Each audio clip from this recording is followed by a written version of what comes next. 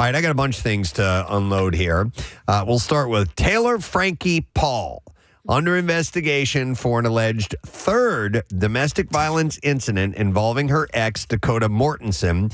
Utah police are reviewing evidence but sharing limited details at this time due to the open case.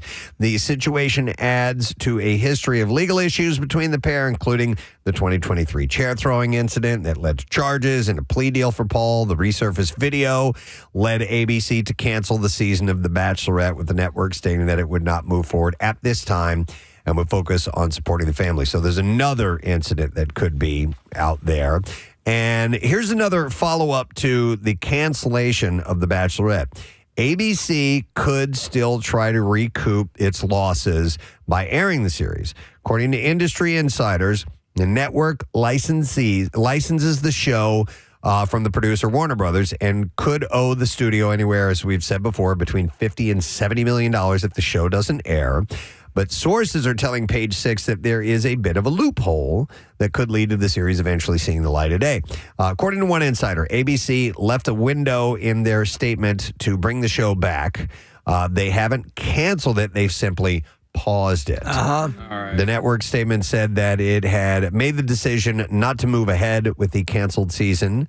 It did not explicitly say that it was canceled, so we'll keep an eye on that. I wonder if there's the same scenario that would happen with a movie that they don't like, the Batgirl movie that they never released, and they took the insurance on it. Yeah. So, I wonder if there's something similar in the realm of television. I don't know. There has to be. Yeah, I mean, because all these projects are insured. Right. All right. So remember the Flash movie, and then Ezra Miller was having all of those issues.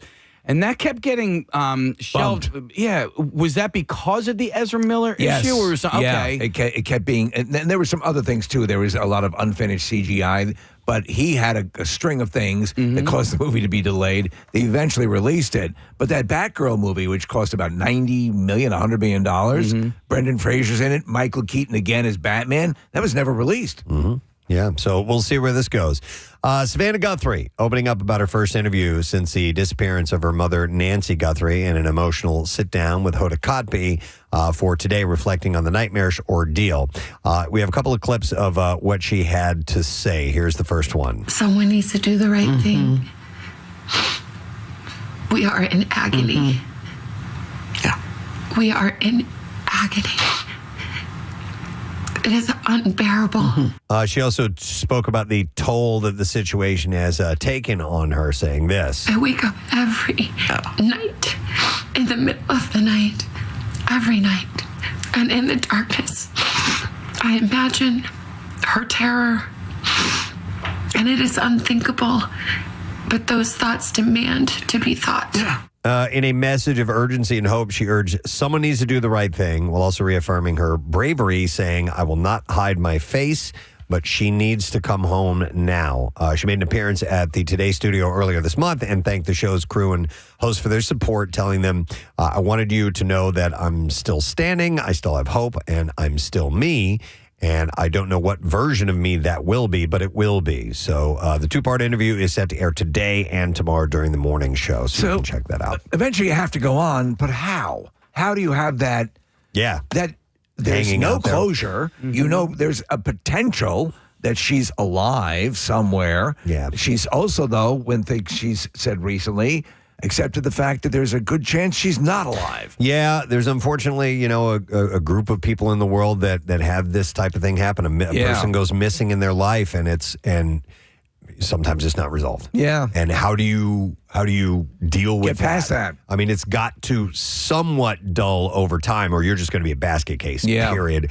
And sometimes it leads to for people doing desperate things because they can't handle the depression. But I don't know, man. It's difficult. Well, locally, who is the little girl that was abducted in the park? Yeah, that was in Remember? Bridgeton. Right. Yeah. Still Nothing. No closure, no nothing. Yeah, I was thinking about that.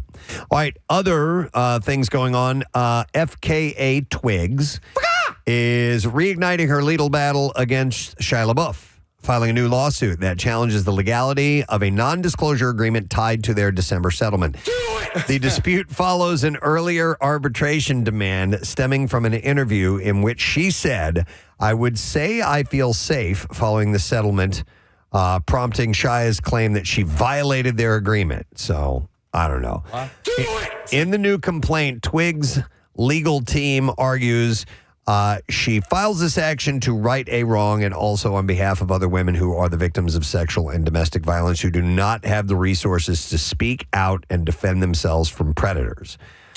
And added, in so doing, she seeks to ensure that survivors of sexual misconduct are not bullied or silenced like she was. So there were terms of the original settlement that they're going back and they're taking him back to court for this. That's what I kind of got from it. Well, yeah, and so I don't completely understand what's going on. Yeah, so like I said, it follows the arbitration after she said that. I wouldn't say I feel safe. Right. And apparently they think that violated their But he agreement, seems so stable as of late. I don't know what you're afraid Let's of. give the man his due. Just do it. Okay, we will do it. All right, how do you know you made it? Well, when a simple name drop changes things for someone. So Ryan Gosling was on Late Night with Seth Meyers when he mentioned that Donna Richards, a wardrobe dresser for Saturday Night Live, was standing off stage, and he revealed that she had been sneaking him Pop-Tarts from her sister's bakery, and he made sure that Richards was okay with the mention and then shouted out the cake shop in Tallahassee, Florida, adding, they make the most incredible Pop-Tarts. You have to order these Pop-Tarts. And the end result, the bakery was buried in orders and phone calls. Of course. Richard's sister told a local TV station the bakery was overwhelmed. She said, I did not know that was coming. It was a total shock. I was blown into another universe. Dude, I would love like a homemade bakery-made Pop-Tart. Hell yes. I love Pop-Tarts to begin with, but if you get that extra added attention to your Pop-Tart, sign me up. The shop owner said it's on fire. The phone rings off the hook. I have thousands of requests. So She may want to do the Goldbelly route, which is that food distributor. Yeah, but we learned that when you do that, you pretty much have to hand over the rights to your delivery via Goldbelly. I don't know how that would work. It's a little more than just saying hey, Goldbelly, come pick us up. You have to give them all of your online rights and such. Oh, all right. So it has to. You have to be able to make to host all of those. I just want a orders and Pop-Tart, such. Marissa. I'm looking it up because there's a whole bunch of places in Philadelphia that make them. I guarantee it. Yep. Yeah. All right, Alan Richson. We've been talking about him the past few days. He has made his first mention, a slight one though it is, of everything that's happened in his life since this weekend's viral fight with a neighbor. The actor posted on Instagram that he was wrapping up production on season 4 of Reacher, and alongside a brief clip, he wrote, "Happy to be back in the booth after such a crazy week." I was watching a video of his body cam yesterday where they had enhanced the audio a little bit. You could hear it better. Oh, really? Yeah, because the first one I watched was very muffled and I couldn't hear the conversation. You can clearly hear it. Isn't he screaming, "Won't you be my neighbor"? That's what it Yeah, was. Yeah. No, but his neighbor was out of line. He was. You can see from this angle, he stepped in front in the way of the moving motorcycle. Excuse me, I don't know why I'm choking on my own spit. But, and also you could tell at that point, the velocity of the motorcycle isn't outlandish. Yeah, and even if he had been driving around, at an exceeded speed, there's another way to handle I think I would that. have done, I would step to the side. Well, you and hold just your wait. hand up. Yeah. Do you have a second? Listen. But he's sitting there and he can clearly going, have you been drinking? Yeah. He's Yeah. telling that guy, he's like, are you drunk right now? The You're guy's acting very like you're aggressive. drunk." Yeah. Listen, there's a lot of these vigilantes out there. There's somebody that shows up on my feed who he sits there in a school zone with a radar gun and he waits for people to speed past the radar gun, and then he throws random things at the cars. Things like peanut butter and jelly sandwiches. Something that's not going to break a windshield or anything like that. And what he's doing is against the law. Exactly. If And he's could throwing cause things an at moving accident. vehicles, Yeah. Vigilante. Yep. All right, moving on to another story. Brooks Nader is known as a model, an influencer, and a reality star, so it caught some people off guard when she was awarded a role in the upcoming Baywatch reboot. Nader had a response for the doubters. She said, "I think that the times are different and everyone is so multi-hyphenated now, and you can be both an actor and an influencer and have influence." You don't necessarily have to have talent. No, you don't need talent. What's all this? I need talent. If there's anything we've learned in the past, 6 or 7 years, is you don't really need talent. Talent is To supplemental. work in the talent industry. She said, and that's the beauty of the culture that social media has No one created. cares if you're capable. She has hopes that she can win some of her detractors over, saying that she's excited to show people what I can do. Listen, she's Baywatch attractive. There's no question about that. And that is a demanding acting role traditionally. Yeah, you don't have to be a brilliant actor to be on, I guess, on Baywatch. So, all right. So, Elton John, we were talking about him the other day, had a pleasant surprise. It was his birthday, and his younger self joined him for birthday lunch. He met up with Taron Egerton, who portrayed him in the 2019 biopic Rocket Man. Alongside a pair of the two together, Elton wrote Rocket Man Squared, a brilliant birthday surprise, having Taron join us for lunch.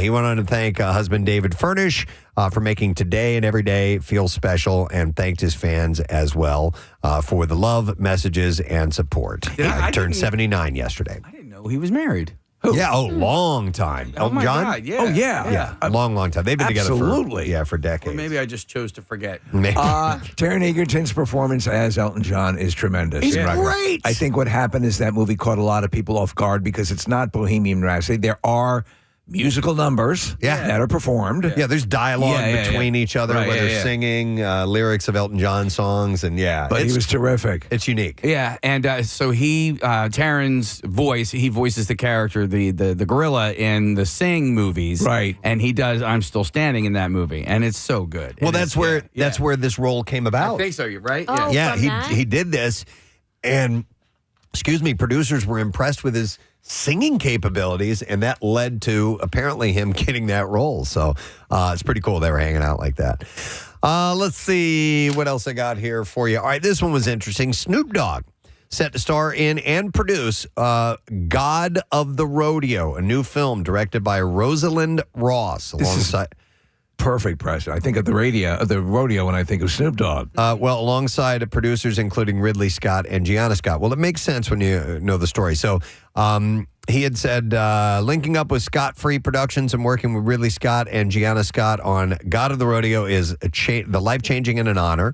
Rosalind Ross brought a story with heart and grit, and that's what I'm about. Me and the team at Death Row Pictures stepping in as producers. I'm acting in it, and Death Row Records is building the soundtrack, and this one's got soul. We're bringing an important story and something special to the screen.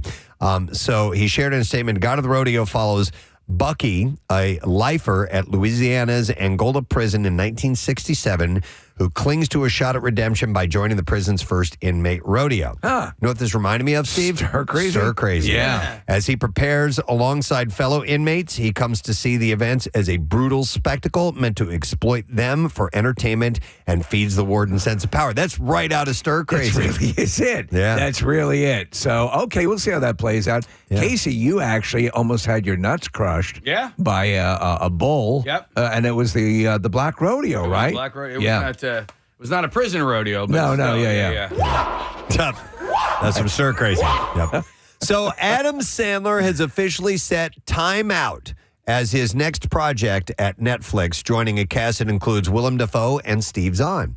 Directed by Scott Cooper. The film is a fresh take on the French original, and I'll mess this French title up. It's L'Emploi du Temps. That's pretty good. Thank you. Yeah. Is that temporary employee? That's what that sounds like to me, but the Time Out is the English title. But yeah, Steve, it does sound like temporary employee. All right. I don't speak French. I do not speak French. I took 2 years in high school and forgot everything. Sandler, I know my name is Etienne. Sandler will play Vincent, a man who hides losing his job, and it spirals into a web of lies that puts his life and family in jeopardy. Cooper reflected on the project's origin, saying, I've been thinking about revisiting the movie for years, but now felt like the right moment. We're living in a time where questions of identity, work, and self-worth have become impossible to ignore. Drama is a surprising departure from Sandler's recent comedy success with other Netflix movies, Happy Gilmore 2 and Jay Kelly. Although Jay Kelly was not just a straight-up comedy. Yeah. Had a bit of comedy and drama. It translates to the timetable. Oh, timetable. It's a All right. Thank you, timetable. Marissa. All right, let me see. All right, a couple more quick things. Murder, She Wrote is heading to the big screen with Jamie Lee Curtis. set to star as Jessica Fletcher on December 22nd of next year. I enjoyed that show. I'd catch it periodically. It's like, a warm blanket. Yeah. You know what you're going to get. She was wonderful and charismatic. I lump in that with Matlock and the Father Downing mysteries. Same deal. All, I don't know why. It wraps up in a nice bundle at the 50-minute mark. So the film revives the beloved mystery franchise, bringing back the iconic character originally played by Angela Lansbury in the long-running TV series. The one thing with Murder, She Wrote is it had routinely the most graphic sexual assaults ever depicted on television. I don't recall that. Yeah. Directed by Pitch Perfect's Jason Moore, the project adapts the Emmy-winning show created by Peter S. Fisher, Richard Levinson, and William Link. The original series, which debuted in 1984, ran for 12 seasons. And almost saw a reboot in 2013 with Octavia Spencer as a star. I remember that, but it didn't make it. It never made it anywhere. Do you remember that song, Murder, She Wrote? Murder, She Wrote. No. Murder, She Wrote. This is not the theme song? No. No, it was like a hip hop song from the hang on. 90s. You have this? Yeah, of course. Right. This is in our system, but I would like to know where we're pulling all of these songs from. Like, where in this company is this their music library? yeah.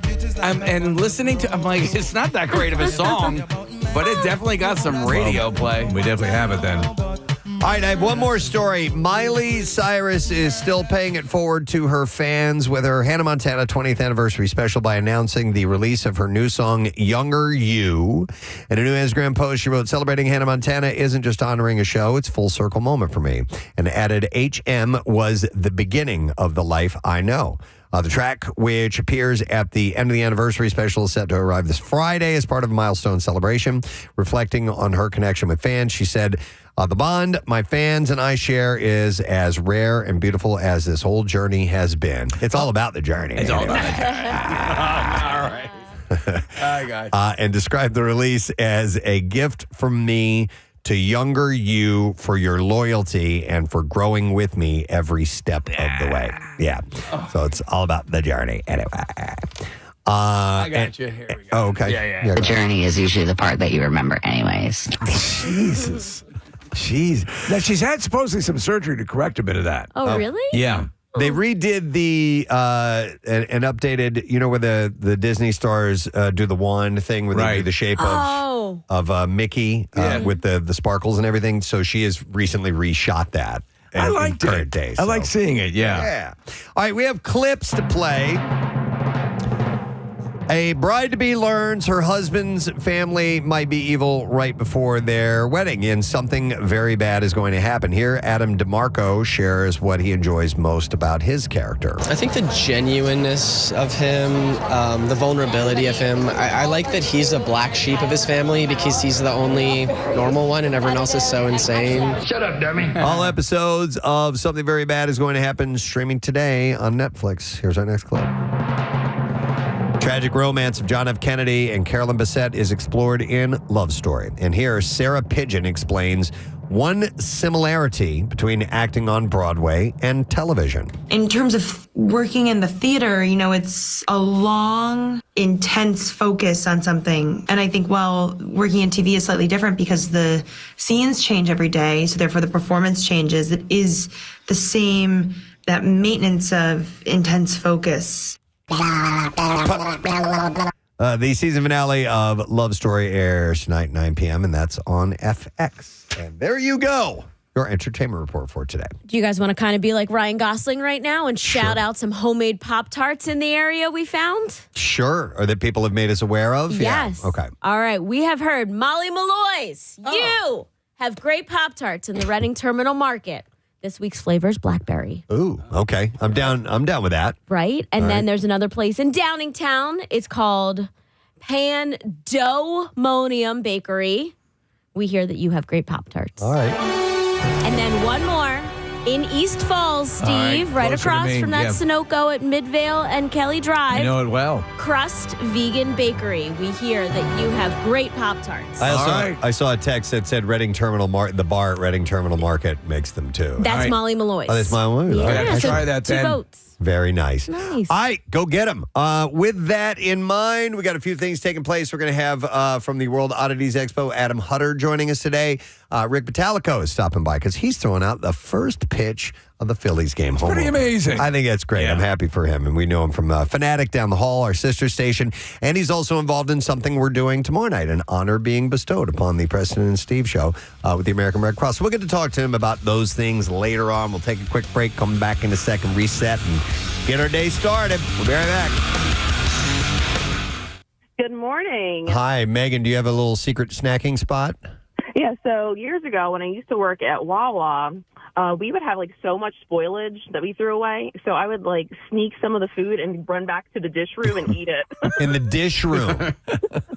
What's the dish room at Wawa, by the In way? the dish room at Wawa, What is the dish room? I'm not familiar. So basically, back behind the deli, we have an area where we wash all the dishes that we use. Okay. All right. So yeah. And so I'd you run would back there you would and- slip back there. Would you do it? Would you be kind of hiding? You know, and did anybody ever catch you with your mouth full? Yes.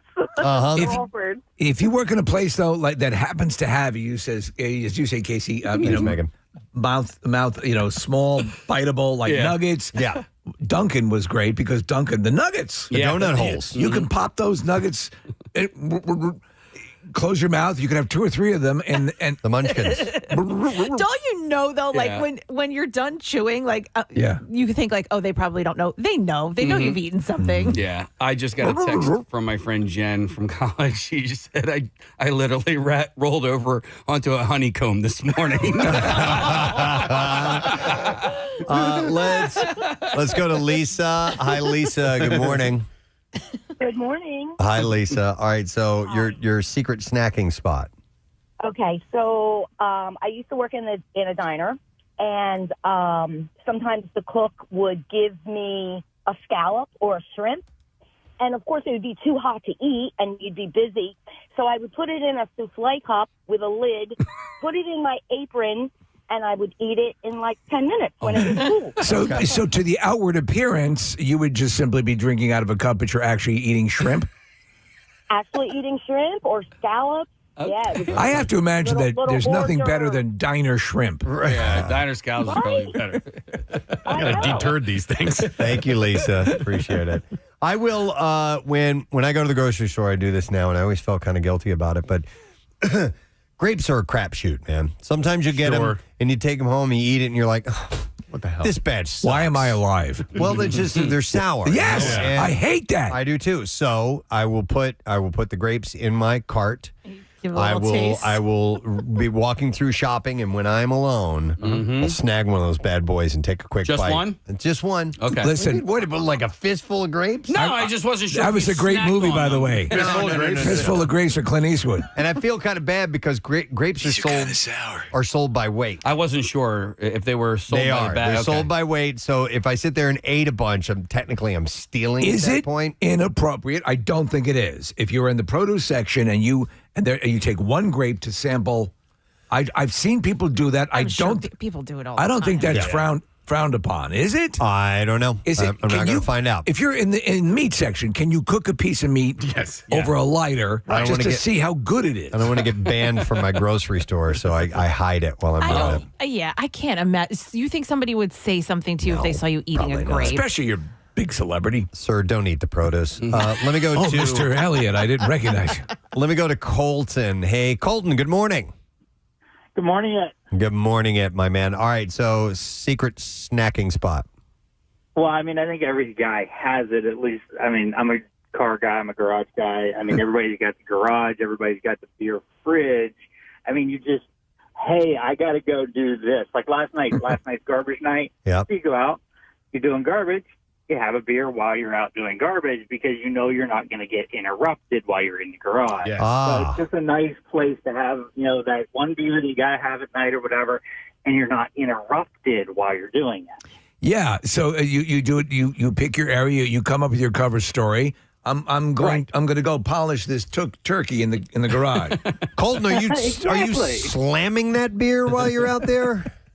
No, I mean, that's why you have to make up a good enough backstory that, hey, I'm going to be out there for like 15, 20 minutes Right. or so. Like, it can't just be like, hey, I'm going to go grab a 9mm wrench and come back. Well, you said take out the garbage. Taking out the garbage takes about 30 seconds for me. So, Well, no, because I have a garage can that I have to do. I have recycles that I got to. So there's. I'm going to straighten up a little while I'm out there. Yeah, I gotcha. Yeah. I gotcha. I'm going to rotate the half and half. All right, that's a good one. The garage, definitely. All right, thank you, Colton. Appreciate it. Let me go through a few others. We got tons of calls here. So, other ones are, like I said, in a closet, a public toilet. No. Oh, dear Yeah, that's God. like a brothel or an yeah, right. alleyway with junkies.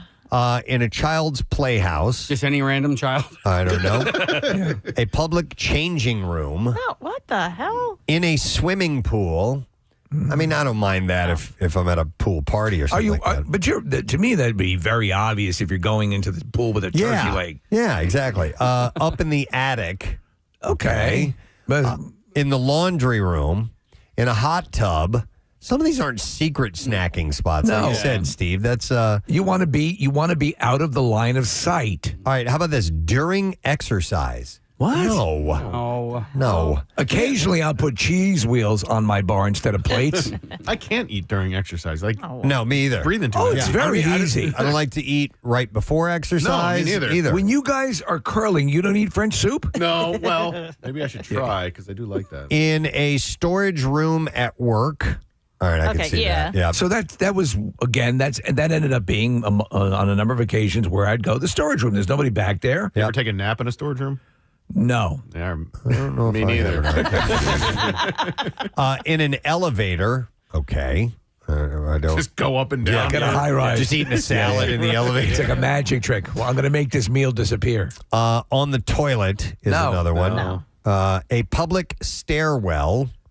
Why would you? Okay, I don't know. I guess just to hide. Yeah, if you're hiding in like the basement, People- then like a stairwell, I could Okay. see. People used to smoke in the stairwells here. You know, you'd walk Did in. they? Yeah. You could walk in there and smell the cigarette smoke. If you go with someone else, you can have them get at the top of the stairs and roll M&Ms down into your mouth. That's true. All right, then you have the shed. It says I can see Yeah. that. A shed is a good one. Yep, that's a really good secret spot. Septic tank. In the bathtub, which is I'm not a fan of that. like if Rochelle takes baths quite a bit, and I will bring her up a little, little something nice, Spaghetti. Time to time. Some spaghetti, yeah, some buffalo wings. Here, I brought you some hobo stew. It's your favorite, isn't it? On the stairs, just at your house, sitting on the stairs, I can see that. Yeah. That's my favorite spot for soup. And then number 2 on this list, this is Casey. It says while driving. I think just in the car. Yeah.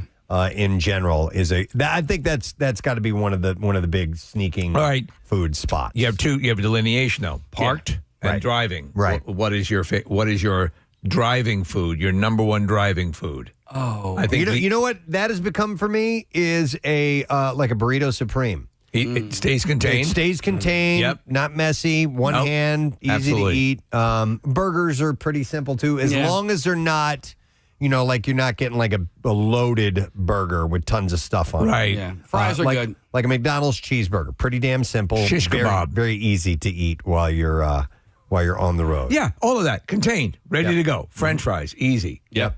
Yeah, all that stuff. Let me see here. Baked Alaska. I'm going to go to some more calls here. Let's go to Mike. Hey, Mike, good morning. Good morning, Ed. How are you? Good morning, Ed, buddy. We're good. So, secret snacking spot for you? I am currently 54 years old. It took me 45 years to figure out that the kitchen sink will disguise sounds of wrappers being opened. Oh, okay. Handy stuff like that. If you stand there and run the water, it will disguise many of those sounds, and nobody else. I think you're talking my realm because you go in the kitchen, you position yourself in a way you can cover the sounds. You can make again for me it's a combination of that. Hiding the sounds, and then also how you cut that piece of cake so it doesn't look like any cake. Absolutely. How you scoop the ice cream, all of that. How you rebuild the pile of French fries. Right. All of that stuff is critical. Well done, Mike. Thank you. By the way, which leads me to the why are you hiding what you're eating? And on rare occasions, it will be I'm eating. Now, this is just at home. I wouldn't do this at work, but eating someone else's food, someone else's leftovers, and look at it and go, I think begging for forgiveness would be worth eating this. I didn't know it was yours. I didn't mean to. I'll get you some more. I have done that. What? I don't do that. You don't do that? No, I don't. Okay. You have respect for other people's leftovers? Other people don't. In your house, it They'll happens eat all the yours? time. They ate my ice cream. Yeah. That's why I had to eat my mom's candy last night. Let me ask you something. If you set up your dinner, everything's set there, you're ready to go, and you go to the bathroom and you come back and it's gone. Yeah. Can someone use? Well, you weren't here. I mean, it's on a plate on the table. Yep. No, people wouldn't do that. All right. I mean, Possibly- the dogs would do it. The biggest fight ever between my sister and I happened when I ate the last pizza, the last frozen pizza. I mean, physical fight. Throwing things, punching each other, the whole thing. What kind of pizza? I don't know, just some random frozen pizza, When whatever. you want it. Yeah. When you've been thinking about it. Yep. That's like I told these guys earlier, I'm thinking about dinner today. And I'm like, what I want. I know what I want. And I'm going to have it. And if anybody gets in my way, I'll kill them. I remember swinging a hockey stick at her earlier. I kid you not. Because she was punching me. She was hitting me. She was older than me. You deserved it. It was pizza. Yeah, It was but the last one. You know what? I stand with you. It wasn't dibs on her, or she didn't call dibs on it. She didn't dib it. And it wasn't hers. It was. Right. It belonged My to parents the bought it. household. So, Yeah. all right. Anyway, They should have been hitting you with hockey sticks. secret snacking spots. Very interesting look at that. So thank you for your calls. We do appreciate it. We got to take a break. It's 7:51. We need to get to the bizarre file. We're going to have a fantastic actor, Mr. Chris Cooper, is going to be joining us along with his wife. She's an actress as well, Marianne Leone, and they're talking about a project that they have available now called Within. Todd Fedorik's going to be on the program too, former Flyer great, and more. Stay with us. We'll return in just a little bit. Light. We got some free ink for you to win Tattoos Day. So if you're interested in a $350 gift certificate for Floating World Tattoo and Piercing, just text the word tattoo to 39333 and we'll get a winner by the end of the program. Did you get the email of one of our tattoo winners who did a Gene Simmons chicken? No. Is that real?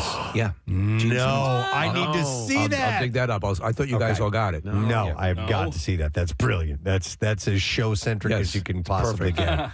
And it pays tribute to two great things, Gene Simmons and chicken. Exactly. Oh, my God. It doesn't get better than that. All right. This next segment might not work. Who knows?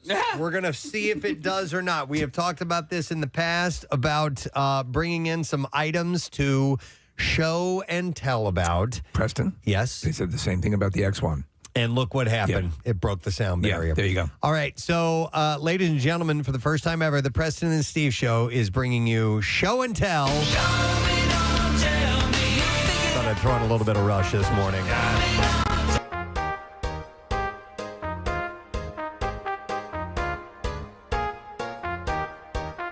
Hey, the teacher, Preston, we'd like to see you. Oh, my God, yes. And your show and tell what you have for us today. I remember sitting there with a big brown paper grocery bag. Oh, yeah. With whatever it was that I brought in, and we would all sit on the floor. And like Steve, the teacher, would call you up, and it was your turn, and it was so exciting because you would have seen a couple of people go by then. Yeah. And you know that yours is way better than theirs. And you'd have and you could bring in things like a new cool toy that you had. Like, Yes. look at this, what this does. Yeah, totally. I could be the a-hole kid who criticizes what the other kids Sure. brought. Yeah. Oh, my God. Because I didn't bring anything. Totally. And then, but everyone starts to pass out because you brought some stuff that you baked into the. I poisoned them.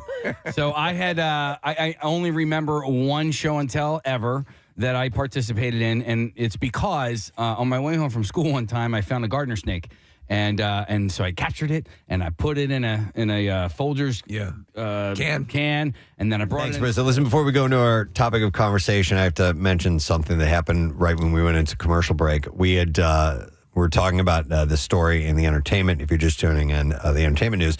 Ryan Reynolds had plugged a bakery of someone he used to work with that sells these homemade Pop-Tarts, and their business exploded. And a few people texted in that, obviously there's some places around here that have homemade Pop-Tarts. We were talking about how great that would probably That sounds like a dream come true. And so somebody sent us a place called Pandemonium Bakery. Pando. It's not pandemonium, Pandemonium, which is in Downingtown. And Marissa pulled up the Instagram account and starts clicking on a video. There's a guy dancing in the bakery.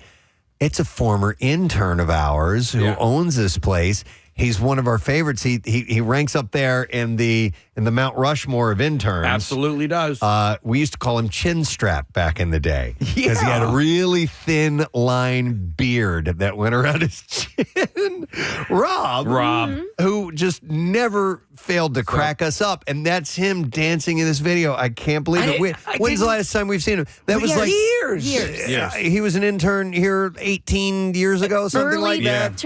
Early 2000s. Yeah. Oh my God. Yeah. So and the best part about this video is this is kind of how we were introduced to Rob. Like we went on a mystery trip and we liked him a lot and we invited him on the mystery trip with us. Yeah, we went to Jamaica. So we went to Jamaica and he was kind of flying solo there, right? And we ended up having this dance circle on the beach. Yeah, with a band, live band, yeah. And he starts dancing and we're all looking at each other like, who is this guy? Like, this dude's awesome.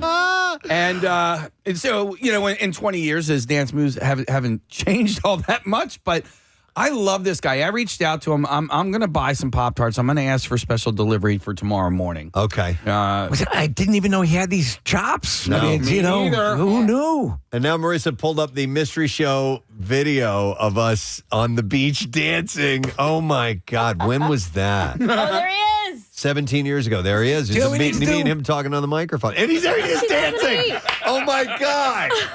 We need to do after so many years of being on the air and so many interns. We need to put out a clarion call. Yes, like I mean, this is a complete 180 from what he was doing here. Do you remember the VH1 "Where Are They Now" feature? We should do need that with our interns. We've mentioned them from time to time. If you're a listener, if you've been with us for a long time, you'll probably remember some. If you're a newer listener, maybe you won't remember a few of these people. But we've had some interesting people along the way who have been interns of ours, and a few of them stood out, like Rob and Steve Vasilati, who went on to work in our sister station, MGK, who's a producer for Matt Cord's show down the hall. Kristen Herman. Kristen Herman as well, but there are others you've heard of, like Kill Bill. We've mentioned him. Kill Bill. I wonder what happened to him. Yeah.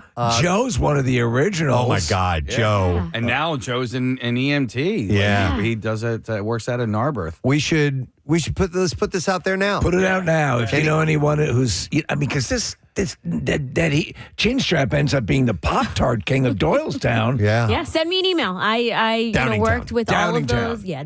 Marissa at WMMR.com. We'd love to hear from all of you guys. I know our old intern, Ed, he reaches out frequently, has asked if we've done a reunion. So here you go, Ed. This is for you. Some of those I may not remember. I know. I'll give you a prep sheet, Preston. Yeah, give us a prep sheet. No, oh God, I never told you guys this. What? I was on the subway on the way to a Phillies game, and this person is kind of like looking at me from a couple rows ahead, and I was like, God, that person looks familiar. How do I know them? I was like, that was an intern, and I was like, I get it. You meet so many people that eventually, like, because when I started working with you guys, and I was working very closely with the interns, I was new. So I only met, 10, 20, 30 of these interns, but then when they start adding up to 40, 50, 60, 100 interns. We had a lot. We had We had a whole battalion at Y100 that precedes you. And sometimes there were 4 or 5 at a time. Yeah. And they would turn over every few semesters. And so we've been doing this a long time. Yeah, man. It's a lot of people. The show's been together for 28 years. So yeah, we've met a lot of interns. Literally, Casey Boy is Casey Boy because there was a Casey girl intern. That's that was correct. 30 years ago. Yeah. Wow. Yeah, so Wow. all right. Well, anyhow, that was great to kind of rekindle that with Rob. Not that long ago, we were talking about. I wonder what happened to him. Yeah. And look at him; he's a successful bakery owner. Chomping on a huge pretzel. It looks Good like for him, man. That's awesome. Well, we gotta see it. Yeah. Again soon. All right. Well, anyhow. Outside of that, there was another thing we were going to talk about. Home opener is today. We're going to have Rick Batalico come by later on this morning. He's throwing out the first pitch, which is really cool, and we'll spend some time talking about the Phils. And we just got done with spring training. But there was an article in the Inquirer that Steve sent over to me. Opening day is a big event. Obviously, a lot of people go to this, but it happens in the middle of the day, in the middle of the week.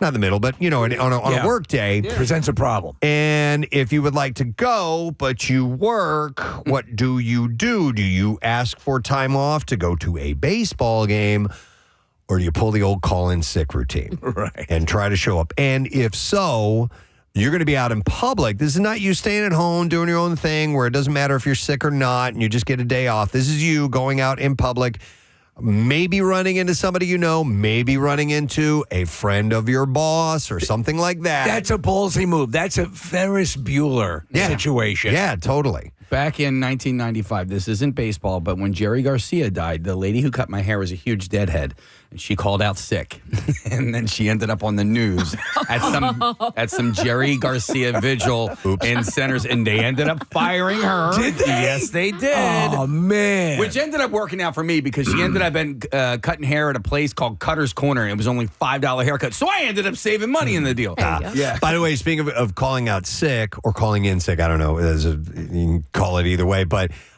speaking of interns, we regularly see, the early 20s, I can't make it today. I can't do this. I can't make it. They went out and they partied the night before. I mean, that's not to go to an event. That's just I overdid it last night. I can't come into work. So we would get bogus call-in sick things all the time. Every time I'd hire an intern, I'd say like, hey, are you comfortable with the hours? They're like, yeah, I'm fine. I'm like, it's fine at the beginning, but then you realize you're like waking up at 10 a.m. one day and then 4 a.m. the next day. It starts to wear on you. Yeah, most definitely.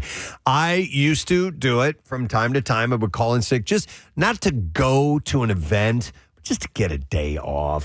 I used to do it I wouldn't say on the regular, but maybe a couple times a year. And so for like a part-time or a full-time job? Full-time job. Oh, really? Okay. Yeah. And part-time job. Yeah. But I mean, I did it in my radio career. I just didn't feel like working today. So I'd call in, and I did get busted kind of one time because I was working at Dairy, and I did not want to go into work for whatever reason. I needed a day off. So I called, and I called in to the radio station like early in the morning. I got up at like 5 a.m. or whatever because I was doing afternoons. And I called the morning show because I didn't want to call Jim and wake him up. So I called Sarah on the hotline who did our morning show. And I'm like, hey, can you guys tell Jim I can't make it in today when he gets into work this morning? And they thought that was kind of weird that I did that I called them and not Jim. Right. So they actually sent somebody over to my apartment in Bluebell to drive over on the phone, live on the air. Yeah. And they got me as I was walking out. I was going to get my hair cut. And they got me, and they come walking up, and I'm like, and I was not happy about it. I thought it was a not cool move. You got busted live on the air. And so I'm like, dude, I don't want to do this right now. And they were on the air. And it led to a weird moment. And I felt kind of bad about that because I was in the wrong. Yeah. I called out sick. I was not sick. I was going to get my hair cut. But they're supposed to have your back. Yeah, get off my back. It's hard to do that, though, when you're at work at 4 o'clock in the morning. Man, what a different, the notion of calling out is so alien now. I mean, we got to come in blizzards and all that stuff. And I make it to work ill. If it's not something that's crazy contagious, I'll come to work totally sick. But the notion of going as the Inquirer article points out, I mean, this is a tradition for a lot of people. Yeah. Mm-hmm. A lot of employers look the other way. But I mean, listen, a lot of other people are going to be at this. Mm-hmm. So if you pull that move, be prepared to run the risk of being busted. And we haven't even touched on social media of it all. Like if you post something or your friend posts something and it might just get fed to somebody else. But there's also just, companies have changed these days. My friend and I, we go to a lot of games and such. And she was like, let me talk about, my boss and maybe calling out. And then literally her boss was like, hey, are you going to take off for opening day next week? The boss actually brought flat it out up. asked her, So there's a few texts coming in. I love this one. It says, I have a coworker who called out sick, for the Phillies with stomach issues.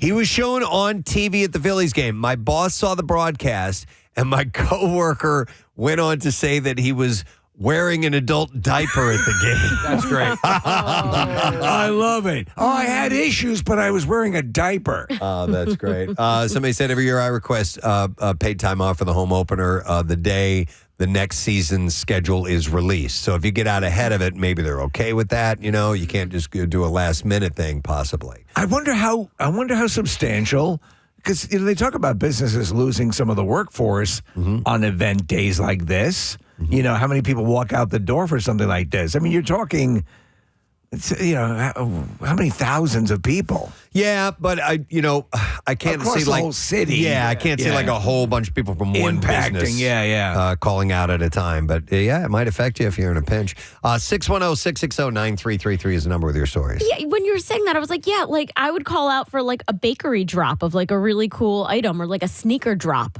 Like if you're going to go stand in line or a new iPhone, something like that You came would call out. out sick for that?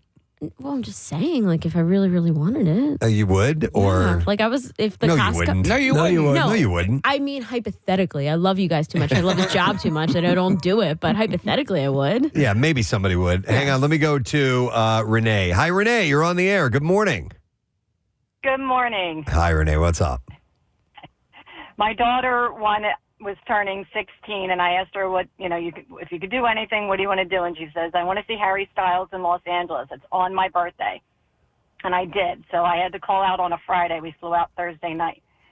And I accidentally posted a picture of us in Los Angeles, and my boss saw it on Facebook, and I got caught. She said the handbook was very clear about what constitutes a sick day, and being in Los Angeles for your daughter's sweet 16 to see Harry Styles was not. Did you receive any punitive, any punishment for that?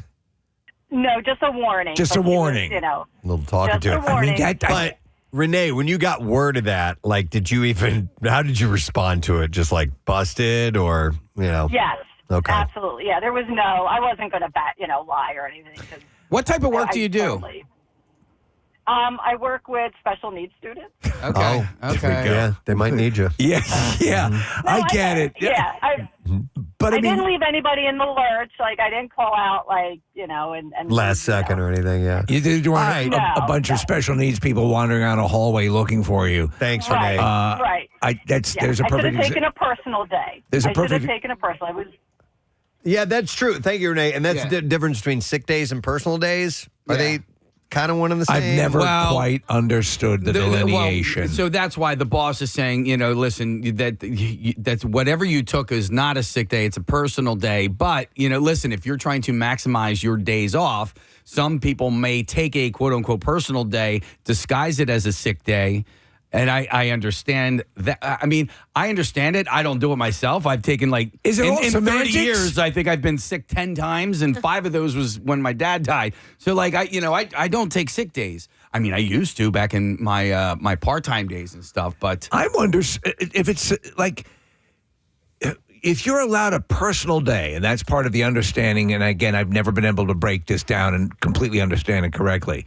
But if you were to say, I'm taking a personal day to go see Harry Styles. you don't have to say that part. You can just say, I'm taking a personal day. Personal day means personal. There you go. And according to your business, one may be limited and one is unlimited. So you have limited personal days, but unlimited sick days. Okay, that makes sense. Something like that. Yeah. By the way, going back to the social media envy, in that you really want to post these cool things that you do in life on your social media accounts.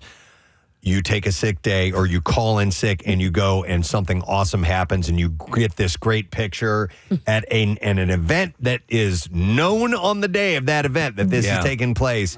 You could never post it. Do it. You can't. Even afterwards. There's the rub. Yeah. So you're going to be part of this thing and you're celebrating being part of this thing, but you can't let anyone know. Yeah. Because I'm sure people get busted. Well, we just heard that. She just got busted because of Facebook. Now, some places you can accrue sick days, right? So sick days will carry over.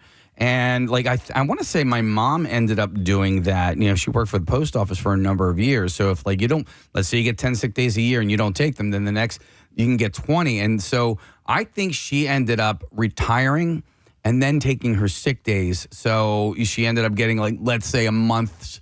She was able to retire essentially a month earlier and get paid for it. And then somebody just pointed out that a company can't deny a sick day, but they can deny a personal day. Okay. Oh, okay. Let me go to, hang on here, Jordan is joining us next. Hi, Jordan, you're on the air. Good morning. Hey, you guys rock. Thank you, brother. Appreciate it. All right, it says here you work in contracting. Yeah, so I've worked for a bunch of service companies, so HVAC, windows, doors, siding, kitchens, baths, and I was the marketing director, and I would help out with some of the admin stuff. And we knew in Cecil County, what we call Cecil, Kentucky, opening day of rifle season, opening day rifle season, opening day like waterfowl, whatever it was, we knew half of our techs were going to take off. Hunting. We would just allocate. Oh, hunting is nuts, and we will work our schedule around it. Even if they tell us they're not going to, we're like, let's bank on these 12 guys not being here tomorrow. Wow. Okay. 12 guys. Or we already know. Now the owner of the company that I work for, shout out to Sundance Kitchen Bath and Exteriors, shameless plug. Jason, the owner, is a big hunting guy. So, I mean, we know it's not a big deal. It's not a personal day. We don't charge them. We don't make them use a PTO. We just know that, you know what I mean, they're going to take it. But, Jordan, that's for the opening day of the season, usually? Yeah. Okay. Yeah. They got to get out there and start that killing right away. Yeah, exactly. All right. That's pretty wild. So if Thanks, Jordan. Again, you're not required by law to give the reason for your personal day. I don't know. Or I can a assume so. business...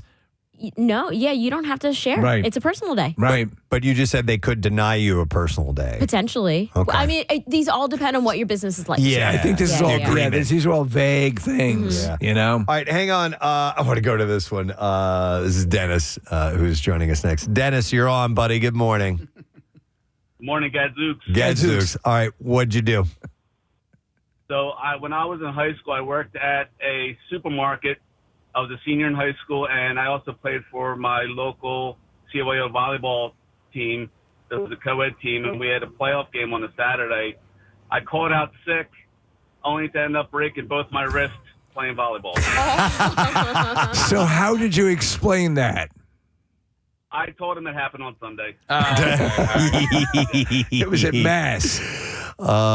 That's great. At least you didn't get busted for that. Jeez. But of course, Yeah. that would happen on the day. The universe conspires. Yep. I have. Here's a good one too. I'm going to go to who are we talking to? Warren. Hi, Warren. You're on the air, pal.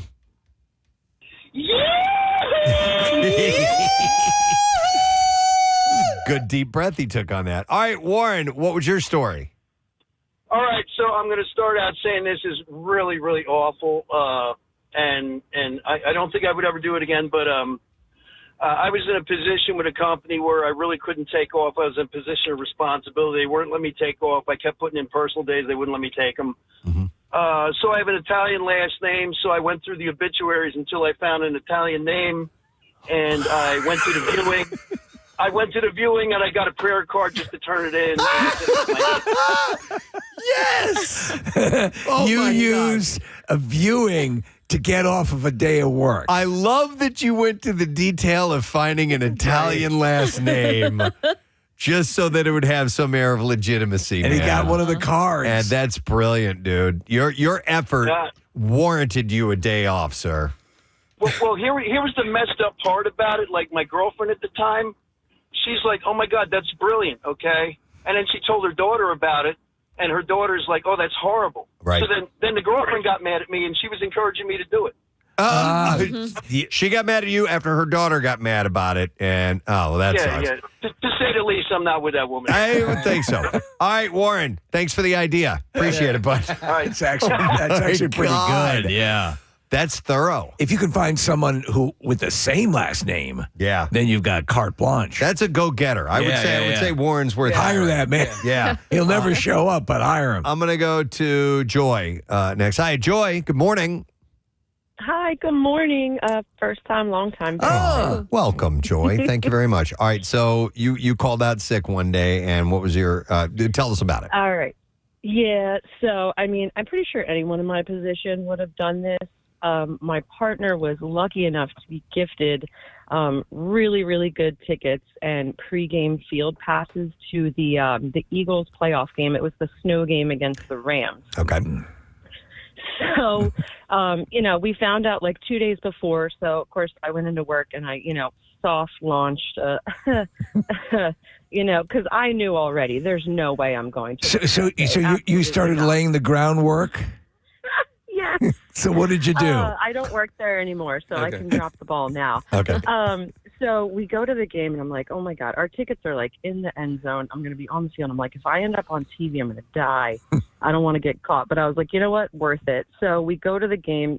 It was amazing, of course. We had a great time. Afterwards, my sister sends me a screenshot. I end up in the St. Louis Rams were filming a TikTok And I was on the sideline very visibly in the TikTok. And I was just like, please, dear God, I hope no one at work follows the Rams on TikTok. Did you at all God, consider wearing some sort of disguise? Glasses? Something? I don't know. I mean, I was bundled up pretty good because it was snowing. But, you know, you could still tell it was me. Oh, man. Did you face any repercussions from that? Anybody at work find out about it? Nope, only my sister was the only one that Close one. Thank Do you know, That's if you funny. had the couple of days to lead up to it, you should have been walking around, like, say, on Thursday going, is this a lump? Is this something? Yeah. Plant the seeds. Right. All right. Right, but it was absolutely worth it. All right. Thank you, Joy. That's hilarious. Appreciate Yep, that. bye, guys. Oh, man, there was something else I was going to bring up. Well, let me go to this other call. Let's see if I remember it. I'm going to go to Shelly. Hi, Shelly. Good morning. Good morning. All right, Shelly, you got something interesting to tell us. I do. So I work at Helium. It's Shelly Girl. Oh, okay.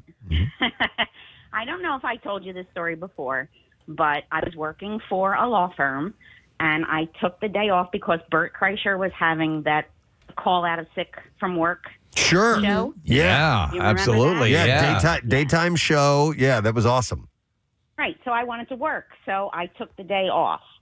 And it wasn't until a month later that I found out that the attorney hired a private investigator to confirm that I was not in work or not at home and working instead. Spend the time to hire a private investigator time and money. to find out if you were skipping out on work. That's crazy.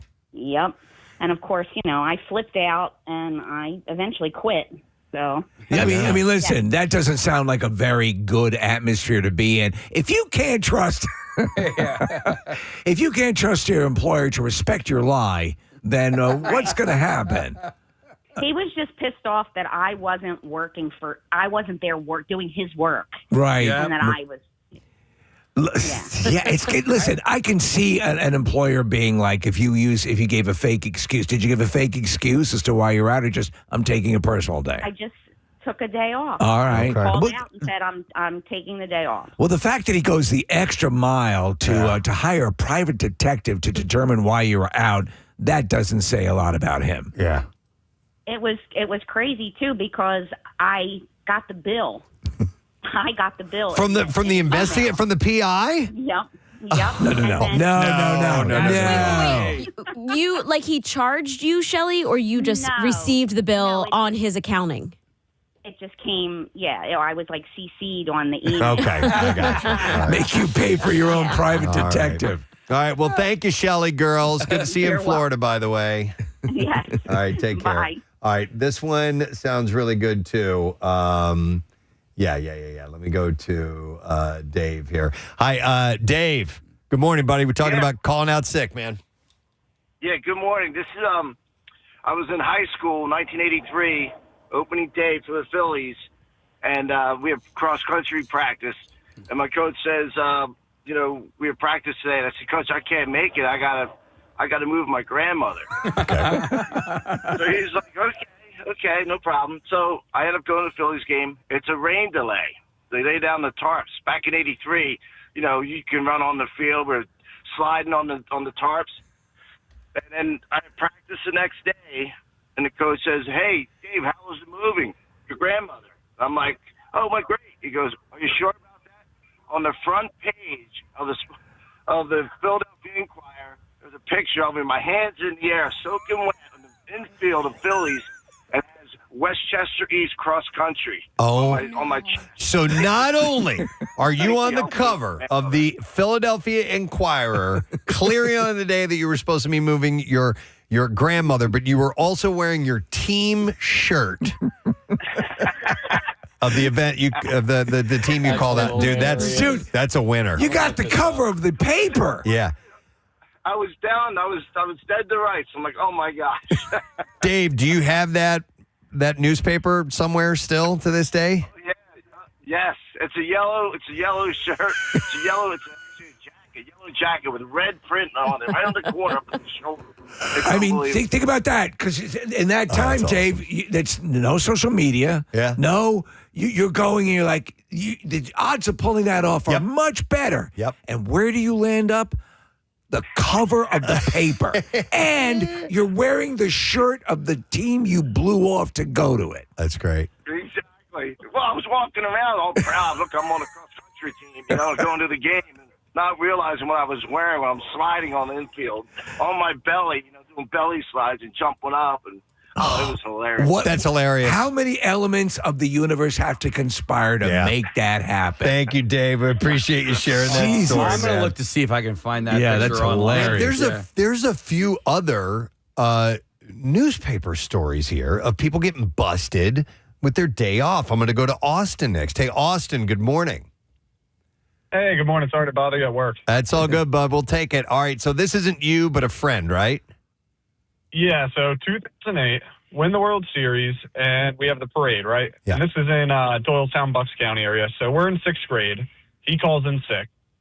So the next day, I think it was on a Friday, Monday, he comes in, teacher slaps a paper, face painted, mouth open, screaming, dead center, it's him. The picture on the local paper in the parade, undeniable, and slaps the paper in front of him on his desk, says, I see you were really sick. The teacher was short about it, but I mean, dead center, mouth open, full face paint, screaming his head off. Awesome. He should have said, the greatest. yes, can't you see my discoloration? Yeah. That's how sick I was. That's great. Maybe his throat was sore from screaming so loud. I love it. All right, thank you, Austin. I appreciate You that. would never at that time entertain the notion of that happening. What are the odds? This is not me getting busted story, but in 1982, the Cardinals won the World Series. I was at school. It was a school day, a regular weekday, and the Cardinals were having their parade downtown. Unbeknownst to me, I get called to the office. I'm like, what? I have no idea what. My mom and dad came and got me, and they took me to the parade. They said we got to pull press out of school. And it was so cool that they came by to do that, and they had essentially they had called out sick for me. That they had to come and get me. I mean, I had no idea what was happening. It was great. That's a wonderful memory. Yeah. My mom did that. Remember when Beastie Boys played that show at the Electric Factory when they were on their way to the Tibetan Freedom Festival? My mom called out sick to wait in line for me to get tickets. No kidding. Yeah, Just to go get tickets. Just to go get tickets to wait in line. Then Did she like the show? Well, she had to bring us to the door because you got a wristband. She was like, nope, it's for them. Let them go. Oh, wow. Let's see. We have other people getting busted at sporting events, calling out sick. I'm going to go to Mike next. Hey, Mike, good morning, man. Hey, how are you guys? Good. What's up, buddy? So this was very recent. I work for a sports team at Villanova University, and obviously last week they were in March Madness, and one of my student workers decided to send me a text message about 2 hours before the game that he wasn't feeling well. Meanwhile, we had practiced that night. And we get to work, and I asked his coworkers. I said, "Hey, how's the boy Ryan doing?" And they pull up his Snap Map and a bunch of pictures, and he's down in Philly partying, watching the game. Oh, that's wild! You can literally check someone's location. Yeah. So Sometimes. I just said, if he would have just been honest and said, "Hey, it's my senior year, I want to go support the team," I'd have been all for it. But he thought he could pull one over on me there and get away with it. I thought it was pretty. Dude, that presents a whole bunch of other things. If you have, Mike. that sort of geolocating on the phone, or there are different apps. If you're following someone, that would allow you to know where they are. Yeah, we all in my family, we all follow each other on the Find My app, and so like a long time ago, I'm like, no little fibs about On the way home, I'm going to stop off at the driving range. Right, mine are a little innocent, little detours. I'm like, well, I'm not doing that anymore. So, but yeah, we know where we are at all times. At the moment you're busted, like some of the stories that we've heard is like there's it has to be like Roy Scheider seeing the shark attack in Jaws, whatever. He goes like, how do you know? Yeah, wow. Well, I hadn't considered this, so thanks for sending that article over, Steve. It's in the Inquirer about today being opening day and people calling out sick for that, and how one has to be careful especially with all the cameras and grabbing pictures and videos and posting on social Wear a media. disguise. Wear a disguise. It's not a bad idea. Keep a Hasidic Beard? rabbi's costume at the ready. Yep. Yeah. Yeah. He covers you over really well. Yeah. All right. Well, anyhow, today is the opening day. Weather is cooperating fabulously, which never happens. No. Never happens on opening day. High of about 77 degrees, partly cloudy skies. It'll be great. We'll talk to Rick Batalico, our buddy from the sister station, The Fanatic, is stopping by this morning. He gets to throw out the first pitch. Quite an honor. And it will be a real pitch, Yeah. I would imagine. So Ricky's going to swing by in the 9 o'clock hour. We have an announcement to make. We're going to take a break. We're going to come back. We're going to make that announcement. We'll get Bizarre File, too. Stay with us. Thanks for your calls and texts, by the way. We appreciate it. Today for my show and tell, and then the gardener snake somehow magically got away, and my mom let him go. She did not care for having a snake in our house. By the way, check on that. Is it gardener snake or garter snake? Garter. I was pretty sure it's garter. Garter snake, like in a wedding when you put the snake on the girl's thigh. Yeah, and then it crawls around. Yeah, I just wanted to make sure. That's cool. And so people will be What was that? texting and saying- Did I said it the wrong way? No, the garter, snake- garter, yeah. garter snake. The snake that you are talking said- about has a gray mustache. Yeah, you said a gardener snake. A Jim Gardner Okay, snake. so what I brought, speaking of show and tell back in the day and when the kids would be there, is what I've mentioned before. I brought this to my 3rd grade show and tell and recently found it. Wow. And hopefully... This is a good one already. I haven't brought this in for you before, and it just just shows exactly what a different time it was, because, ladies and gentlemen, I brought to my 3rd grade show and tell a World War II bayonet. Oh my God. You actually brought that into school? I did. A weapon. A weapon. A This weapon. is a knife. It's probably a good 10 inches long. Good Lord. And this was a bayonet that I bought in an army surplus store. If you brought that today, the school would be surrounded and the SWAT team would be I'd be entering. expelled. Oh, yeah. I'd probably be expelled. Oh, yeah. Yes. But I told you there was another. So this is. I don't have any history on this knife, other than it was clearly sharpened quite a bit because it's got a section in the middle that's curved. Yes. Unless it was made that way, I don't really know. But it certainly seems well used. And this was definitely for a rifle because you can see where it would slide onto the barrel right here. And there's a button that you would push that would lock it. You could unlock it and. It's got a wooden handle with these kind of cross stitches in it, and there is a mark on it, but I've never researched it. Do we know which army it was used for? I don't know anything about this other than I saw a big freaking knife and I wanted to buy it. So my dad... And this is when you could, as a kid, you could walk into a store and buy a big-ass knife like this. I was in like 3rd grade, and I bought it. We had a German, I believe it was actually a Hitler Youth knife that somebody given my dad while he was actively fighting the war, and brought it back. Oh, wow. Yes, Preston, that stuff was around the house. And as I said earlier, I brought a Civil War sword into show and tell. But remember, we had a bayonet as well. I was fascinated with the concept of the bayonet. So it'd be cool to kind of find out the history of that. Yeah, it does have a mark on it, and I guess I could. It looks like a letter N or an M. I can't quite tell, with a crown over it. That means Nermany. So it was an enemy weapon. Do you remember the year you bought it? Let's see. 3rd grade. It would have been 1978. Somewhere around How then. cool were stores like that to go to surplus? And Preston, 77. They would sell dummy grenades. Oh my God. Yep. They would sell. Well, I told you another item I brought for show and tell, and I've told this before. It was a Vietnam War era incendiary bomb. Yeah. Okay, so it was literally a bomb casing. Yeah. It was about 2.5 feet long. It was orange. Had a fin on it. Had the front. Had an arming pin and everything on it. And I had looked it up. It was incendiary, so it was for creating fires, is what it would do. It wouldn't explode, but it would just spread fire all over the place. And it would be for torching villages, I don't know, whatever, burning babies, what they do. I don't know. But bad babies, like German babies. German babies. Well, yeah. The worst. The Viet Cong, who were fighting at the time. Yeah. But I brought that in. You could bring that in without any concern. And listen, I think it's insane that we were able to do that stuff back then. Yes. And there's reasons why you can't do it now. But I found that stuff fascinating. Me and my friend Bubba at the time was his name. we were way into Steve like playing war. Oh my God, that's all what the we did time. all the time, and with the full size GI Joes, and when you could get your hands on equipment like this, Preston.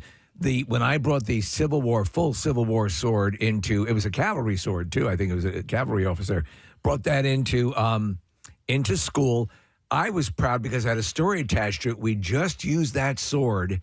My pool above ground pool was frozen, and I ran the sword about 50 times into the frozen pool liner. Oh man, my dad loved that. So it was a Civil War era sword. Yep. What did you guys ever do? Those things are worth a ridiculous amount of money. I guarantee you, it walked. My dad, when mother passed away and we moved, my dad held the most crazy garage sale. Wow. Like things I had just bought ended up in the garage sale. I'm like, He sold where is? everything. I sold it. It's like, Dad, this is where you can't run a garage sale. Yeah.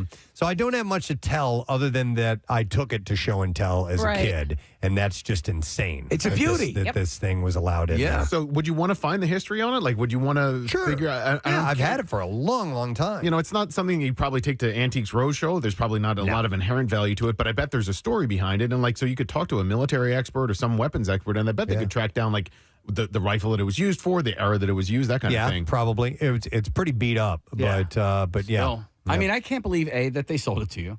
You didn't have a parent with you? I can't remember if you said that. I don't remember. No, you could walk in, honestly, Case. There's a surplus store in Northport, Long Island. Yeah. You could walk in. I remember. And walk out. I'd buy cigarettes for my mom. I know. You know, I mean, but if I came home with a knife like that, you know, A, if they sold it to me, and then B, if I came home with it, my parents would be like, no. Casey, I had a machete as well. I couldn't even have nunchucks. I wasn't even allowed to have nunchucks. We lived in a place. This is when I lived in South Carolina when I had this, and there were woods all over the place around us. So I needed a machete. Yeah, I had to get around in the woods, you know. So it was crazy. I had a motorcycle. I had a shotgun. It was ridiculous. I remember buying flying stars from all sorts of crazy weapons. Yeah. Yes. So somebody messaged on the YouTube stream that you should never clean that blade. It's worth more with the patina on it. Oh, I've never heard that before. Maybe just that's the new thing in collecting. And I was telling Preston about this. And with automobiles, yeah, Nick, you don't restore them. No kidding. You let them if you can find them and let them be their original.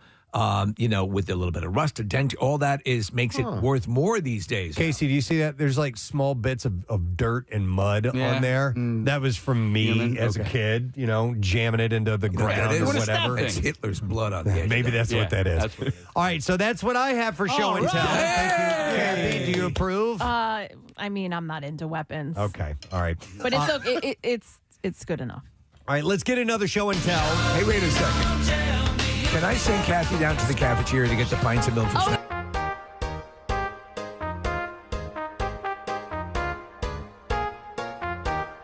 The class would like to hear from Casey. But Nick has 3 different things. So if I know. you wanted to, you could do like Nick and then me and then back to Why Nick. don't you let him be the teacher? Yeah. Oh, all right. Who went to school for teaching? Okay, well, then you guys got to hang on a second. All right. So I got to get ready here. Oh, all right. I didn't realize he's actually preparing something. He's got goggles on. Yeah, I got He's got an arc welder. Oh. He's All pulling right. something out. I can't All tell if right. he's reaching into his briefcase or backpack or Kid has a briefcase. lunchbox or. Okay. Hang on a second. What do you might? Do we All need right. to skip you? No. We're good to go. All right. Turn All that right. music off there. Okay. Oh, Lights, wait. please. Oh, lights Wait, are we're bringing coming the down. lights down? What's Do it. happening? Turn the Yeah. lights down. Turn the lights off. Oh my This is god. All right, exciting. here we Wow. go, baby. What's this all about? All right, here we go, baby. Oh, it's got music. He's dancing. Oh, look at his shoes. Oh wait, I can't see. He's got light up shoes. Those are great. What do they call those? Light up shoes. Oh my god, they're silver and they have like LED lights around the soles of both shoes. And those aren't like, what were the ones that you got when you were a kid that had just like the back of them would light up? Yeah, Oh, like these you are would much step- better. No, these are like on all the time. There's probably an on-off button right on the inside of the shoe. And they change colors and they go all the way around the sole of the shoe, like all the way around. Casey, I love those. I love it too. You have to wear those a lot more often. I know. Like the I know. Sixers games and stuff. So when did you get those? Last week. That's still show and tell. That's Yeah. fine. Did you get What for show and tell? What war is that from? This is the Civil War. This is the end of the Civil War. This is All what right. caused the end of the Civil War. It was too easy to shoot people in the dark. Casey, sit back on your chairs, kick your Okay. feet up so we can see those. If you can look at that. Wow. And do you, Dude, like, I love those. Do you hit the button and they'll change colors or they'll Yeah, flash? he or was just cycling through the different things he can do. How, if I may ask, Case, how much for something like that? $37.99. That's nothing. Up. I sent Marissa Straight from China. The link. Yes. I mean, on the box. Yeah. Made in China. Made in China. China, Texas, though. Thank you, Next China. week, they'll be dead. They'll be dead, yeah. But this is worth $37 for yeah. Totally. So, thank you, Instagram. You know me so well. Instagram showed me these things, and I was like, okay, let me go to, because the ones that caught my eye were American flag ones. Oh, I like those for your birthdays, the 4th of July. But they didn't have them in my size. So how about the Chinese flag? No, I didn't. They didn't have a Chinese flag either. But so when I went to the site, they had these ones, obviously like super shiny silver, but they had like goldish ones, and but, I was like, well, I got to get the silver ones because silver goes with more. Well, than let me gold. tell you something. These are excellent. Yeah. Those are excellent. Preston, that's... I love them. Is it okay if I get a pair? Absolutely. Okay, That's why all I'm right. showing You it. guys So- can walk around at night along the boardwalk? Yeah. Yes. And then, so I sent Marissa the link. She can share that if you want. What kind of battery does it take? Oh, so it charges. So here's Okay. You have to all run right. really fast. Yeah, you gotta run really, really fast. Runs They're on kinetic energy. exercise No, so it runs like All right. this. It's got a And what do you battery just- on the inside. You run that right to your pacemaker? Run right to the pacemaker, and you're good to go. Oh, that's Do you, excellent. Casey, do you mind if I ask how much they cost? $35. Oh, you said okay. $37.99. Gotcha. All right. Yeah. Yeah, $38. That's awesome. Yeah. One other question. Yeah. Can you strut around the room one more time? Hell yeah, I got With the music. Dude. Is our camera picking these up? I hope so, man. Because that is the best, dude. They're Casey. awesome. They're really awesome. Thank you. Dude, we should all get them. We should have show light up shoes. I agree. I will get I them. agree. I'll I gladly like it. get them. And then, Kathy, you could teach us a little short dance routine. Oh, man. All right, here's the deal, though. Whatever our next live event is, we have to do that. We have to order the shoes at the same time so they all fail work. at the same So they all work Yeah. at least for a week. Yeah. Yeah, because within a week, they'll They'll be be dead. garbage. By the way, this is my second pair of light up shoes. Well, you know what? I think because Jace has a pair. He Yeah. wore them like twice, and then he was like, Like the "Meh." regular Blinkies? No. He has what Casey has, and I feel like you told me, you sent me the link, and that's why I ordered them. Okay, wait. of these, like this style? Not like not Well, 'cause metallic like that. The but other yeah. ones that I have they're a cloth white shoe, and the whole shoe lights up with these LED lights. Okay. And they're really, really cool. How much are those? Probably the same. Those might have been like All right. 50, but Do you even. remember, do you remember the gloves you could get where the fingertips would all light up? Yeah, Like, yeah. That's what that sounds like. So I mean, The listen, other ones. the whole battery and LED technology is just taking Cray. fashion to a whole nother. Absolutely. Our fashionista. The high fashion. All right, I brought something very old. Casey brought something brand new. Nick has a troika. And we are playing show and tell. All right, Nick. Show the class what you have. Or the lights going off. Can you dance? Or has been used in a pitch battle during a war. Very little dancing, but I do have three things. Two of them are related and from my childhood. The third is something that I've referenced on the show many times, and so I'll start with that. How is it? It's my 1984 Topps traded. Oh my God. Doc Gooden autographed rookie baseball card. And Was this the Hampton Inn? this was the George Washington Motor Lodge right off of 202. There's a Home Depot there now. Doc Gooden and Darryl Strawberry were there signing autographs. It was $8 a pop to get their autographs. And how much is it worth now? At least $4. I don't know. I bet you if I could find a Mets fan who was willing to buy it, I could probably sell it. But at the time, I bought it. I bought it from Classic Collectibles in the Gateway Shopping Center, and it cost me $30 to buy, and then I paid $8 more for the autograph. Well, and at this point, you have to keep it. I mean, it's part of Oh, yeah. what It's you're part of known the for legend. here. It is mint condition. So you have Darryl Strawberry, and do you have Doc Gooden as well? Well, this is the Doc Gooden. Oh, I'm sorry. Yeah. So this is the Doc Gooden, and by the way, on the front of it says Dwight Gooden, and on the back it says Dwight Gooden, but he signed it. All right, as I said at the top, we have an announcement to share, but we're going to do the bizarre file first. WMMR presents Preston and Steve's Bizarre File. Brought to you this morning by Pella Windows and Doors. Right now, get 50% off installation or 0% APR for 48 months. Call 877-98-PELLA. You can schedule your free in-home consultation, or you can visit PellaPhilly.com. Well, a man with a history of public indecency in Washington was arrested again last week for pleasuring himself while driving on I-5 in Oregon. Back home to Oregon. Yeah, he was headed back home there. That's multitasking, man. Oregon State Police responded to reports on March 18th as the man was driving on I-5. A woman reported that the suspect's vehicle stood out because it displayed a Seahawks emblem and a University of Washington emblem near the license plate. Go Seahawks. The woman said that she drove past the car and saw the man holding a cell phone that had a naked woman on it. Go Seahawks.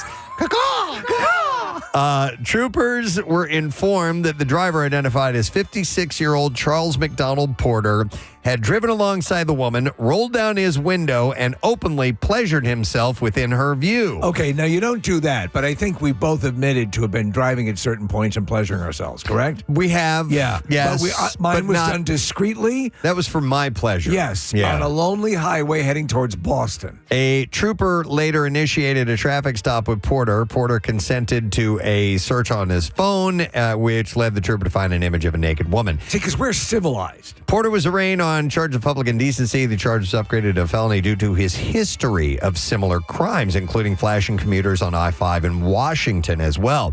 Now, Porter was on probation between May 2010 and 2012 for indecent exposure, and at the time of his arrest in 2010, Porter was known in the area as the I-5 flasher. Like, he had a name. Like we've had here. Yes.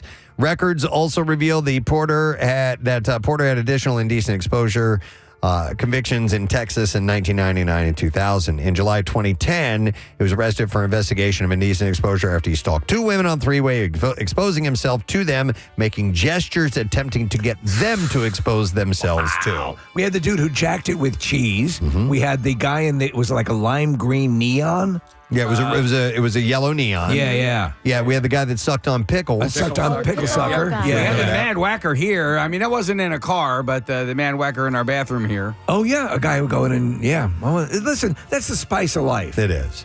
All right. A Los Angeles model accused of meeting men online and burglarizing their homes has been ordered to stand trial on 6 felony charges.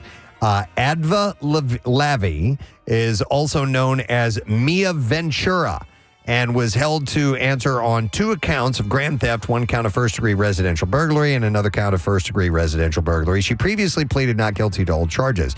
So the case will now be presented before a jury.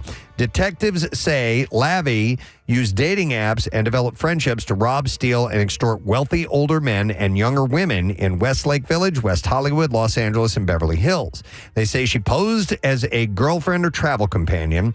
Then she'd steal cash, credit cards, and high-end designer items. If convicted, she faces up to 11 years in prison. Yeah. And the allegations of deception stretch beyond Southern California. There are police reports filed against her in Nevada, Florida, and even overseas in France and Italy. So she kind of like play the escort route and then steal money from these guys. And doing it like a lot. Would she drug them? All the time. It doesn't say that she would do that. It just that's said an MO. that she would just steal stuff from them. But yeah, she faced 11 years in prison for trying to pull off something like that. It's better to just drive around and pleasure yourself. Here's another one out of the Pacific Northwest in Washington State. A Thurston County man is in jail after being arrested for the 98th time. And there's a cool little thing to add at the end of this story. All right, so the sheriff adds, the man is a 4-time convicted criminal with 27 prior misdemeanors. This time he allegedly led officers on a high-speed chase to Olympia after stealing $1,000 worth of merchandise from multiple stores. Deputies say the man and a woman in a truck with him were also involved in a theft just 3 days prior where they were not apprehended. So on the night of the man's 98th arrest, I mean, he's got to make it to 100, right? I mean, don't they punch your card if you do that? They do. Deputies spotted the truck, and before even activating their emergency lights, the truck started to speed off. They chased after him, but they stopped because of they had an unsuccessful pit attempt, to push the car to the side. Yeah. But then it headed into downtown. The truck began blowing through intersections. They called off the pursuit because it was getting way too dangerous. A short time later, the truck was found abandoned. Deputies said they quickly found the pair walking in a neighborhood. Both suspects were reportedly taken into custody at gunpoint. Deputies confirmed the woman was turned over for organized retail theft. Now, while searching the truck, deputies said they found thousands of dollars worth of stolen merchandise from numerous businesses inside. And additionally, I love this, the suspect had, quote, a custom bong device built into the dashboard of the truck so that he could comfortably smoke drugs while driving. It was a bong built into the dashboard. Wow. A dash bong. That's crazy. So, but that is very conscientious. Yes. And but generally, he can drive while pulling changers. You want to be able to stash your bong in case you're being pulled over. Right. His is built into the dashboard. And was it obviously a bong, or did he have it looking like something else? I didn't see any renderings of it, Steve, so I don't know. I mean, it's kind of genius if you stop and think about it. It is. A search warrant also obtained for the driver's blood for DUI prosecution, and they said that stolen merchandise was recovered from the truck in addition to meth, heroin, and fentanyl, too. So he's a 4-time convicted felon, numerous thefts, and 97 prior arrests leading up to this. He could start a business where he mods your car and installs a dash bong. Yep. Yeah, he's letting this get away from him. All right, and the one last story. No, that one's too depressing. I'm going to end on something a little bit nicer than that. Okay, yeah, how about this one? Here, speaking of somebody who's got some ingenuity, for the first time ever, the Department of Justice took a case of AI as... The Department of Justice took on a case of AI streaming fraud. A guy named Michael Smith was accused of using AI to create hundreds of thousands of songs. Then he allegedly used automated bots to stream those songs billions of times. As a result, he was able to pull in over $8 million in royalties, according to the prosecutor. Wow, man. So think about that number. Hundreds of thousands of songs. Right. And then he creates these bots to stream them billions of times. To pose as the consumers. A lot of work. Jesus. On Thursday, last Thursday, pleaded guilty to 1 count of conspiracy to commit wire fraud, which could land him in prison for up to 5 years. In addition, Smith has agreed to pay a forfeiture of $8,091,843. So let me ask you, where is the money coming from? Is the revenue coming from the streaming service that was handling the songs? I guess so. Yeah. Yeah, I guess if it was like Spotify or something like that, I guess they give that money. I don't know. It's insane. Not sure how it works. All right, and there you go. That's what I have in the bizarre file for you. All right, speaking of songs, that ties directly into our announcement that we have for you this morning. The MM Barbecue is going to be here before you know it, folks. May 9th, Freedom Mortgage Pavilion. We have a lot of great bands that are going to be playing, of course, at the event. But one of the things that we have now created and come to look forward to every year is the Preston and Steve Show side stage with our live band karaoke. And we are ready to start finding our performers for this. So if you are a singer of any kind, if you're in a local band, or maybe you crush it at the open mic nights or local karaoke bars. Oh, I love that we're playing karaoke versions. If you just sing and you love to do it and you've always wanted to perform in front of a vivacious crowd, which it certainly is at the MM Barbecue on the Preston and Steve Show side stage, then we need you to enter this contest. So let me add quickly the caveat and reinforce what you're saying. The audience there is, every year we've done it, it's a couple of years now, very supportive. Oh my God, yes. Oh, yeah. Everyone knows it's a cool thing to sing in front of people like that. Listen, it's a rush. You're so right about that, Steve. The audience is so happy to see people getting up there and just giving it a shot and giving it everything. This isn't showtime at the Apollo. No. It's a really cool vibe. They get behind you, and I'm telling you, they are as excited to see you up on stage as you are to be there. Yeah. So we're going to choose 10 people to be our performers. There's going to be 2 different sets. Each set has 5 different songs. Our backing band again this year is Sidearm. They specialize in this. This is one of those bands that just knows every freaking song on the planet. They almost defy logic that they can recall and have all of those songs at the ready immediately. And they do this regularly and at their regular gigs, live band karaoke, but they do it on the stage with us at the MM Barbecue. So here's what you need to go. dude, just go to WMMR.com, submit your audition video link. All right, so you need to create a video of you singing. And we're going to judge these, and we're going to pick the ones that we like, and we're going to invite those 10 people to be on stage. So here's what you need to do. Make sure the audio quality is good. I think we were talking earlier, Casey, and you said it'd be a shame if you would have gotten picked except for your crappy audio. If the audio is good and you have something you want to perform, you want to make sure you put out your best. Yeah, so this can be you at a karaoke event singing. This could be you at home just singing in your basement or wherever. Bathroom's got great reverb, by the way. It does. Yeah. It does. So we want to hear it and see where this takes us. So all the details are at WMMR.com. The entry deadline is April 16th. So you got a handful of weeks to play with here. And I'd also say this, when we're talking about this, I think, Marissa, you brought it up. If you sing in a band already, or you have something that goes on, you're an entertainer or whatever, and this is something that you do, and you just wanted to take a shot at performing on the side stage at the MMRBQ with us, we'd love to have you. Or if you know someone, and maybe they don't listen to the show, or they're they may not be aware of this promotion, reach out to them. Let them know. Point them in the direction, WMMR.com. Tell them how much fun it is. Tell them that you'll be there too to support them on. Yeah, and you get tickets, obviously. Yes, so the people who get on board will get tickets to go to the show. I'm not sure how many. We'll have to find out about it. It doesn't say it here. I think we got a 4-pack. Okay, yeah, there you go. Yeah, each chosen singer gets a 4-pack. Yeah, you're right, of MMRBQ tickets, which is sweet. So it's underway. We start it today. So let's begin. In fact, I got an email from somebody day before yesterday who's like, when are you guys making the announcement? I said it was going to be next week, so I was wrong about that. It's today we get started. I mean, honestly, if I could recommend a place to go sing your song to audition, the lobby here at One Ballot Plaza, it's got really, really great reverb. Yeah, and they'll love it if you come by here and just start singing. So tickets are on sale now via Ticketmaster, including the long 4-pack offer, which is $144 all in plus tax for a 4-pack of tickets. So grab them because May 9th is going to be here before you know it. But we're going to have a great time, and we're looking forward to you being a part of that as well. So get on it. We're going to take a break and come back in just a moment. So make sure you stay with us. So, that might make it more worthwhile. Yeah, He signed it with his nickname. Topps put out a few different collections every year. So they would put out like their normal baseball card set, and then they would put out like rookies sets or traded collections or limited or whatever.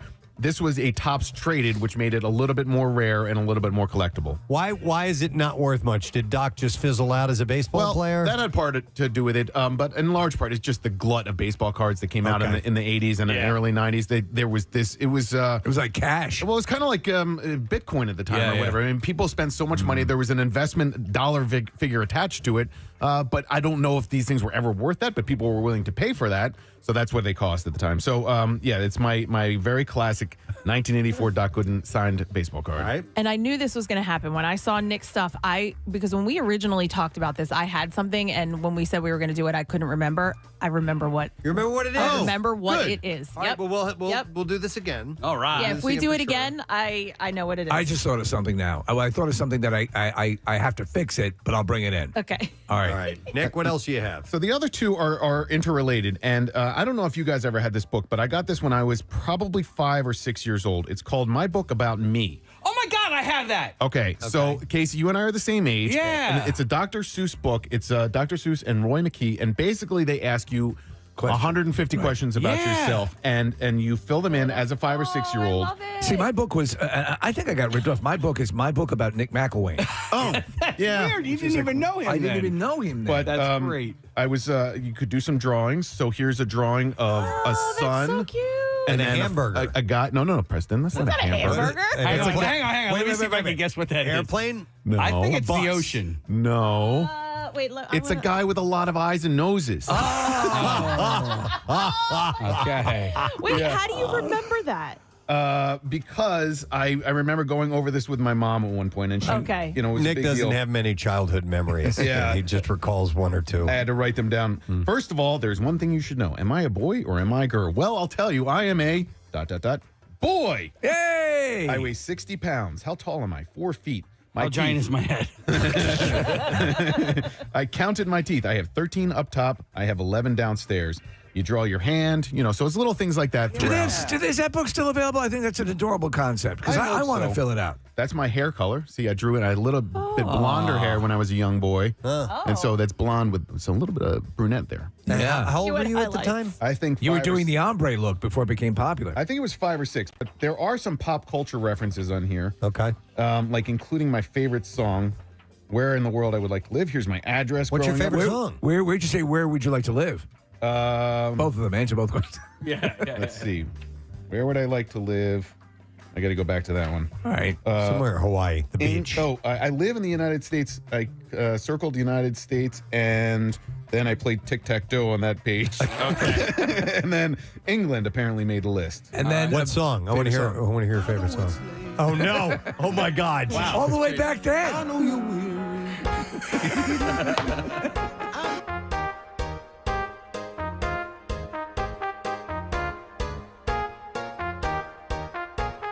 On Amazon for $10. That's adorable. It is 60 steps from my tree to the mailbox. My favorite color back at the time was red. Apparently, I owned 170 buttons. Wow.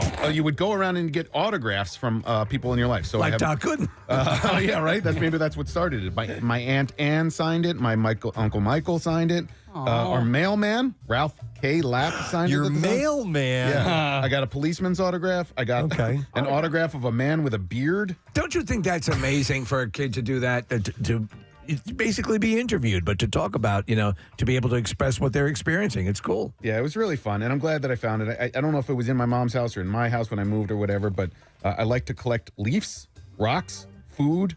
There you go, food, cans, and autographs. So this is okay. What else do you, Nick? What else do you have for the class? Well, all right. So I was trying If to you're find just that. tuning in, this is a show and tell. On Well, the you do the Preston next State item. Show. Give me, and I'll look through it and see if I can find anything. And if I were to get a birthday present that year, and I know that I didn't get it, but what I wanted was more than anything in the world, a BMX bike. Wow, that's a good one. One of the questions: what kind of woman are you attracted to? That's a good one. And then this is just something that was. We can go over it if you want, but it's an autobiography that I wrote of myself in 6th grade. So I used sort of that as inspiration or whatever. A Nick in Time. The title What of it a is great title. Wow. A Nick in Time, yeah. And All I right. believe I had to write the title page, Casey, had to appear in perfect cursive. Wow. So that's where I did that. So these guys were stored next to each other. Read a little bit of that Yeah. if you would. All please. right. Start I'd with like to hear it. the dedication. Some of it. Okay. Call me Ishmael. Chapter 1. Although I've only been alive for 11 years and 11 months, I think I've had an interesting life so far. I know that I've been lucky to do many things and go many places and have had opportunities that other children have not had. You wrote this? Yeah. Wow. I am thankful for the good. I had a ghostwriter. Yeah. Okay. I am thankful for these good things and also for being a part of a strong, loving family. Well, that's nice. My family background is rather unusual. My mother is Irish and Italian. Her mother's parents, my maternal great-grandparents, were born in Ireland and came to America in the early 1920s. I knew both of my great-grandparents, Martha and James Kelly, and I got to spend quite a bit of time with them when I was a baby before they died. It's very good writing. Really well written. Do you mention the raisins and the meatballs, which I'm a fan of? I don't, but here's an interesting fact. I think I may have mentioned this on the air at one point. This is about my mom, Kelly. She did whatever jobs she could, waitressing, house cleaning, caring for other children, and she got a job as a cashier for the Acme supermarket near her home in Elkins Park, Pennsylvania. She made $17.50 a week with the Acme and raised 4 daughters. Wow. Her second daughter, Martha, was my mother's mother. She died of cancer when she was 47 before I was born. I'm sorry I never knew her. I think we really would have liked each other. Is she Nick? Is she the aunt that said cassette? That was my dad's mom. Oh, okay. Had the cassette player, yeah. So there's also all sorts of different chapters in here. And That you have that is so freaking wonderful. Here's a picture of me when I was 5 months old. I'll hold it for the camera. But Casey, you mentioned the big head. Oh, my God. Oh, I thought that was a jack-o'-lantern. And look at how tiny you have written quite a bit of text in this book. Oh, is that Nick. typed? Oh, it's typed. Okay, I couldn't tell from here. Well, this is written, but the portion of the autobiography is typed. And your mom held on to this? Yeah. See, I think if my mom had been around, I think she would have had a story. Yeah, I've kept a lot of stuff like that my kids I think have. moms are probably. Oh my God! Here's my dog from 1986, Tugger. Tugger. As a puppy, and then It's a picture, right? It's not in there. Yeah, and then here's. Oh my God! He's still in God! Oh my God! And here's me, my mom, and my two brothers at Disney World in the spring of 1985 with another dog, Pluto. Hey, Nick, has your son, has Ben seen this? He's not. Oh. No, I think we'll blow share it his this mind. weekend. Yeah. Wow. I want to go through that. I want to look at Tucker. Because I told you, my dad, he spoke into a digital recorder for about 4 or 5 hours in different segments. That's cool. And gave me a chronicle of our early lives and everything, and I'm going through it right now. Wow.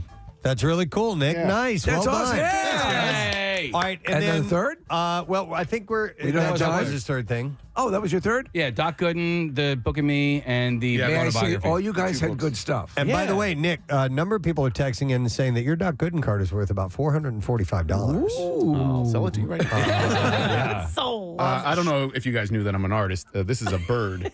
With a penis. Now, I think That's a tail. That's Oh. that's, that's a a tail. red But it penis does look like swallow. a penis. That's the Dr. Seuss bird. All right. That's the bird I drew. Nice job, Nick McElwain. Thank you. It's show and tell, and I think we have time for Marissa. Marissa, what do you have for the class? She just ran out of her office. Yeah. So she didn't know she was going to be doing it. Yeah, she was telling me out before we started the segment. She had one just in case we didn't have enough, or we had too much time. She's filling out one of those Dr. Seuss books right now? Well, she wasn't sure if this segment didn't go anywhere and we had extra time, we could put her in. But She's got a big package. We got just enough to do another one, and then we got a break because we have some guests coming up in a moment. All right, Marissa. Is that what is that, a canned ham? Oh, my God. She just dumped something heavily on All the right. counter. I mentioned this before, and you guys kind of lit up. And it lives in my house, and I get to see it every day, and I'm really excited to share it with you guys. Okay. All right. Oh. Whoa. It is an old-time adding machine. Oh, wow. Or the calculator, if you will, but it's a type that you would find in like a store. And you pull the lever down when and you... the clerk would print up your receipt. Or at Magnata and Sons office in South Philadelphia, because this was my grandmother's adding machine where she kept the books. Let's hear some noise from that. Let's hear it. Crank it. There you go. That's really cool. That's awesome. When my grandparents had one, it was a little bit bigger than that. And as a kid, I played with it all the time. I loved You're it. fascinated. Preston, we used to have the old, Underwood typewriters. I mean, the real old, the kind of stuff Tom Hanks collects. And you're fascinated by them as a kid. Wait, so are these bells? Yeah, no, that should be where the printer ribbon is. Oh, maybe that's why it doesn't print anymore. There's a ribbon that goes between those. There's two reels. Technically, that hold Preston, it's an adding machine / Sibian. It's about that size. So there's still like there's still addition, or there's still numbers on it from the last thing my grandmother typed, because my grandmother like never stopped working. So my dad or my grandfather probably just like handed her a calculator, and she just like swapped it out. Was like, all right, I'm done with these numbers, and boom, on to the next thing. What was it an accounting firm? What was it? It was Marissa? a HVAC plumbing company. Oh, okay. So they were right there on Snyder Avenue, and my grandmother was in the office and kept the books. See, I want something like. Oh, okay, I have another idea then. Okay, you guys are giving. Kathy, do you have any ideas now? You said you do. Yeah, okay, yeah. all I right. know. I remember exactly what it was. Yeah, I and wrote know down where a it couple is. more things, so I'll be ready for another show. I think you guys all killed it. Yeah, this says it's a Burroughs portable adding machine. Look at how portable it is. Only weighs 112 pounds. And my this, God. this is the type of thing that if you were at a general store or something like that, because my grandparents owned a general store, and that's what they would use to ring up the receipts. And Preston, you put this in like an antique store. WMMR. All right, thank you, Marissa. We're going to get the World of Oddities here in a little while. We're going to have Adam Hutter, who's with the World Oddities Expo, stopping in the 9 o'clock hour, and he always brings by some very interesting props and devices and stories to share. Yeah, the expo is like all things freaky, really cool stuff. Yep, and we're also going to have Ricky Batalico stopping in the 9 o'clock hour, too, because he's throwing out the first pitch of the home opener today, which is a really cool honor for him. It's beginning to look really nice outside. Yeah, 77 degrees is the high. But listen, you know what I actually feel in the air more than the warmth is? I feel the love this morning. Are you ready for love? Yes! I got all your relationship information and tips right here. Dr. Love. To share with you, friends. And This first article that I saw this morning, I thought was kind of interesting and takes a more practical look at long-term success with a significant other, with love. But some of it is not necessarily romantic love. There's a different type of relationship that you can fall into with your marriage. And so BuzzFeed had asked couples to share their, quote, unromantic secrets to success. And so there's some practical things in here. We're talking like strap-ons and stuff? Well, that's kind of romantic, isn't it? I guess it is. But I'll give you some examples, and these are what some of the people had to say. Like this person responded by saying, don't keep score. Things aren't 50-50. They're 100-100. The moment you start tracking how much you do and how much they do can be the beginning of the end. Because that's the voodoo that you do so well. That is a salient point. Once you got to let go of that crap. Yeah, I remember in the earlier years kind of struggling with that. Well, I do this all the time, and you don't do that, and it kind of evens out. Do you know what actually occurred to me after a while is that a lot of times Claire would not have asked me to do something, and I would do it, and I'm like, and the point was, she never asked me to do it. Yeah.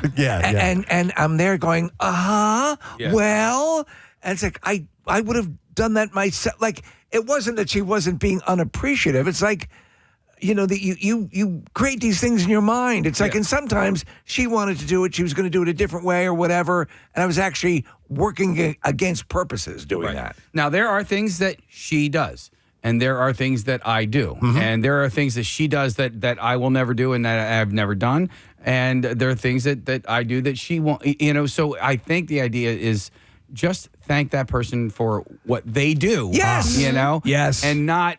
Always, gratitude is a wonderful thing, and don't let that wane in a relationship. Yeah. It was like, I do all, I'm like, well, would you want me to do that? Right. You don't want me in charge of the bills. So you do not, I appreciate you taking care of all of that stuff. I really, really do. But, the reality is you don't want me doing that. And you bring up another point that this person made. Another person had said, a secret to success is don't take each other for granted. I thank my husband for washing the dishes. He thanks me for doing the laundry. Just because they're our agreed upon split of household tasks and they have been since we moved in together, it does not mean that we appreciate each other any less. So a little recognition of appreciation can go a long way. That's a big thing. Long, long way. All right, here's another one. It says, I've been married for 19 years. And they said, I'll add one bit of advice, is that we agree on the big stuff. And when we disagree, the one that cares more wins. I don't know what that exactly means. And it says, I guess okay, so here's an acronym I don't know. TLDR. So it says, I guess the TLDR version is choose your battles. I wouldn't have gotten that. I don't know TLDR. But anyhow, choose your battles. That's an important one. Yeah. There's some things that aren't worth it. Aren't worth freaking out over, aren't worth dying on. Again, when you're in the beginning of a relationship, you're going to make all these mistakes. Sure. When you realize, like, I had to say, obviously, I brought up Mr. Contractor many times with the wonderful job with our kitchen, but there were things, and Claire would come to me and she, what do you think about this? What do you think about this? And I say, this is yours, sweetheart. If you really want my opinion, and I would give it.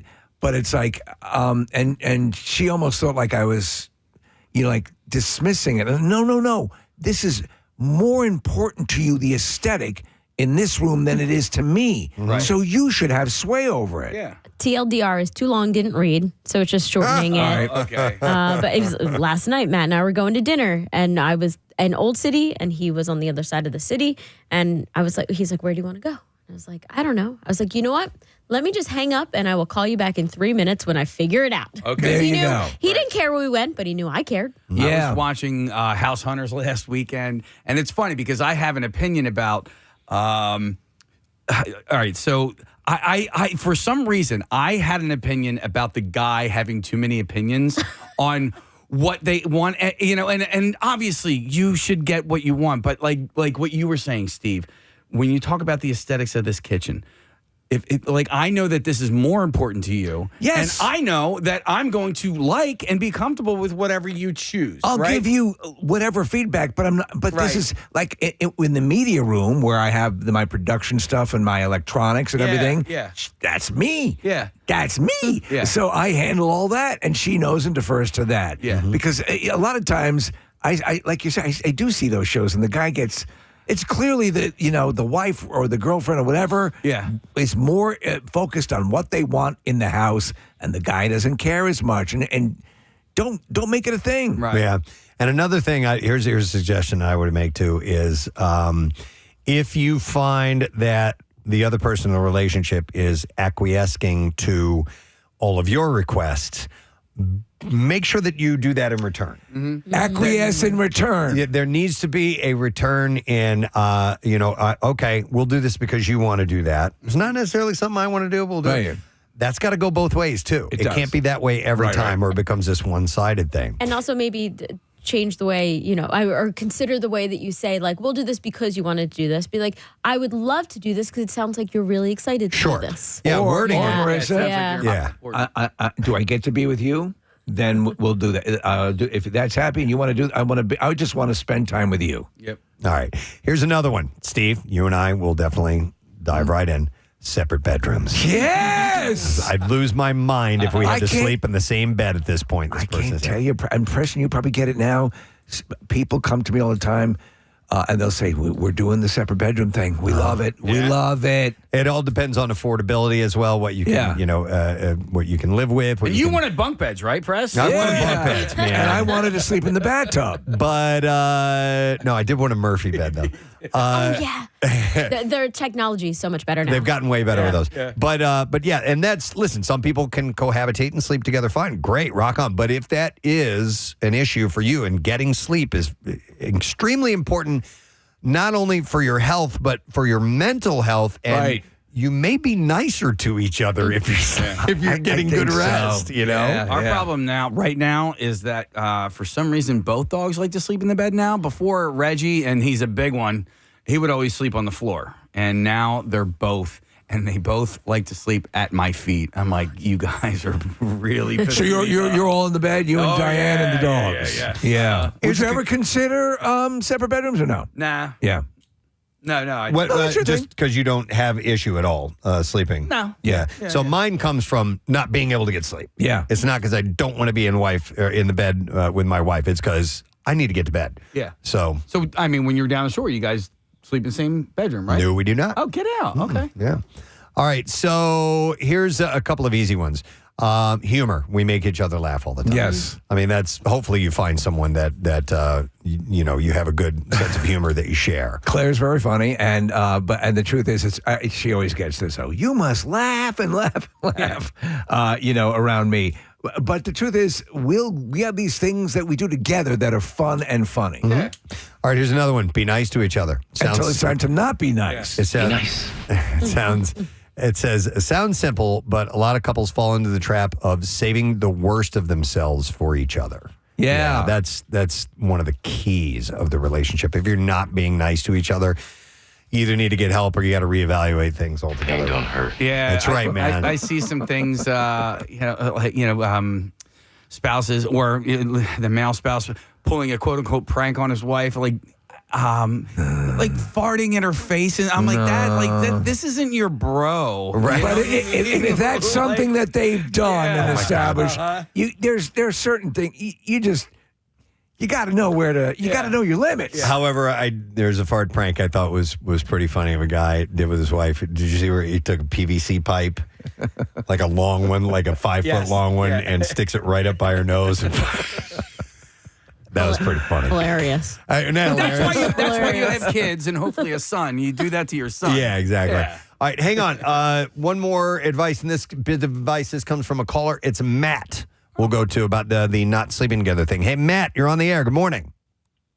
Good morning. Sorry to bother you guys at work. All good, man. What's up? So we made this move maybe about a month or two ago, and we had a guest bed in the basement, and we decided to move it upstairs, and we have a double queen bed in our bedroom now, which is bigger than a California king, bigger than Alaska king. Okay. And it's a game changer. It's the best thing we ever did. So you have the two of them right next to each other. They're Side two. by side. Are they essentially touching? Sorry, I lost you there. Oh, sorry, Matt. So essentially, are the mattresses touching? Yeah, so they're touching. We've got two platform bed frames, and then we put the mattresses on top of those and together, and it's just a super bed. So you have a little bit. You have a little bit of separation, yeah. Think 50s and 60s sitcoms. They used to never. You couldn't show a couple sleeping together in the same bed. So How they had dare. two beds separated by like a nightstand. Yeah. I You can't do be. that. I can't be in the same room. Neither can I because my wife. I like the room at the absurdly cold temperature of 70 degrees. Rochelle sleeps with the TV on all night and can't do it. Cannot do it. So that's part of the reason why. So anyhow, bit of advice from people who've had success. Sharing that with you. Thought it would be here for Dr. Love. Are you ready for love? All right, give me some love music. Thank you, Casey. All right, so here's an article that I saw just yesterday. It was a survey that was done about receiving too many compliments. So you may think that giving your date a bunch of compliments is a good thing, but it may be costing you that second date. A new survey from the Hilly dating app has found that the majority of Gen Z and millennial female daters consider too many compliments a sort of red flag. Because to me, it would come across as you're just like overly sucking up. Why are they coming out the wrong way? And according to Julie Nguyen, who is the certified dating coach for the website, they said compliments can feel like a red flag early on because you haven't had the time to fully see each other yet. When the praise comes on too strong or too fast, it can feel more like projecting than truth. Right. I love to watch you sleep. An influx of constant compliments can also seen as love bombing. And another thing, Gen Z and millennial daters take receiving too many compliments as a sign that the person has ulterior motives as well. If someone's going a little crazy in that department, I think it's off-putting. Yeah. Just make your compliment count. Yeah. Call me God. But you don't have to over and over compliment this and that and this and that and this and that. It can be overdoing it according to this survey. The way you wipe. Could you get out of the bathroom? Back to front? I've never seen that before. Best. 73% of women and 44% of men say that it's a way to get them into bed quicker, though. With over flattery? Making the compliments a form of pressure rather than genuine interest. So That seems weird. I don't understand that. I would always read that, though. There's really not a lot to compliment me about, but I would receive that as, someone's being unauthentic or inauthentic. Let me follow this up. I think what that means is you're just trying to get laid. Yeah. So the compliment thing is you're trying to get them into bed quicker, not necessarily for the long haul. You got but- nice elbows. You want to do it? Yeah, just trying to make something like that happen. So heads up, be complimentary. Yeah. Until it's time to not be complimentary. For example, don't call her mother a whore. Is she? All right, what was that, Casey? I just said be nice. Yeah, be nice. Yeah, be nice, but not too nice. All right, let's find another Are thing. you ready for love? Yeah. By the way, we were talking about our old interns earlier. That was Kill Bill on the. Are you ready for love? That was him. One of my favorite shows that we did was the dating game with Kill Bill. Oh my gosh. Oh, it was great. I forgot about that. Yeah. Wow. All right, so we all have turnoffs when it comes to dating, and men are getting brutally honest about theirs. Here's a different kind of red flag list for you. These, according to this particular survey that was done, these are red flags that may say she's not the one to guys. So if they mention their ex constantly, can be a red flag. If the ex comes along. When they lie or do something hurtful, then play the victim, so you end up comforting them for what they did even though you want to cry. When they treat social media as a diary, big unhinged vibe, somebody says, I would agree. I wonder what it would be like in this day and age dating someone who was an active influencer or where your life is constantly being recorded and pumped out onto Instagram and whatever. I mean, you're like, I don't know. What would that be then, like? Then you're content. Yeah, like you're that's content. all you are. You become content. I think it's tough, but I think you'd be surprised how much behind the scenes life that there is. Is there? Opposed to, I I probably think would, there yeah. are some people that put it all out there, and that's a lot. But I think there are people who can separate real life and reality from social media. I've done it on this program. I mean, I Yeah. talk a lot about Rochelle, and I told her when I took on the morning show, I'm like, listen, I'm going to open up about my personal life a bit on this program. And she thought it was funny because she's like, whatever. Yeah. Like, you really think you're super famous, don't you? Like, she gave me a hard time about it. And you then got to understand the people from the Pope to the president are going to want to talk to me. No, I think when we got inducted into the Radio Hall of Fame, I said, "Do you remember that conversation you had?" Thinking I was, more. Anyway, but I think this is more like the people who write their personal problems out regularly on social media, not necessarily influencers and so on, but people who just use that as their purge of all the things they're thinking, because you can end up in that and maybe not in a good way. Yeah. And so it might be a concern. There's some things you need to keep closer to the vest. Yep. So someone says also keep an eye out for somebody wrongly telling you what you're thinking and then making you defend why you are thinking it. Oh, okay. Wrongly telling you. I mean, it's like essentially gaslighting. Yeah. Right? Wrongly telling you what you're thinking and then making you defend why you're thinking it. Right. That's interesting. Or misinterpret it. Yeah, I get that. That's, any of that stuff is annoying. All right. Someone in this survey said, I would add weaponizing therapy speech. Oh. So maybe if you guys go to couples therapy. Right. And then you kind of are not using it in the right way. Right. You know what I mean? Throwing therapy techniques at someone in a defensive way, I guess. There's a great British skit. I don't know who the comedian, the comedy troupe is that does it, but it's basically this, where they are misusing therapy terms. Oh, yeah. And it's hilarious. I got to see The that. first episode of Scrubs, they did that. A couple is not together anymore, but they went through therapy. Yes. And they looked at each other, and she was like, "You are not supposed to do that." And he's like, "Oh, I hate therapy." But then he throws it back at her. He's like, "Now I love therapy." Yeah. All right. How about, let's see, I'll just read a couple more of these. This one says baby talk. Do not refer to me as daddy. That's creepy, not sexy. Daddy. Some people like it, though. I've never had anybody call me daddy. No. That would be weird. I don't know. It's like in Daddy. Biloxi Blues. Oh, yeah. Can we not use the term mama, if that's okay? Because she goes, come to mama now. Come to mama. Could we not do that? Another one says, I think that the silent treatment is immature. You're an adult. Use your words. So that was something that...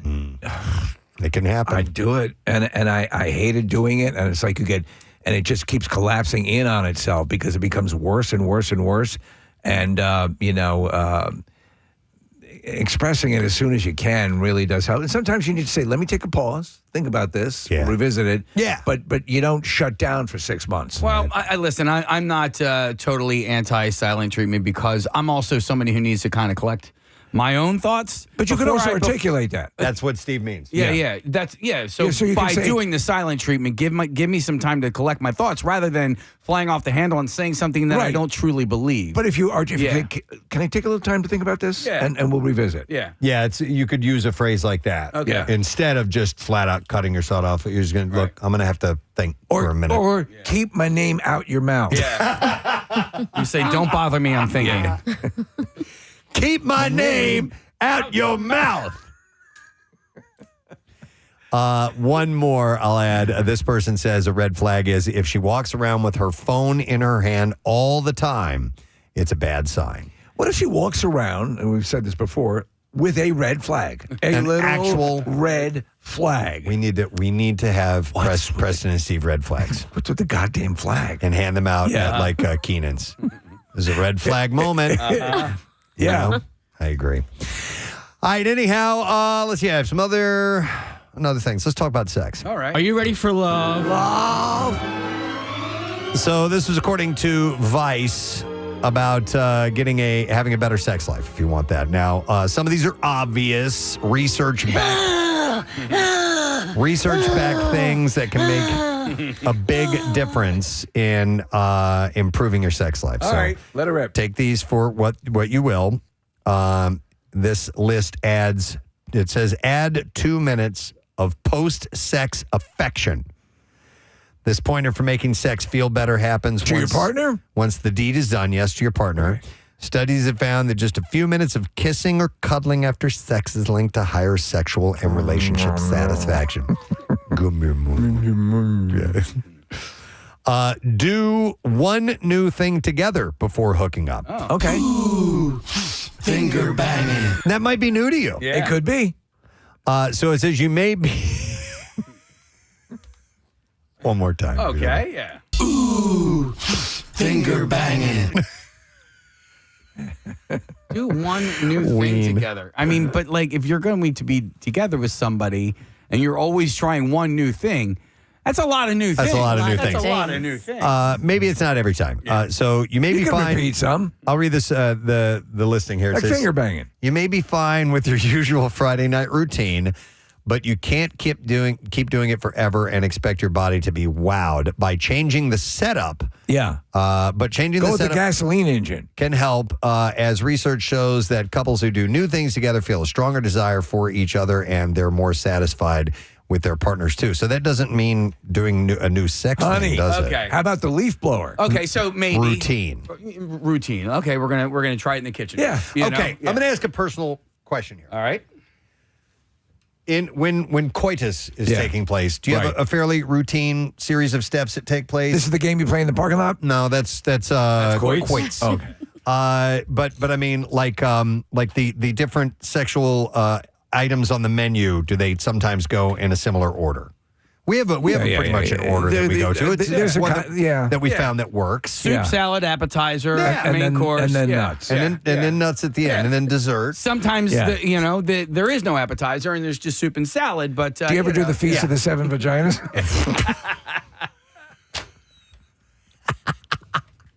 That's introducing new things. There we go. Yeah, That's right. that's only if you're Italian, right? Yeah.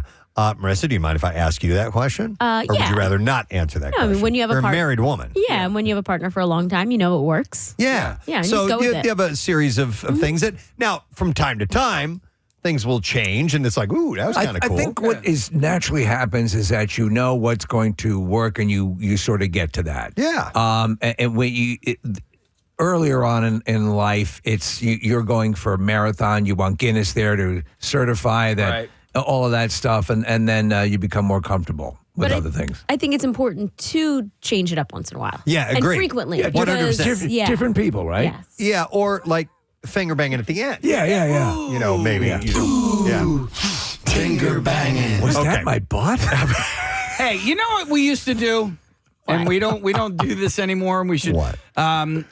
We don't have an orgy anymore. No, we used to ask people to scream out Preston and Steve at the moment of orgasm. Yeah. We did that for a moment, and it worked for a little bit, and people sent us audio of them doing. If you it. want to do it, we'll take it. Absolutely. At the moment of orgasm, screaming. Maybe out that our can be names. your audition for the karaoke. We don't need the audio anymore, do we? No, video. You're a good We point. do. Video. Yeah, we are. Video is what we want. Oh, that's We're a right. digital Thank you. medium. Marissa wants to see it too. Digital? Ooh. Finger banging. You know, digits, digital. Yes, yeah. All right. Anyway, here's another tip. Try a 10-minute touch-only round. All right. It says start with setting a timer and then have one person touch the other anywhere that feels good. I think, yeah. Over the clothes at first, over the bra. Do you know it's kind of erotic? That's from Breakfast Club. I thought so. Okay. Palm your partner's face like a basketball. Okay. No, it says over the clothes first, then on the skin, if both you want. There's no goal, no rushing, and no trying to, quote, make something happen. Switch the giver and receiver after the 10 minutes.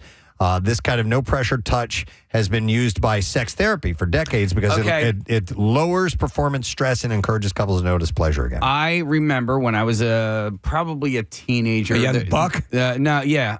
There was a special on HBO, and this was as close to porn as I could find. But it was, it was like not real sex, but I forget what it was called. Fraggle Rock After Dark? It was definitely Fraggle Rock After Dark.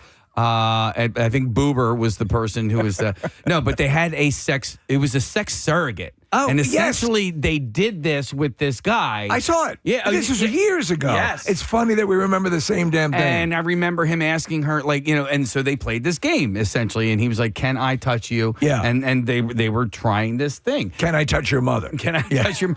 No, but I swear to. I mean, maybe I was like 15, and this might as well have been like triple X for me. You know what I mean? It blows your mind. Yep. How about doing the meat chart on your partner, like the way you've Loin, seen butt, prime rib. Right. Yeah, but in Friends, they made the list. Remember, like they numbered all of the parts of the body. Yeah, so she was like, and she was yes, yeah, 5, 5, 5. I forgot about that. 2, 3. All right, 3. 2 more quick things. Make paying attention the main skill. What was that? Yeah, exactly. I'm sorry. What'd you say? Huh? It says being aware of what's working and what's not, and then changing things up as a result without making it a big deal can lead to great sex. So when you want a great meal without the big deal, what you gonna do? Yeah, Hot pocket. Mhm. Yeah. Studies Warm pocket. link feeling understood and responded to during sex the stronger desire over time. I'd like a moist pocket, please. So paying attention. And then the last thing it says here to make sex better, get the phone out of the room. It says if every buzz and ding from the phone distracts you or your partner in the bed, that's a problem. What about freshly baked Pop-Tarts? Would they add to the experience? You don't want those in a room. Oh. No, those will distract you. Somebody's probably banged a hot pocket, right? Oh, God, yeah. Yeah. All right. Sorry. You said that, and I was like, it is warm and moist on the inside. Okay. Yeah. I feel like it's the opposite of apple pie, though. It's really hot. Yeah. I thought we You were on the done with inside. Hot Pockets. All right. I couldn't. He couldn't get out of his mind. I'll never quit Hot Pockets. I can't quit you. Studies, it says here, studies on fubbing, Fubbing, or ignoring someone to pay attention to your phone, link it to lower relationship satisfaction, less I'm intimacy. unfamiliar with the term fubbing. Never heard of that either. So that's you spending more time on your phone than paying attention to your partner. Fubbing. Is that taking a lover in your mother's clothing? No. What is that? That's psycho. Yeah, I thought you were saying fudding. Like Elmer Fudding. Dressing like Elmer. Fubbing. Dressed like Elmer Fudd. All right. Anyhow, have our guests arrived? Yes. Okay. Yes, so we should probably wrap this segment up. So we're done with Dr. Love. We got some good advice out of this, I right? learned about fubbing. Yeah. If we take anything from this end, banging Hot Pockets. Yes. A lot we And picked up finger on. banging. And finger banging. Oh, of course. Ooh. Yeah. All right. With that. Finger banging. We're going to take a break. We're going to come back in a moment. We have a couple of guests who are going to be joining us in a little bit, including Adam Hutter of the World Oddities Expo, which is this weekend, by the way, at the Convention Center in Philly. And Ricky Bottalico. Ricky Bo is going to be here. We'll be right back. Yeah. In any remote area and a little extra dust on it, you could sell it for a lot of money. Yeah, totally. I bet you could, right? I mean, these things, people love these things. Yeah, I was in a store just this weekend, and they had things like this all over decorating How the much? store. I'm sorry. No, it was a clothing store, and this was just filling out the shelves. So is that out as decoration in your house? It Or you is. just- yeah. It's in all Marissa's my. got, I'm sorry to interrupt, she's got some cool antiques. You have antique cameras, radios? Or have you started doing radios yet? I'd love to get an I antique have a radio. radio that's my boyfriend's grandfather. So all the cameras you'll see in like a Zoom call or when I did my TV show, they were in the background. Those are all my grandparents. They're kind of like the ones that you look down at, you know? Yeah. You look down into they're really cool. So it's everything from my grandparents, the old ones, like the Polaroid ones, to the ones my dad used in the 60s and Like the 70s. A Browning camera, like the One like that from Yeah, my grandfather, right. yeah, and then a Nikon from my parents and things like that. And then I have photos that I realized later that were like developed on that and are printed and hanging on my wall from those cameras. cool. Wow. Oh, excellent. Well done, That's Marissa. awesome. I love Thanks, it. guys. Show and tell. First ever Preston and Steve show and tell.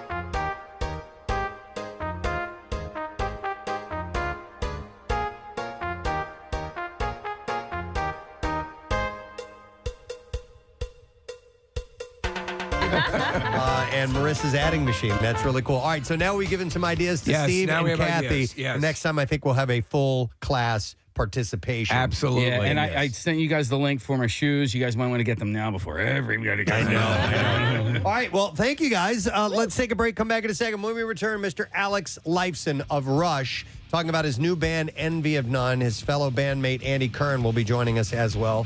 We'll be back in a moment. Don't forget it's Tattoos Day as well. You want a Preston and Steve tattoo? Text the word tattoo to 39333. It's from Floating World Tattoo and Piercing on South Street. We'll be back in a few. Preston and Steve. Quickly, Nick, you wanted to plug the Big Climb coming up. Yeah, we're really excited for it this year. Big Climb Philly benefits Leukemia and Lymphoma Society, and I've done Big Climb in the past, and it's been in a building in Center City. But this year, it's at the Link, which I'm really excited about. I got to go down to the Link yesterday. We did sort of a backstage tour and places of that building that I'd never been before, and what the course is going to look like. And it's a bunch of stairs at the beginning, and then basically up and down the stands as you go, and it's sort of around the building in the lower concourse. So it's May 6th. I would love for you to join Team Luke. My nephew Luke is in remission from leukemia. He's doing really well. But LLS is just an awesome organization, and we'd love to have you be a part of Team Luke. It's Saturday, May 6th. It's in the morning. All the information's up on my social media and on PrestonandSteve.com. But it's a great event, and it's going to be really cool to have it at the Link this year. Nice. And you guys will be going up and down stairs as opposed to just all the way up, right? There's a staircase in the close to one of the main entrances that goes up, I think, like 5 flights. And then so we go up that, and then we come down the ramps, and then we go up and down the stands quite a bit around the lower concourse. That's pretty cool. And then down into like the locker rooms and the tunnels and stuff.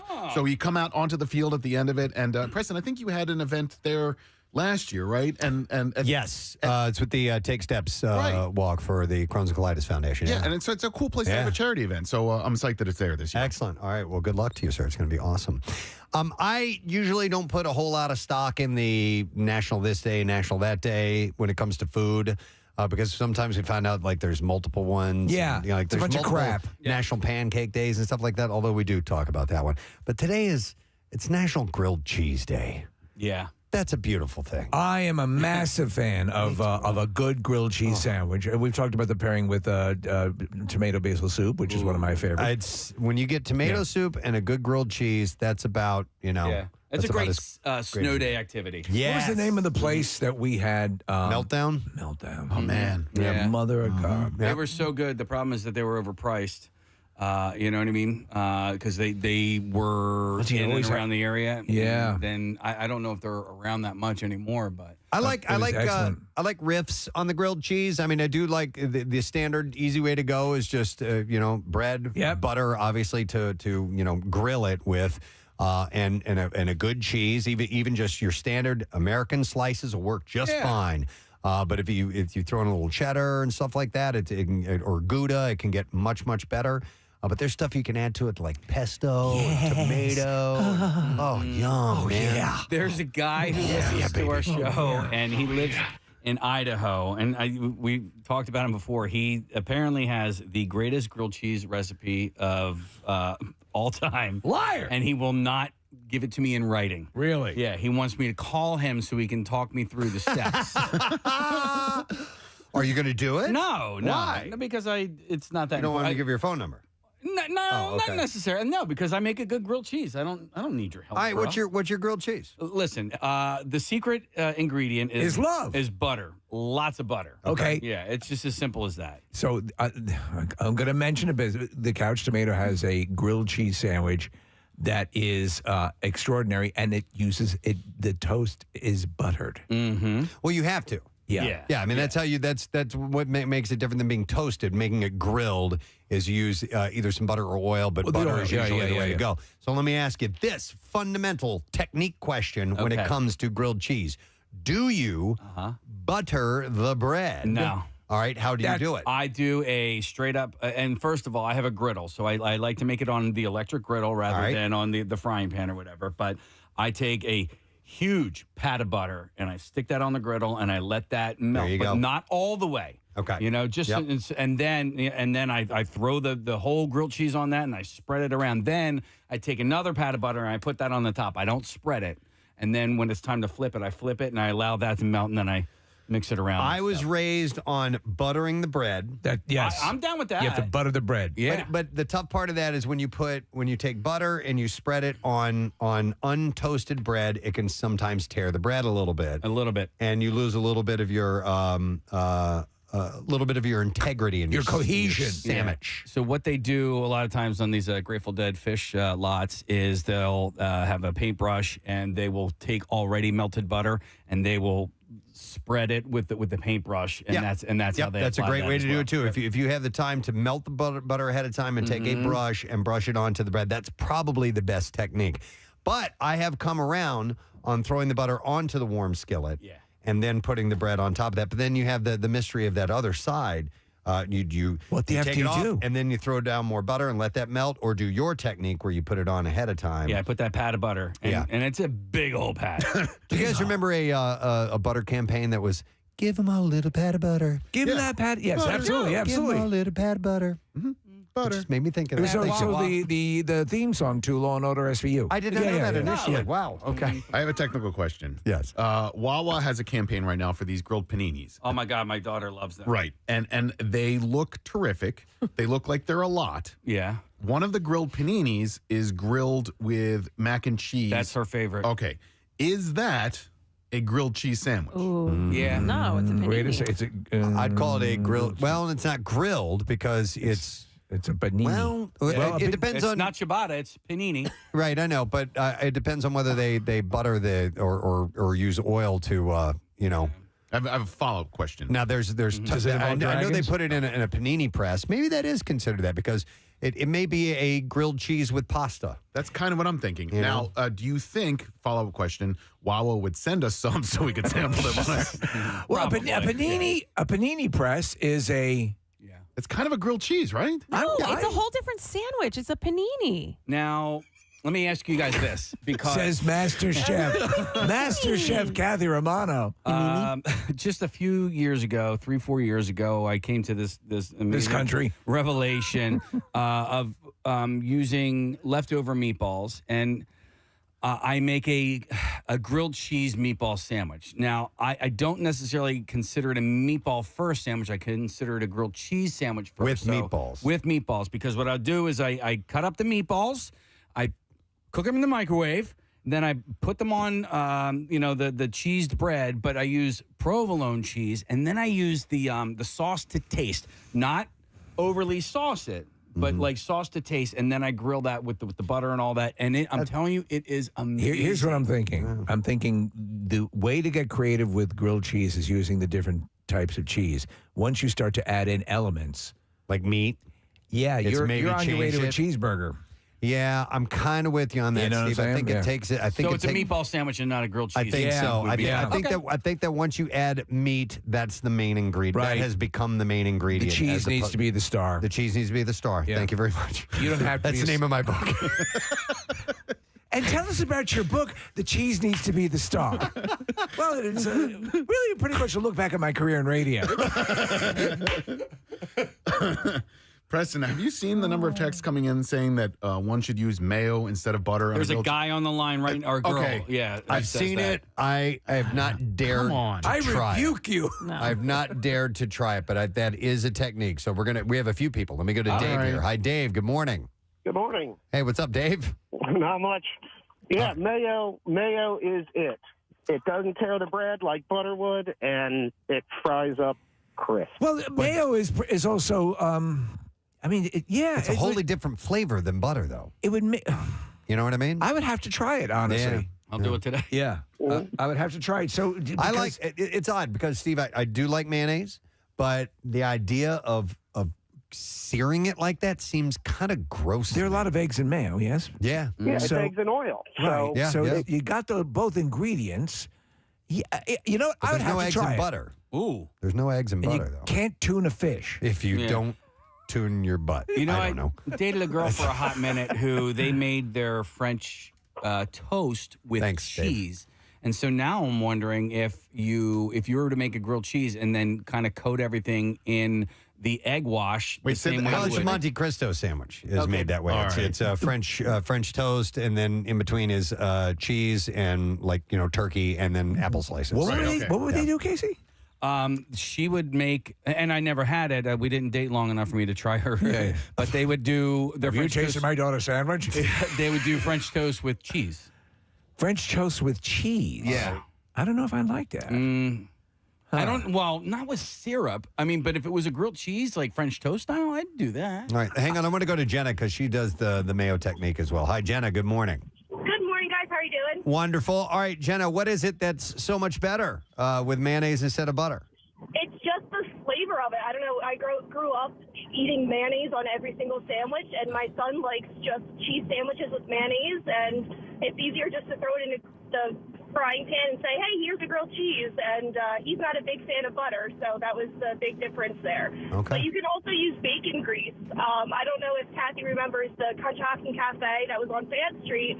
I worked there all through college and everything, and we used to use bacon grease for our grilled cheeses, too. That's a great idea. We used to save our bacon grease when I was a kid growing up. And drink it in the morning. No, we would not drink it in the morning, but we could use it to as a base to cook things with, a la, shortening or It was a standard. lard We had or whatever. We had those jars, mason jars. Of, Yes, that's what we It was a keep it. standard. Or like an old Yeah. jelly jar or Yep. something like that. And yeah. my mother used to hollow out a bagel and keep her birth control pills. Oh in my it. God! Oh my God! Did So you ever unique. It's just a thing you used to do. Yeah. Okay. That's Southern. Did you? Okay. This is a two-part question. And what are your thoughts on mustard, whether it be yellow mustard or spicy mustard on your grilled cheese?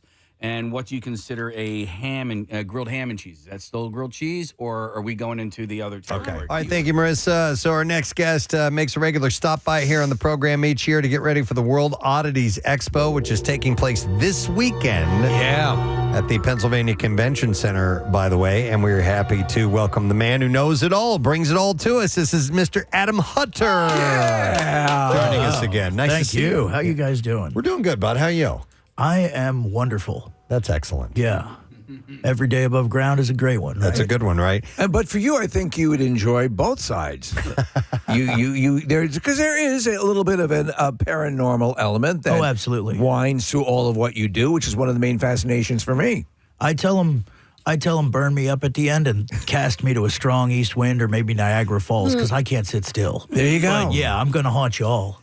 Hey, go ahead, Preston. I was going to say with the Oddities Expo, does some of that oddity lie in like coffins and things that have to do with putting you away eternally? Oh, absolutely. The paranormal, funerary. It's a huge demographic. There's New Age religions that commune with the dead. There are the kind of the spoopy people that, they love their Ouija boards and their ghost stories and the horror element. Yeah. Horror movie convention goers love this show. Yeah, so it dovetails very nicely. What was your what would you consider the moment? Good point with the ham inclusion. I still believe that they're in this pursuit.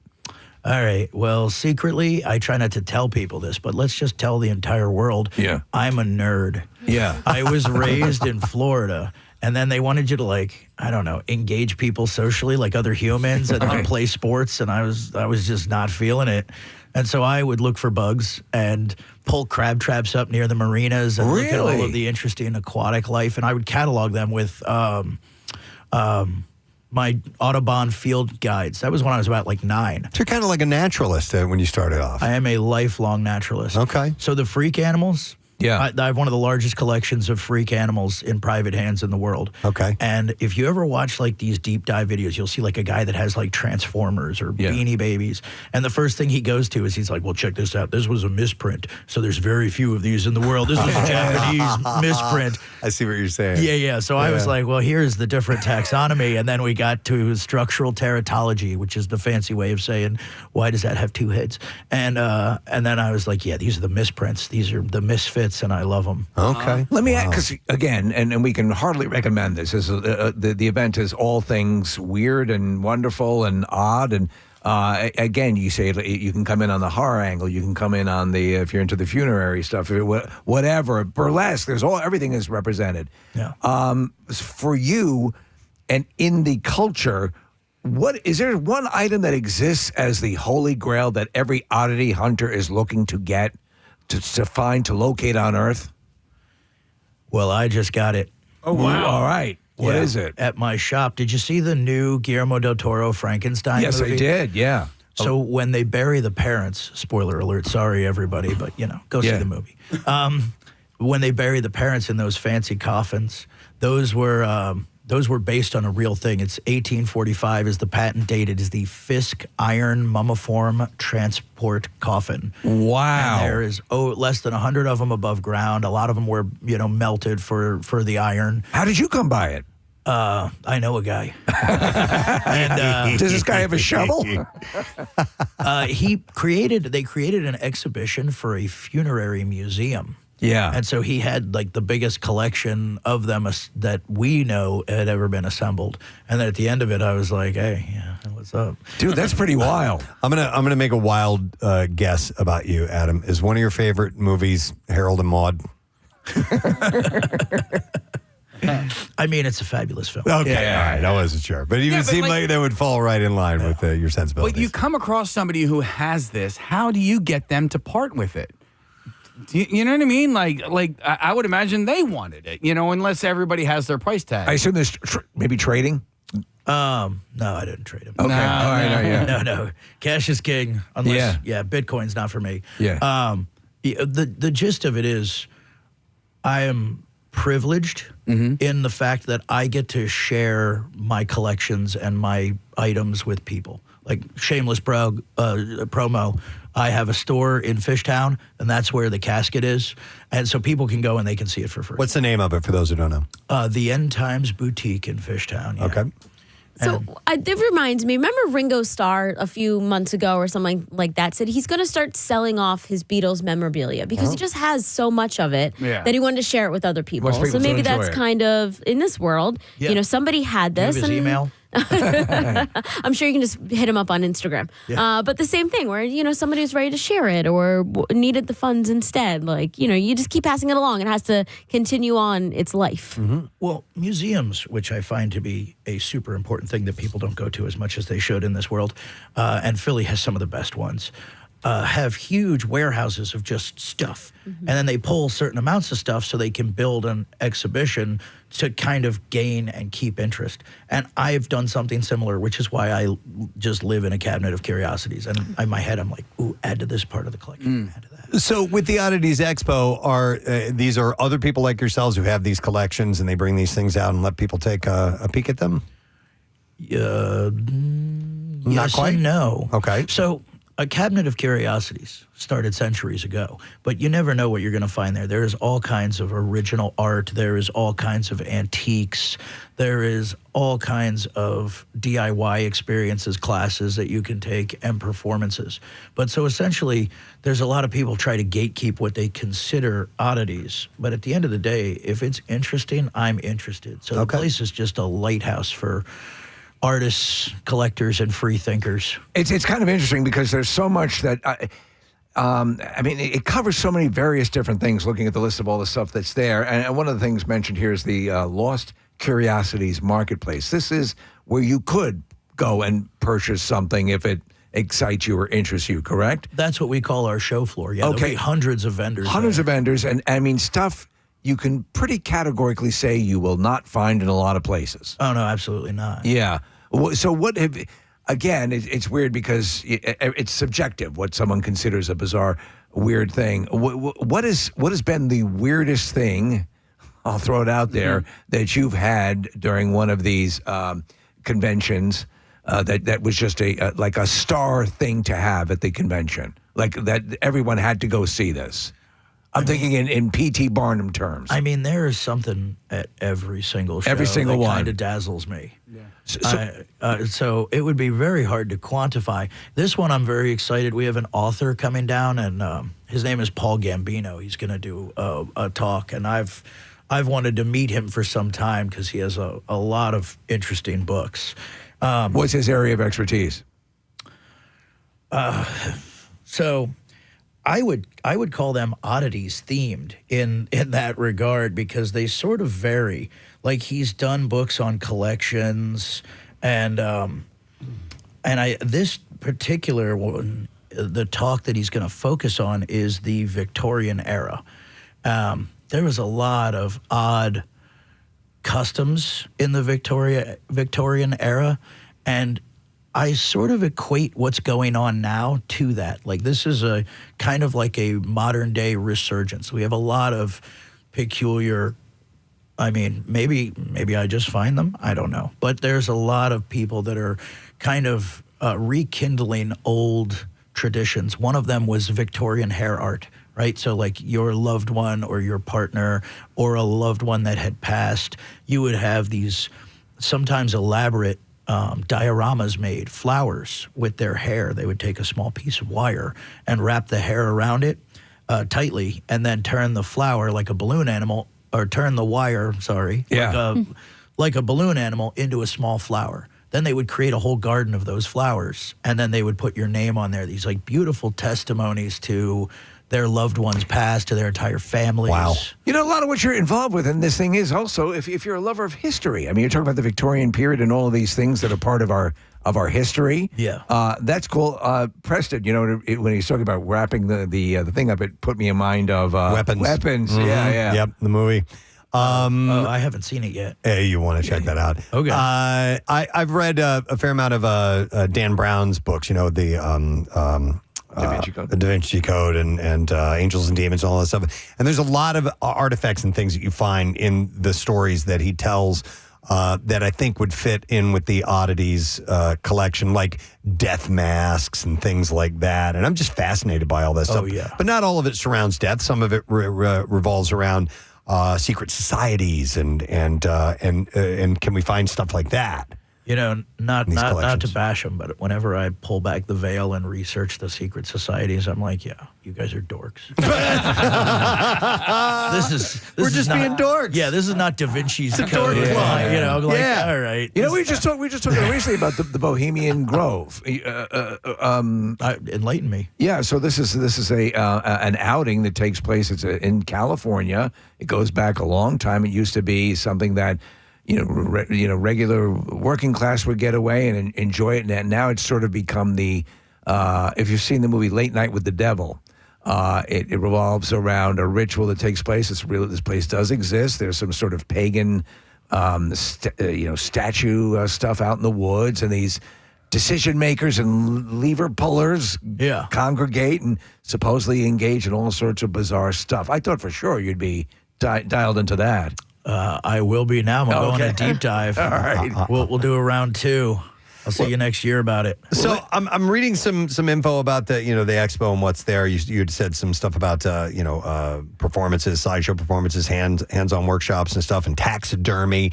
It mentions butterfly pinning on here, which I would never really do, but I always find those displays kind of It's the next step when you're dating. I guess so, Yeah. right? Yeah. You gotta pin your butterfly. Is that taught? Will they show you how to do that type of thing? Well, so there's a series of classes, but yeah, the butterfly pinning is sometimes taught by one of our vendors, and other times it's an entomologist that travels with us. She does like a live insect petting zoo. Yeah. But there's a very specific way to like showcase a butterfly, so, And to preserve them as well, I would Yes. think, yeah. Yeah, so essentially it comes dried with the wings closed. You have to rehydrate it, spread the wings out delicately with deli paper, and then pin it in the position that it'll dry in, and then you run a pin down it, and then you would put your Latin name and catalog it appropriately. That's wild because I just got a quarter pound of butterfly from my deli. Wow. And I get it very thinly sliced. I'm sure you do as well, Preston. Some of the stuff listed here is really cool. Obviously, if you're into ink and tattooing, you've got a lot of that represented as well. I think so. There's some cities we don't have tattooers on. I think we have tattooers for beautiful Philly. Oddity Ink Parlor, where Yes. tattoo artists from Oh, around yeah. the country and tattoos on site. Most of the cities, or Okay. most of the states, we do have them. But then occasionally, it's very hard to wrangle tattooers. Is this the I'm big? sorry Is this to the call biggest them one of out. these that you do around the country? The biggest I oddity? don't know. I don't think so. But it's a close running because Philadelphia is our home base and Okay. the best city in the world. There you go. Did I say that? You did it. You said that correctly. Where do you find? Are there pockets of people who are into this oddities world in the country that you find are a little more dense than others? And by that I don't mean stupid. I just mean more people. Yeah. So I say it frequently. There is only two people that come to this show. There are strange people that feel like they're at home, and there are people that love the strange that come, both kind of get enamored with the situation. Everybody, if you come as a friend, you are welcome. All right, but that's it. There's only two people. There's some people that are like, all right, I'm home. There's all of this art and all of these strange people coming on. And then there are other people that are like, wow. And that's it. So there is a demographic for this everywhere we go. Okay. And you've got say. the corner on this stuff. You know, Crispin Glover, who is, eccentric, as often said, he collected for the longest time old dental chairs. Yeah. I mean, that was his thing. He was just into it. So if you want to have that thing in your house, it's going to sit on the coffee table. Everyone's going to go, what in the hell is that? That's where you're going to find it with this. Decorate your crypt, yeah. Yeah, there you go. I would love to meet Crispin Hellion Glover. Yeah. Because he does seem a bit eccentric. Just a bit. I think you guys will get on famously. Yeah. What did you bring us today, by the way, in this large jar? I like to bring props. And I just recently had a vendor that brought this to a show, and they graciously agreed to part with it. This is what you would call a parapagus bicephalic piglet. And what that means is there is a gallon glass jar on your counter with a two-headed piglet in it. And I just thought, show up with snacks. Sure. Yeah. How makes often, everybody happy. Yeah. Statistically, how often does the two-headed thing occur? I don't know if you have this data readily available, but how often? You're trying to make me look bad. Yeah. 1 in 20,000 will be born with a structural impediment of this level, and then 1 in 3 million will live longer than a week. So they're not genetically viable. Right. So you get a lot in the livestock industry. So you do get a lot of pigs. Okay. I was going to say, I was going to ask about species and how common that happens, because I think is it fairly common in reptiles? For Reptiles, snakes and birds, pigs, yeah. Birds? Anything that there's a lot of. Oh, yeah, get a lot of wonky chickens. Wonky chickens. That's a band name, Preston. A wonky chicken. I'll write it down. So like two-headed chickens? Two-headed, two-faced, two-bodied, one-eyed. Are there sometimes more than two heads? That's got to be extremely rare. Yeah. No, there is not. Okay. Now, can it exist? Everything can exist, and everything is real, and nothing. But I have never seen it, and I have been just looking for it forever. Okay. Ghidra, 3 heads. Yeah. There you go. The Hydra. Yeah, all right. 3 heads. Let me ask then, in this case, because two-headed humans have existed, but and have lived with the famous long lives, right? Very long lives. The Ping and the Chang and Eng, where they were part of the Barnum and Bailey. Were they part of Barnum and Bailey? I think so. Yeah. Joint twins. And they lived, I think, well into their 90s. I don't know their full stats at the moment because my wires are a little crossed, but I think you're on. I think you're right. They lived, and then there's this. It's the two girls, and who seem like they have 2 heads on one body, but I'm sure there's more going on down below than we realize. So statistically, probably when it occurs, or it seems to, in humans, it seems more survivable. Well, or no, not quite. Actually, they're more rare. Because what Preston was saying, you called out reptiles and birds. They have a cloaca. So they do double their business from the same flap, essentially. Yeah, yeah. And mammals are plumbed differently. So we have 2 separate spigots for our dispersal systems. No, that makes sense. So you have less of a chance that you're going to be plumbed, that you can function in that way. So that's why you get the birds and the reptiles that will live longer, the two-headed snakes and what have you. It's crazy. Wow. It's the kind of crazy stuff that you deal in. Yeah, I drink a lot of Snapple. That's how I learned all You learned it all from the lid. It's on the lid. Yeah. So the convention is this weekend. It's Saturday and Sunday. Jackie Bam Bam is coming out on Saturday. Do you know Jackie, right? Oh, I love it. He's just the best, right? You can see him from space. You can hear it. I'm like, nobody's ever had to tell me, is Jackie here? It's wild that Jackie can walk into an oddities convention and immediately be the oddest thing at that convention. Oh, yeah, absolutely. At 10 feet tall with high heels on and a hat. Yeah, he's going to be there on Saturday, right? I think. I do believe, yeah. So make sure you stop by and see him as well. But for people who want tickets and all that information, are there 2-day tickets? Are there 1-day tickets? How does it work out? Yes, there's a 2-day ticket. There's a 1-day ticket. If you don't really like crowds, there's a VIP ticket, get you in an hour early. There's classes to take. World Oddities Expo on Instagram, our website, www.worldodditiesexpo.com. And it's at the Pennsylvania Convention Center. And your shop, the End of Times Boutique. The End Times Boutique. End Times Boutique. You had just mentioned to us off air that you had a new addition to the outside of it, right? To the inside of it. Oh, the inside. To the I'm inside sorry. of it. We mounted a 15-foot crocodile on the ceiling because that was the first engraving in 1599 of a cabinet of curiosities. And so we tried to make the shop look like that, only you can take treasures home. I love the concept of the cabinet of curiosities. It's such a classic, thing, classic imagery. Well, so a century later, they put it under like a wagon. And so they made like a cabinet of curiosities that was like an exhibition. And then a couple centuries later, we made a convention. Yeah. That was the exact evolution of the cabinet of curiosities. It's a convention of curiosities, but I don't like the lettering for that. So we just call it the WOA. Okay. The WOA. Instead of the COC. We're looking at some pictures and videos. There's everything from prosthetics to bird cages to taxidermy to it looks like coffins of sorts and odd-looking gas masks. I mean, just anything you can think of. Are you talking about my shop? Yeah. That also sounds like my home. Oh, okay. Sorry about that. No, that's all right. How do you move things in and out of one or the other from time to time? And by the way, is everything for sale? Most things things are for sale. There's a couple of things that are just there so that people get to witness them. Kind of like that, the Fisk mummiform casket that we just got. That was the inspiration in the new Frankenstein film. We were talking about that. And some freak animals. Yeah, I can see that, definitely. It looks like a horse gas mask. Is that from like World War One? World War One. Soviet era. I have a World War one. And then we had 2 Soviet-era horse gas masks, and we found a piece of horse taxidermy. And so It's the Jessica Parker. Sarah Jessica Parker. Oh, my God. The horse's name is actually 20-inch pizza, because that was like a real horse that the guy who gave it to me bet on.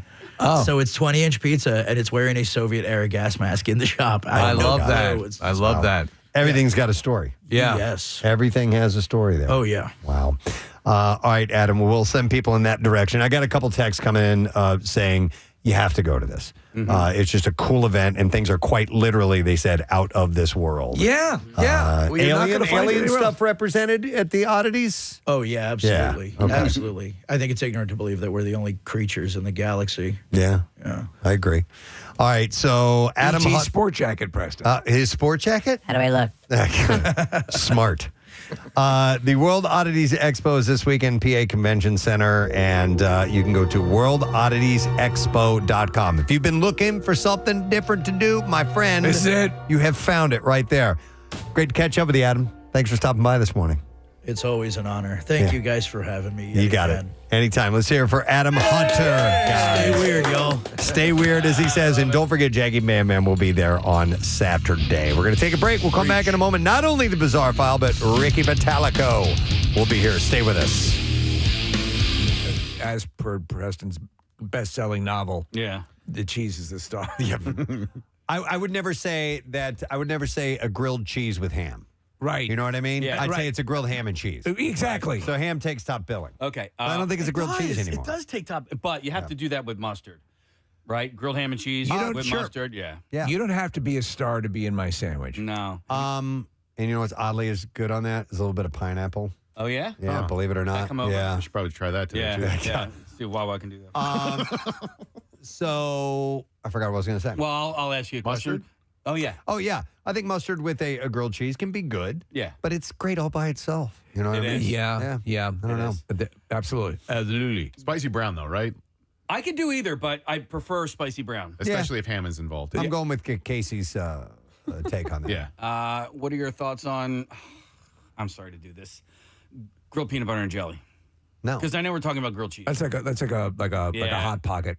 And I would say unequivocally, back to hell, demon. Go suck it. Yeah. No. Really? No, the idea of that, no. That's not a grilled cheese at all. It's not. There's no cheese. It's not. Certainly, you know what it's not? It's not a full traditional turkey dinner. I find it disrespectful that on National Grilled Cheese Day that you would even raise that question. I'm begging for your forgiveness. Why don't you go into a synagogue and say, what if Jesus was the son? All right. You don't do that. We were overrun with mayonnaise phone calls. Do we go in depth? Do we go a current affair on this? Well, Jared had a moment at a restaurant. Hi, Jared. Hi, Jared. You're on the air. Good morning. You guys rock. Thank you, man. All right. What's the incident that happened with the mayonnaise? So I used to run a restaurant back in the day, and they were getting really behind, and it was like a grilled cheese day that we were doing. So I got back there, and we had like fresh churned butter, so it was like real soft. Well, I messed up, and I put mayo on all these grilled cheeses, put them down, sent them out. Well, I ended up coming back, and they were like, oh, like they were the best grilled cheese we ever had. Come to find out, I put mayo on all of them. All of them. So that actually became our biggest seller. So that was your signature grilled cheese sandwich was prepared with mayo. To your own personal taste, do you like it better? I wouldn't say it's better, but it gives it a bite. Like you use it with like Cooper Sharp cheese, like it's completely different. Huh. So like we did a different thing. We actually did a condiment grilled cheese. So if you wanted mustard on it, we actually did mustard on the grill, and that hardens up real nice. It gets a real a real crispy bite. On the outside of it, you did mustard and then grilled it? Yep. And it actually comes out really good. Cray-cray. All right. Interesting. I'm concerned now about the number of restaurants that are bringing sandwiches like this to us. And what that will do. We need to spread it out. Too many. We need, really. All right, so Steven actually sent me a few grilled cheese from Food Network, grilled cheese recipes, and there's a few of them here that I've done before and like to have from time to time. Grilled tomato and cheese, I think, is a great That's one. a standard, and I do love that one. Well, now the tomato's taking top billing there, Preston. No, it's not. You said well, grilled tomato you're and right. cheese. It says grilled tomato and cheese. I would say call it a grilled cheese with tomato. Yeah, exactly. Exactly. There is a grilled cheese with bacon. You can put it on there. And that's grilled cheese with bacon. Which is awesome. Cheddar and apple grilled cheese. All right. That's good. Yeah. Yeah, because if you ever have like apple slices and cheese together, that's, or fruit and cheese, that can work Makes out it nicely. healthy. Mm-hmm. A sandwich you can eat on the run. Yep. Smoked Gouda and roasted red pepper grilled cheese. Do I like Gouda? I like you do. Gouda, yeah. You like Gouda a lot. All right. You'll find good Gouda? Abu Dhabi. I have a story in the bizarre file with Abu Dhabi coming up. I'm thinking a grilled brie. Yeah. Would be yummy. I've had it. A grilled ham and brie. Yes. It's fantastic. On a baguette. Oh my God! So good. Nick, my wife makes a it's an app she'll put out at parties, but it's brie and it's grilled in or it's baked in like a challah, like a baked brie. Yeah. And it gets all runny and and there's a gooey. little bit of raspberry or something too. Yeah, but you know what, Steve? It's got that protective shell on the outside. And it gives it cohesion. God bless that shell. Hang on a second here. Let me go to Garrett has a recipe. Hi, Garrett. Good morning. Yo, good morning. Sorry to bother you guys at work. Nah, brother. What's up? Yeah, so check it out. So a couple years ago, I was getting creative in the kitchen, and, I was making a grilled cheese, and I was like, you know what, I want to get a little creative here. So I scratched the cheese entirely, and I had some leftover buffalo chicken dip from the football game before, and I spread that on there, just made it like a normal grilled cheese. Actually, the same way Casey does. Like, I take the slab of butter, throw it down, then I kind of like mush it around a little bit, you know what I mean? Like, swirl it around. But, dude, I'm telling you, that is a banging sandwich. So I love buffalo. I guess buffalo chicken dip has cream cheese in it, so that's technically in the cheese family. Well, we throw some cheddar cheese in our buffalo chicken dip, too, so kind of Okay. we get in there. Speaking as someone who has Interesting. Thank you, now Garrett. about 160 packets of Star-Kissed buffalo, I love that Buffalo tuna? the buffalo tuna is great. The buffalo dip in buffalo dip. I'm every sorry. application that buffalo flavor, whatever it is. You said it has cream cheese in it. I didn't know that. The dips usually Okay, do. yeah, delicious. I will say that Panera, they sometimes can hit or miss on some of their things, but consistently their tomato soup and their grilled cheese is good. So I agree. What's the new What's the new sandwich that they're the Panera? They mentioned a type of pepper. It's like a Freshy pepper? It's you know what I'm talking about? Have you seen the thing? Is For it this like it's like a new like a Mediterranean. You know what, Steve? They should probably send us samples.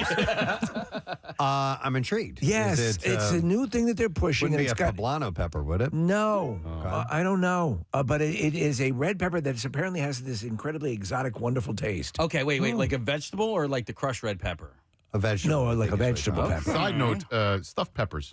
Fantastic. Oh, yeah. Big fan. Yeah, Like you well, put we should sausage have in a there. restaurant and call it Sergeant Pepper. Well, listen, it's sort of offensive that you bring it up on Grilled Cheese Day. I'm sorry. Yeah. You're right. I mean, I said side note. Stay in your lane, buddy. All right, roasted poblano and mushroom grilled cheese. No poblano. I like a poblano. I do like poblano. I like it the poblano. I like saying poblano.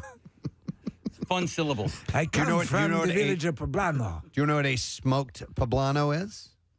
An ancho chili. Oh. If you ever see ancho chili. I don't know why I Ancho reacted cheese. like that, yeah. I believe so. And ancho cheese. Wait, so it's the same thing? It's the same thing, but it's smoked. It's prepared differently, if I remember correctly. Okay. Here, this one sounds interesting. Grilled cheese with everything bagel seasoning. Oh, yeah. Yeah. Wait, in or on? Don't know. I would have to click on the recipe, and it would take me off of this. Right. This is just the names of them. I think at Trader Joe's you can get the seasoning that's just called everything but the bagel. Yep. And it's terrific. Yes, I agree. But one of the best, so there was maybe you've had it as well, Nick, over at Harvest. They would do like a cedar plank salmon, but it would be crusted with the everything bagel crust. I love a crust. Oh, yeah. Grilled cheese. Look at me bringing that up on Grilled Cheese Day. Yeah. Spicy grilled cheese. Okay. So you can use, like a jalapeno Or pepper cheddar, jack or something. pepper jack, yeah. No, but I'll do like a diced jalapeno. Okay. We actually, oh, God, never mind. Sorry. I was doing the Casey thing, and I'm not going to do it now. You were going to go somewhere else? Yeah. Okay. My refrigerator's Well, blue. now I'm intrigued. Okay. Well, good. Because this is, my wife made hash brown casserole last night for dinner. This is a recipe that we shared with Casey's family. And, And it's in love with it. amazing. And I was really digging it. And I thought, ooh, you know what would be really great in this? Diced jalapenos. Oh, yeah. Yeah. Did you? I agree. I did not, but I put some hot sauce in it. Is there cheese in there? Banditos. What's that? Is there cheese in that Oh, recipe? yeah. Yeah, All right, cheese so like and- it's a part of this conversation by default. Here's another recipe. Brussels sprouts and bacon grilled cheese. Maybe. I don't know. You know what I do love though? I like Brussels sprouts. I love baked Brussels sprouts. And bacon or pancetta with Brussels sprouts is usually quite lovely. Oh, yeah, absolutely. And all of you will be farting in about a half hour. Hang on. Let me go to, let's see, where was it? Yeah, let me go to Doug because he's got a technique. It's National Grilled Cheese Day, by the way. We usually don't talk about the national food days, but I mean, it's grilled cheese. Hey, Doug, you're on the air. Good morning. Morning. What's up, bud? All right, so I started making this when I was working at a fresh restaurant. Because I couldn't get to the burner. So Was it a fresh restaurant or a French restaurant? Okay. French restaurant. There we go. That's hard to say. The man. fresh restaurant in Bel Air. All right. But so I couldn't get to the cooktops, and I was in charge of the broiler. So you butter the bread, you stick it in, butter side up, and you grill it till it's golden brown. Okay. And you flip it over, you put your cheese on, and you heat it until it's bubbling and starting to turn brown. So he's saying In the oven. that makes sense. Yeah. Okay. You know, then you put it together. But lately I've been, so as that's working in the oven, I'll cook a couple of slices of pancetta, and if I use Swiss extra sharp cheese, you put them together, so you have the sharpness of the cheese, and then you have the saltiness of the pancetta. It's awesome. I hate Swiss digging it. cheese so much. Okay. I hate it with a But white hot passion. It's a nice crispy, you know. All right. I like All right. that, Doug. All I'll right, try cool. that technique, the oven technique. Thank you. So you hate Swiss cheese? I hate Swiss cheese I love almost as much as I hate sharks. I love Swiss cheese. In fact, I'll go to the finest fresh restaurant in town. No, and they.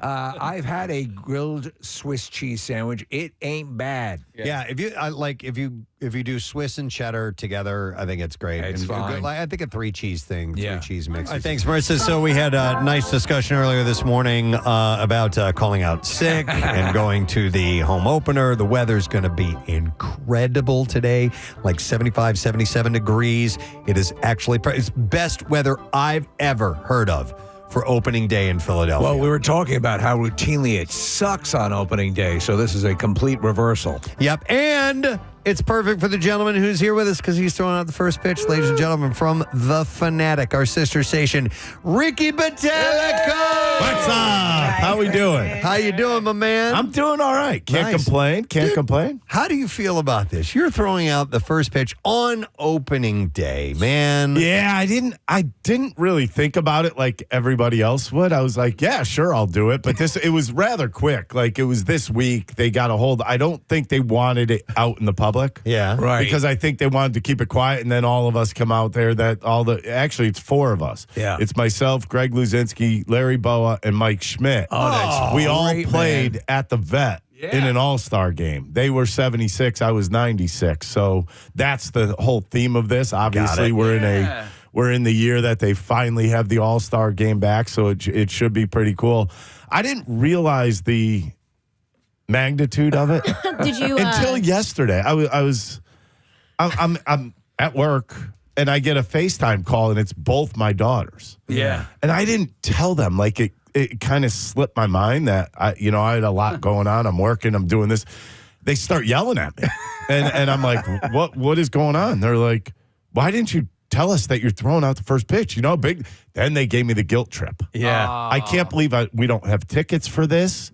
Why am I not going to the game? It's our father doing this. It's a once-in-a-lifetime opportunity, and we want to share it with our dad. Yeah. So, obviously, I had to get on the line and get some tickets for him. You were able to rectify it? It worked out, yeah. Listen, there's no way back from that. If you No, I mean, my youngest crushed me with that. I was talking to you about this yesterday, and you were downplaying this whole thing. And yeah, so, even yesterday at like noon, I don't think you were like, I'm one of 4, I'm like, you're one of 4 All-Stars. You're one of 4 of the greatest names in all of like Phillies history, like Michael Jack Schmidt. Yeah. Everybody wanted to awesome. be, when I played Little League Baseball here in Philadelphia, everybody wanted to be number 20. Every single kid that played Little League Baseball wanted to be number 20 because of the guy that you're throwing the first pitch with. You want to throw out the first pitch, don't you? I would love to. I would love to do something like that. I'm just, I'm not of that caliber, and that's fine.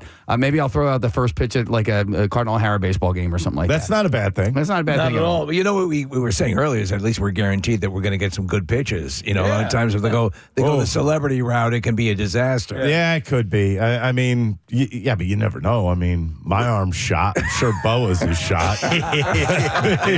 So who's going to pitch the best of the collective? Do your pregame prediction. If it's not me, there's a problem. Okay. I mean, You're the youngest. Because you're the well, youngest. I am the youngest, and you know what? I don't know. None of them were pitchers. Yeah, that's true. And I'm assuming we're not off the mound. Because I would probably assume not. we're throwing them all at the same time. I would think so, too, that they'll have various catchers. You know what? It is opening day. It is a big year for the Phillies, obviously, with the All-Star game and the 250th birthday. Everybody's kind of fired up. Speaking of the All-Star game, when you go back to 96, when you were in the All-Star game, obviously there's a big deal made about being an All-Star. The game itself, is it fun or is it... it's a game that doesn't really count. Well, it kind of counts now. Back then, you wanted to win. Yeah. Like back then, like we had a talk in the clubhouse. Like, hey, let's kick their asses. Let's go out there and take them down. Let's have some pride in the National League. Okay. Now it's a little different. Mm-hmm. I mean, I think now nobody wants to get hurt. Everybody's worried more about making it to the next day, making it back to your team, putting on a show, throwing the bats. I just back then it was like. We were out playing baseball. Okay. Do the results, to be completely honest with you. Do the results of the game still affect? Didn't it used to say who had home field I believe advantage? it did. I believe it did, although I was on the Phillies and we sucked, so it didn't matter to us. But yeah, it was it did count. It counted for whoever got home field in the World Series. By the way, somebody just texted in about you. Says last year Ricky Bo nailed it. He said on MMR, whoever wins the Phillies-Dodgers series would win the World Series. Well, and there you go. Wasn't like I was walking on a plank. Well, let me ask. So with this year, we were down at spring training, and there's a general good vibe, and I remember last year, it's like, wow, this looks like they can do it. This year doesn't quite feel that way, but in a weird way, that seems better for me. Does that make any sense? Yeah, because your expectations are lower. Right. And it maybe, I wonder if it takes the heat off or the onus off the team in some psychological way. You're a player, so you would know this, to say, now we can just get down to the business of the business and not worry about what all this expectation is supposed to yield. I think it takes the pressure off the fan base. I don't think it takes any pressure off of the players. I mean, they still have to go out and perform. There's guys out there like an Alec Boehm who's coming up on a contract year. Mm-hmm. He's got to have a big year. Adolis Garcia, if he doesn't play well, he may not have a job next year. Right. You see what I mean? I mean, you have two rookies on this team in Painter and Crawford. This is the beginning of their career. They have to make a statement. And how do you do that? Well, you play well on the field. So, I mean, to me, saying there's no pressure on this team, I think that's false. Yeah. Because I think there is one guy that knows there's pressure on him. That would be Bryce. I think Bryce Harper knows. He just said it 2 weeks ago. I'm missing one thing. I have plenty of hardware, but I'm missing one thing. Yeah. And you know what? Let's face it. The fan base here, when he came here, the only thing the fan base was thinking, we're going to win, as a city, we're going to win multiple World trophies. Yeah. Mm-hmm. But it hasn't happened. I think he's got a lot of pressure on him, especially with the looming possible strike or lockout next year. That's true. I've heard more than one person say that the vibes in the clubhouse are the best that they've been, and I didn't realize that they were bad in the past couple of years. You see, those guys. What's changed? They got rid of some people. Okay, they got rid of some people. But what was bad? What was toxic before? I think there was more than one person. I think there was at least two that I could think of right now. And we won't bring up the names, but I think everybody knows at least one of them that they have gotten rid of in the offseason for reasons that you would say on the field, they weren't that bad. Why? And one of them, all right, everybody knows Nick Castellanos. Yeah. He was making $20 million. Yeah. And they would do anything to get rid of him. As a matter of fact, they did. They swallowed his salary and said bye. Which is weird because what I noticed about him is that he didn't seem to be happy for anybody else. And the point, case in point here is I can't remember which Philly it was, but Nick wasn't having a great game. He might have been 0 at the plate or whatever. Somebody hit a home run. And when they got into the dugout, everybody was going crazy. And you just see Nick sitting there in his own world. Not happy, not celebrating, and it's like you're supposed to get up and celebrate for everybody else, and he couldn't take himself out of that funk. And I liked him as a player, and I liked his outgoing message to the city of Philadelphia. But I did notice that he left when he was thanking people. He left the coaches off of his thank you list. Oh yeah. He had an issue. Well, he had some words with Rob Thompson, and I don't think that ever went away. Goes away? It no. From what I understand, it wasn't a nice thing he said. Oh, well, there you go. We've talked a number of times about how you need the people on the team who are in the locker room or are they're the glue, and they also have the energy, and they set up this zeitgeist that a victory and every one for all. But I would assume that, and maybe it might be worse if you have someone who's sort of toxic and sort of a virus in the locker room. I mean, that can really do some damage, can't it? When you have a poison in the locker room, it doesn't matter if it's 1, 2, or a group of players. It's a problem. Yeah. You're always going to have an issue with it. And, I mean, these guys nowadays, if you notice, they won't say anything bad about their teammates, which I probably think is a good thing. Yeah. But I'm wondering if they couldn't get it figured out themselves within the clubhouse, which is why certain guys are gone now, and they wanted to kind of smooth out the clubhouse. But it's interesting you say that, because the one thing I truly believe, there's two guys on this team that I actually feel bad for right now in a strange way, because they were labeled when they first came up. Okay. Bryson Stott, Yeah. Brandon Marsh. Okay. What were they labeled? The daycare. Okay. Okay, so they almost had a built-in excuse not to do well on the field. And I think that takes them away from who they really are. When I look at Brandon Marsh, I think he's a really good baseball player. Yeah.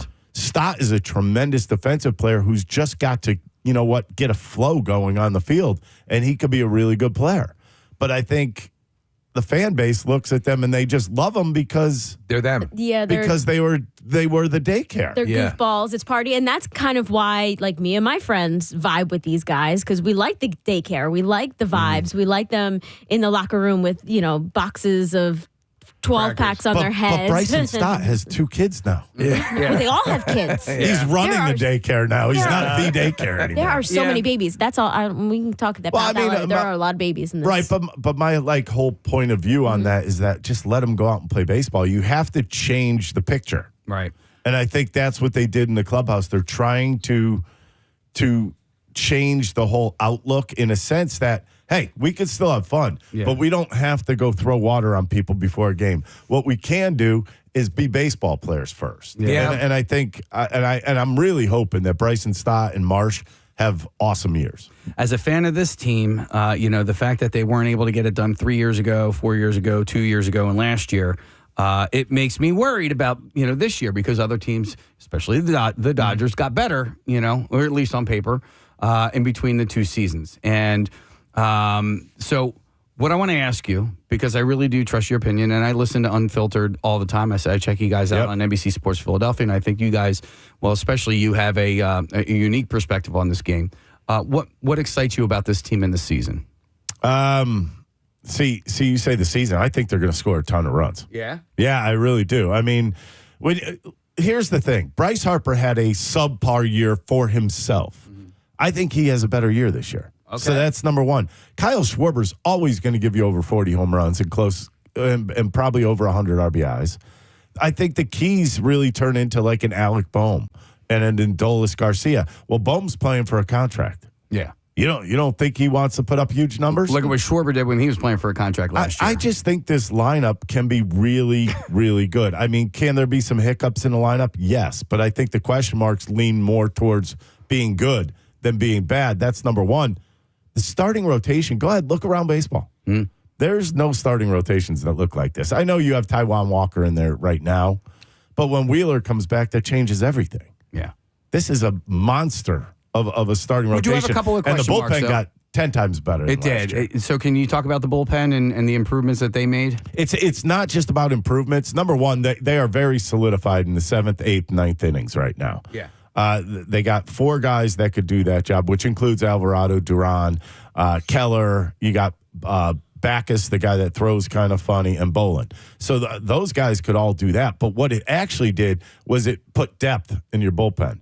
Think about this. Tanner Banks was probably their best reliever in general last year. He is now pushed either to a 5th or 6th inning guy, maybe a 6th, 7th inning guy, along with when Orion Kirkring comes back. But the one thing I would really watch for, because it's going to be curious to me, because with runners on base last year, Tanner Banks was outstanding. I'm wondering if that's his role this year. Okay. Just come because he doesn't panic. And you have a guy like that who could come in the 6th or 7th and get out of it without a problem. Yeah, you're pretty happy with that. I just think this whole team is a little bit deeper than they have been in the past. Let me just ask you, so, when you were playing home opener, it's exciting. There's a lot going on. Yeah. And over the times that you experienced it, I mean, are you... Obviously, there's the anticipation of the game, but I really got to get out and see the flyover or whatever. I mean, are you swept up in the pageantry? Can these players be swept up in the pageantry of what's going on today, or is it down to business? I'm going to be honest with you. You want the game to start. Okay. No matter what. I think you always want to see a flyover or the Navy SEALs coming in the parachutes. I think that's always a cool thing. But as a baseball player, you just want it to start. You have no idea, like, the adrenaline rush that you get trying to get the season started. Yeah. I mean, think about it. They left 3 days ago from Florida. Yeah. So all they've been thinking about is, like, let's get this going. Yeah. I mean, I know they've been doing events for the Phillies and stuff like that, but there's nothing like opening day. I mean, let me put it this way. The game starts at 4, right? I'd be at the stadium by now. Yeah. If No I was kidding. on the team. Yeah. Yeah. I'd be getting my work in early because you know that there's like a 45-minute period that is just haywire. Everything's going kind of all over the place. But I will tell you this much. I never really got caught up in the pageantry. Yeah. But I think the one time I did was after 9/11. Oh yeah, well that would make sense. At the vet, we played the Braves. That was the one time I think every player was truly into what was being said, the national anthem, everything. God, I didn't even think about that. Yeah. I want to ask you this, Ricky, because sometimes we'll. It was just the other day. Like I'm back in our office and I'm doing prep work, and all of a sudden I hear the intro to the show start, and I'm like, okay, he's like, dude, go on right now. And I come running in here with my stuff, and we jump on and go. And you talked about getting to the stadium early, opening day. But is there any point where it's like, dude, game is starting, or is everybody ready to go? No, it does happen like that. I know some guys that have been in the clubhouse and you're like, dude, the game's getting ready. Like, because I was a reliever, so I didn't have to normally go out to the bullpen that early. Mm-hmm. And especially being a late reliever, you get stretched like in the 4th, 5th inning, then you go out. And I'd be sitting there, I'm like, you know the game's starting. Right? I'm just finishing up my stretches. I'll be fine. Well, game number 1 of 160 some odd games starts today. Ricky Bo is throwing out the first pitch. But there's another thing, and I want to go back to what you mentioned at the top here about your kids being upset about not being, this is a big deal, and or at least it's a bigger deal to them than you realized. Similar thing happened with Casey about this other thing that's going on Friday. He didn't really think his wife wanted to go to this thing that's coming up on Friday, and she gave him a ration of crap about it. And it's through the American Red Cross. There's an event called the Red Ball, and we, the Preston and Steve Show, are receiving an award for our years of doing the Preston and Steve blood drive. And the person presenting us the award, Ricky Battaglia. I get to do it. Yeah. I actually got the email, and I'm like, all right. Now, that must have been stressful. This is fine today, but that's going to be a lot of... You always want to, bring up somebody you know. I mean, if it was somebody I didn't know, you're like, well, let me talk about them for 10 seconds and then send it to them. And I don't know, because I have a lot of respect for you guys. You guys have been around a long time. You've done a lot of great charity work. Obviously, from what I've read and what I have understand, you guys were one of the largest blood drive in the country. Yeah, that's what we've been told. Single day. Yeah, in the neighborhood of 1,200 units in one day. That's unbelievable. Yeah. I mean, come on, you guys have got to be proud of that, aren't you? We are, but you know what? In this case, and it always, you never want it to sound like false modesty or humility, but it's absolutely the truth. It doesn't work if people don't come out and donate. That's right. This is true. That's really, it's literally giving your blood, and it lives and dies by that, as with everything we do. So it always seems a little weird to accept something like this. We are pleased to do it on behalf of the people who participate. You know this. Yeah. It's what it's really about. But it cannot work without the masses of people who take time out of their schedules and come down and donate food and blood and all these things. So we're happy to do it for that. I mean, I've been down there around Thanksgiving a lot. You guys are always mobbing it. The Camp Out for Hunger is always packed. So, I mean, you guys have that following, and it's your voices that get it out there, which to me is impressive. Well, we appreciate that. Yeah. What's impressive is what you allow us to do to you while you're at the Camp Out for Hunger. Yeah. Well, this year wasn't that bad. Wasn't that bad, right? Oh, dude, you were so into this year. I'm good for that. Yeah. Well, you got to throw stuff at Casey and Nick. Yeah, you were completely into that. That was fun. That was fun. All right. Well, listen. So we're excited for you today. It's really great, and we're looking forward to tomorrow night and hanging out with you at the event. So. Should be fun. Yeah. Have a good time, man. Gas it in there, dude. Yeah, dude. Warm your arm up a little bit. I got to jump off a pregame and run over there, so it'll be interesting. Yeah. Are you going to be in a suit when you do this? Probably not. Okay. Probably not. They'll throw a jersey on you I'll probably or just something? go over like this, and they'll probably have some kind of a jersey. I'm assuming probably a 96 All-Star That'd be awesome. jersey would be, I guess. Awesome. All right, buddy. Have a good one today. All right, you guys see have a great one. Ricky Battaglia! And the ball game today, by the way. All right, we have to jump right into the Bizarre File, right? All right, so let's get to that right now. Here we go. WMMR presents Preston and Steve's Bizarre File. Brought to you by 80 Moyer, trusted expert since 1939. 80 Moyer Lumber is your professional source for decks, windows, doors, kitchens, millwork, and more. You can visit them on the web at 80moyer.com. All right, let's see. How about this? A woman from Wilmington, North Carolina, claims that she was attacked by an otter. Erin Hogsted, said that the attack happened on Sunday when she was just watching her friends run the Tobacco Road Marathon. Run! And she said, I just wanted to cheer them on, and I went up really early. She says that she was on the side of the trail waiting for her friends to come through when she heard rustling behind her. And that's when she said all she saw was a big black animal, so she took off running. Next thing she knew, after being scraped up from falling, she saw bite marks on her ankle. One of the runners who saw the whole thing told her it was an otter. She said everybody was like, wow, we thought they were nice. We thought they were cute. Well, you're wrong. I don't know. I don't see anything cute about otters, especially now.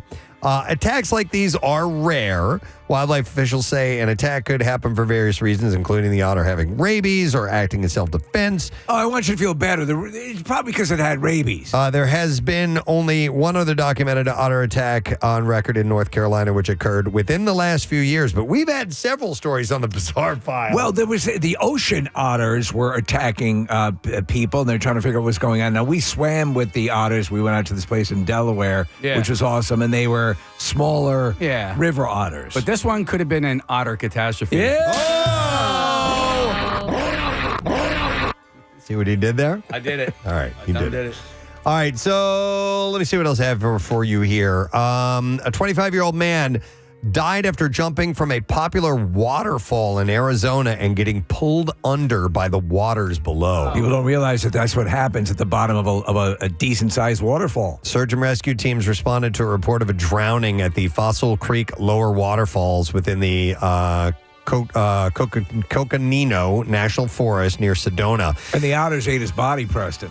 Witnesses told authorities the man jumped about 15 feet before resurfacing at the bottom of the waterfall. He reportedly gave a thumbs up and continued to swim. Soon after, he swam underneath the waterfall, and it took him under. And he stayed under. Well, it becomes this sort of tumultuous, stirring thing that you can hold you down. The man, identified by authorities as Wei Lin of Taiwan, had been pulled underwater for more than about 10 minutes before bystanders were able to pull him out. They gave him CPR, but he did not regain consciousness. The short hike and waterfall are popular with visitors. However, the USDA warns that swimming and cliff diving near the waterfall is extremely dangerous and has led to several drowning deaths and severe injury. So, cautionary tale there. A man who went to the effort of robbing 6 New York banks in 5 days made off with a grand total of $605. He's not very good That at is what a he does. bad deal. Gustavo de Do you have any money in here? Gustavo de Jesus Torres began his disappointing crime spree late last week when he walked into a branch of the Chase Bank and handed the teller a note stating that people would get hurt if he didn't have money. It didn't suggest if he was armed or not.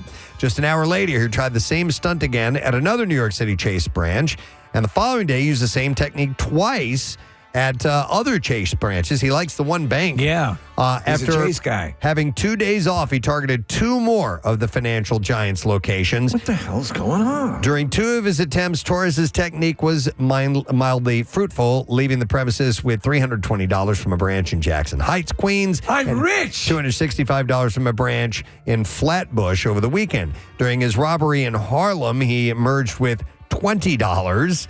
Meanwhile, in 3 of his other heist attempts, his method failed to yield any results at all. He could have gotten more money by starting a GoFundMe. Police are now on the hunt for Torres and have released several security camera photographs of him. Records also suggest that he may have honed his low-key bank robbery techniques in the past, as a 2021 news report reveals a man of the same name, then age 29, was arrested by police at his Newark, New Jersey home after he had robbed a branch of Chase Bank. Reportedly handing the teller a note which read, "I am heavily armed, don't make a scene." During this incident, he made off with $6,000, which was never recovered. So maybe he thought he could do that again, but apparently he's lost his mojo, man. Yeah, he might want to switch banks. All right, we'll do one more story and then we will wrap it up. When posting your cash bail to get sprung from the county lockup, make sure not to hand the judge counterfeit $100 bills. Patrick, and this is a great story. Patrick Alexander was arrested Saturday for trespassing at a property in Chesterfield, South Carolina. After a night in jail, he was brought before Judge John Davis, who had set the bail at $250 on the misdemeanor charge. Now, giving back his belongings so that he could retrieve bail money, Alexander pulled out a wad of cash and handed the judge 3 $100 bills and said, "Keep the change." Davis, who told Alexander that he could not keep the extra money, noticed that the cash's color didn't look right. Is that Eric Estrada? And when he flipped the bills over, the jurist saw Chinese writing on the back of the money. Oh, wow. As if the foreign characters were not enough proof, a detention officer used a counterfeit currency pen to determine that the money was indeed fake. Instead of being freed, Alexander was hit with a pair of new charges: forgery, a felony, and contempt of court, a misdemeanor, and his bond was increased to $6,000. I've seen them use the pen on bills that I've handed them, and it always comes up like a tan color. Yeah. If it's counterfeit, do you know what color is supposed to come up? I don't know. When Alexander's funny money was booked into evidence, police noticed that the defendant had actually handed the judge 4 fake bills, so he tried to tip $150, not the paltry $50. Well, Your Honor, perhaps I could write you a check? And that is what I have in the bizarre file for you. All right, we'll take a break. Come back in a second. We'll get the lesson, question, trash, and music news when we get back. Stay there. Preston and Steve. 93.3 WMMR. I didn't know that about you, about Swiss cheese. Yeah, Wow. just ham and Swiss is that's a standard. Really? Gross, yeah. Turkey and Swiss. I love a good Yeah. Swiss. My Andrea hates it too. She can't stand Swiss cheese, and I get in trouble sometimes for bringing it home. I'm like, no, I love Swiss cheese. Sometimes I feel. Did you bring Swiss home again? Yeah, because she feels like because she's such a cheese lover. Yeah, which I find Cheese interesting. lover. Well, she loves all cheeses. Yeah. except Swiss, and That I'm seems like, sort of arbitrary. You're kind of missing out. Not everything in the fridge has to be for you. I get mad at my wife for putting White Claw in the fridge. I'm like, God damn it! One more quick call. We're going to have to take a break because we have guests lining up. So I'm going to go to Alicia. Hi, Alicia. Good morning. Good morning. Sorry to bother you guys at work. It's okay. We're happy to have you, Alicia. What's up? Thanks. So I own a restaurant in Chalfont called Ember Smokehouse and Tap. Okay. And we have a 3x3 grilled cheese. I don't And believe you know- unless you bring it here right now. I will bring it there. Go ahead. I will bring it to you guys. Go- And the Brussels sprouts, we have Brussels sprouts. I can bring those too. Explain your sandwich fully. What is your premium grilled cheese sandwich? So it's a 3x3 grilled cheese. So it's got 3 different kinds of cheeses. And then I know the meat gets top billing on this, but it has pulled pork, bacon, and pork belly. And we serve it with a tomato bisque. Could you call that though, Preston? Would you call that a grilled cheese sandwich, or would you call that a? I'd call it So here's the a loophole. pork sandwich with cheese on it. Yeah. Here's the loophole. We don't call it a grilled cheese, but it has grilled cheese. And the loophole is that it's a 3x3. So you can say that the 3 cheeses is first, or you can say that the 3 porks are first. All right. So you're looking for wiggle room. It sounds delicious. I think you're a little over the boundary, but I mean, I'm sure it's a You should probably try it. fantastic. I should Not on National Grilled Cheese Day. I'm sure it's a fantastic sandwich. Well, interesting. All right. Well, thank you, Alicia. We appreciate that. Absolutely. We'll talk to you guys soon. All right. Take very care. cool. All right. By the way, So much Bon Appetit's best ever grilled cheese. And then we got to take a break. Marissa just brought this to me. What is it? It's Bon Appetit's best ever grilled cheese. Butter goes in the pan, not on the bread. Chicken in the bread pan. To ensure golden, not burned toastiness, the exterior of the sandwich should be slicked with mayo, which has a higher smoke point than butter and possesses the combined browning power of oil and egg yolks. So now I absolutely have to try the mayo grilled It says, cheese. when mayo slicked bread. Now it's saying you don't cake it with Right. mayonnaise. All right. You just put a little bit on there and then you put it monster. on the butter. And when the mayo slicked bread meets buttered pan, that's when the magic truly begins. Interesting. Opting for a cheese that melts well is paramount. American is the meltiest cheese there is. But a young cheddar cheese works well too and brings deeper flavor. If you want to go off script, stick to a soft or semi-soft cheese. Their high moisture content means that they're especially adept at turning molten. Once the sandwich is in the pan, pressing down with a spatula is helpful for achieving even toasting and for encouraging bread and cheese to meld together, but don't be overzealous. This is not a smashed cheese sandwich. Cut the sandwich diagonally. Thank you. Yes. And it says it's official. Sandwiches cut this way actually taste better. So I love it. That's great. Are you going to try the mayo thing? Yeah, I'll give it a shot. Yeah, I'm going to have to try it. I think I'd rather than be, I'd rather try before I deny. Yeah. So. Did you just make that up? No, it's actually from Stranger Things season 4. Argyle says that. All right, anyhow, it's National Grilled Cheese Day, so enjoy, dear friend, enjoy. So hug a veteran. All right, please. Thank you for your service. We're going to take a break because we have two guests coming up. One is going to bring some oddities in for us. Yes. For the World Oddities Expo this weekend. And the other is going to be making an appearance for the 20th anniversary of Napoleon Dynamite. Uncle Rico himself. 20 years. John Grice is going to be joining us. So we'll be back with those guys. Stay with us. Preston and Steve on 93.3 WMMR. Thanks, Kat. There's this story. It's making the rounds. And it's actually a professional baseball player. Anthony Bass plays for the Toronto Blue Jays. And, you hear discussions about plane etiquette all the time as far as, sharing the armrest and taking your shoes off and all these other things. Not pleasuring yourself? Pleasuring yourself. Can't do that. So there's a little bit of a controversy or a discussion or debate that's been popping up after he had tweeted about his recent flight saga. And it actually has to do with his wife. So the 35-year-old posted on Twitter a photo of his two toddler daughters on a flight playing on electronic devices. And you can see popcorn strewn all over the seat, all over the floor.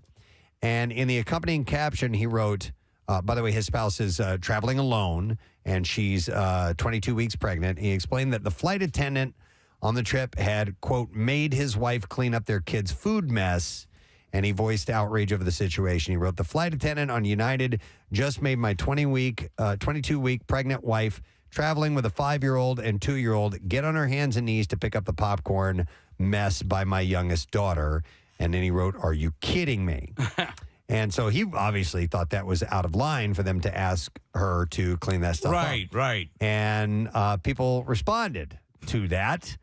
And I'm curious as to how you guys would respond. So in the studio here, there's a picture of what it looked like around the area. Mm-hmm. And what you all have kids. I do not. So I mean, when you have a kid, if you take it to a restaurant, take it. Take the child. What is it? Take your baby or your whatever, your toddler to a restaurant. A mess is inherent, right? It's going to happen every single time. It happens on planes. And Steve, as a parent, you are responsible for at least making an attempt to clean up that mess, right? All right, you just hit it. That's exactly what. So as a non-child owner, right? You don't have it. But that would be you make an effort at least. Yes.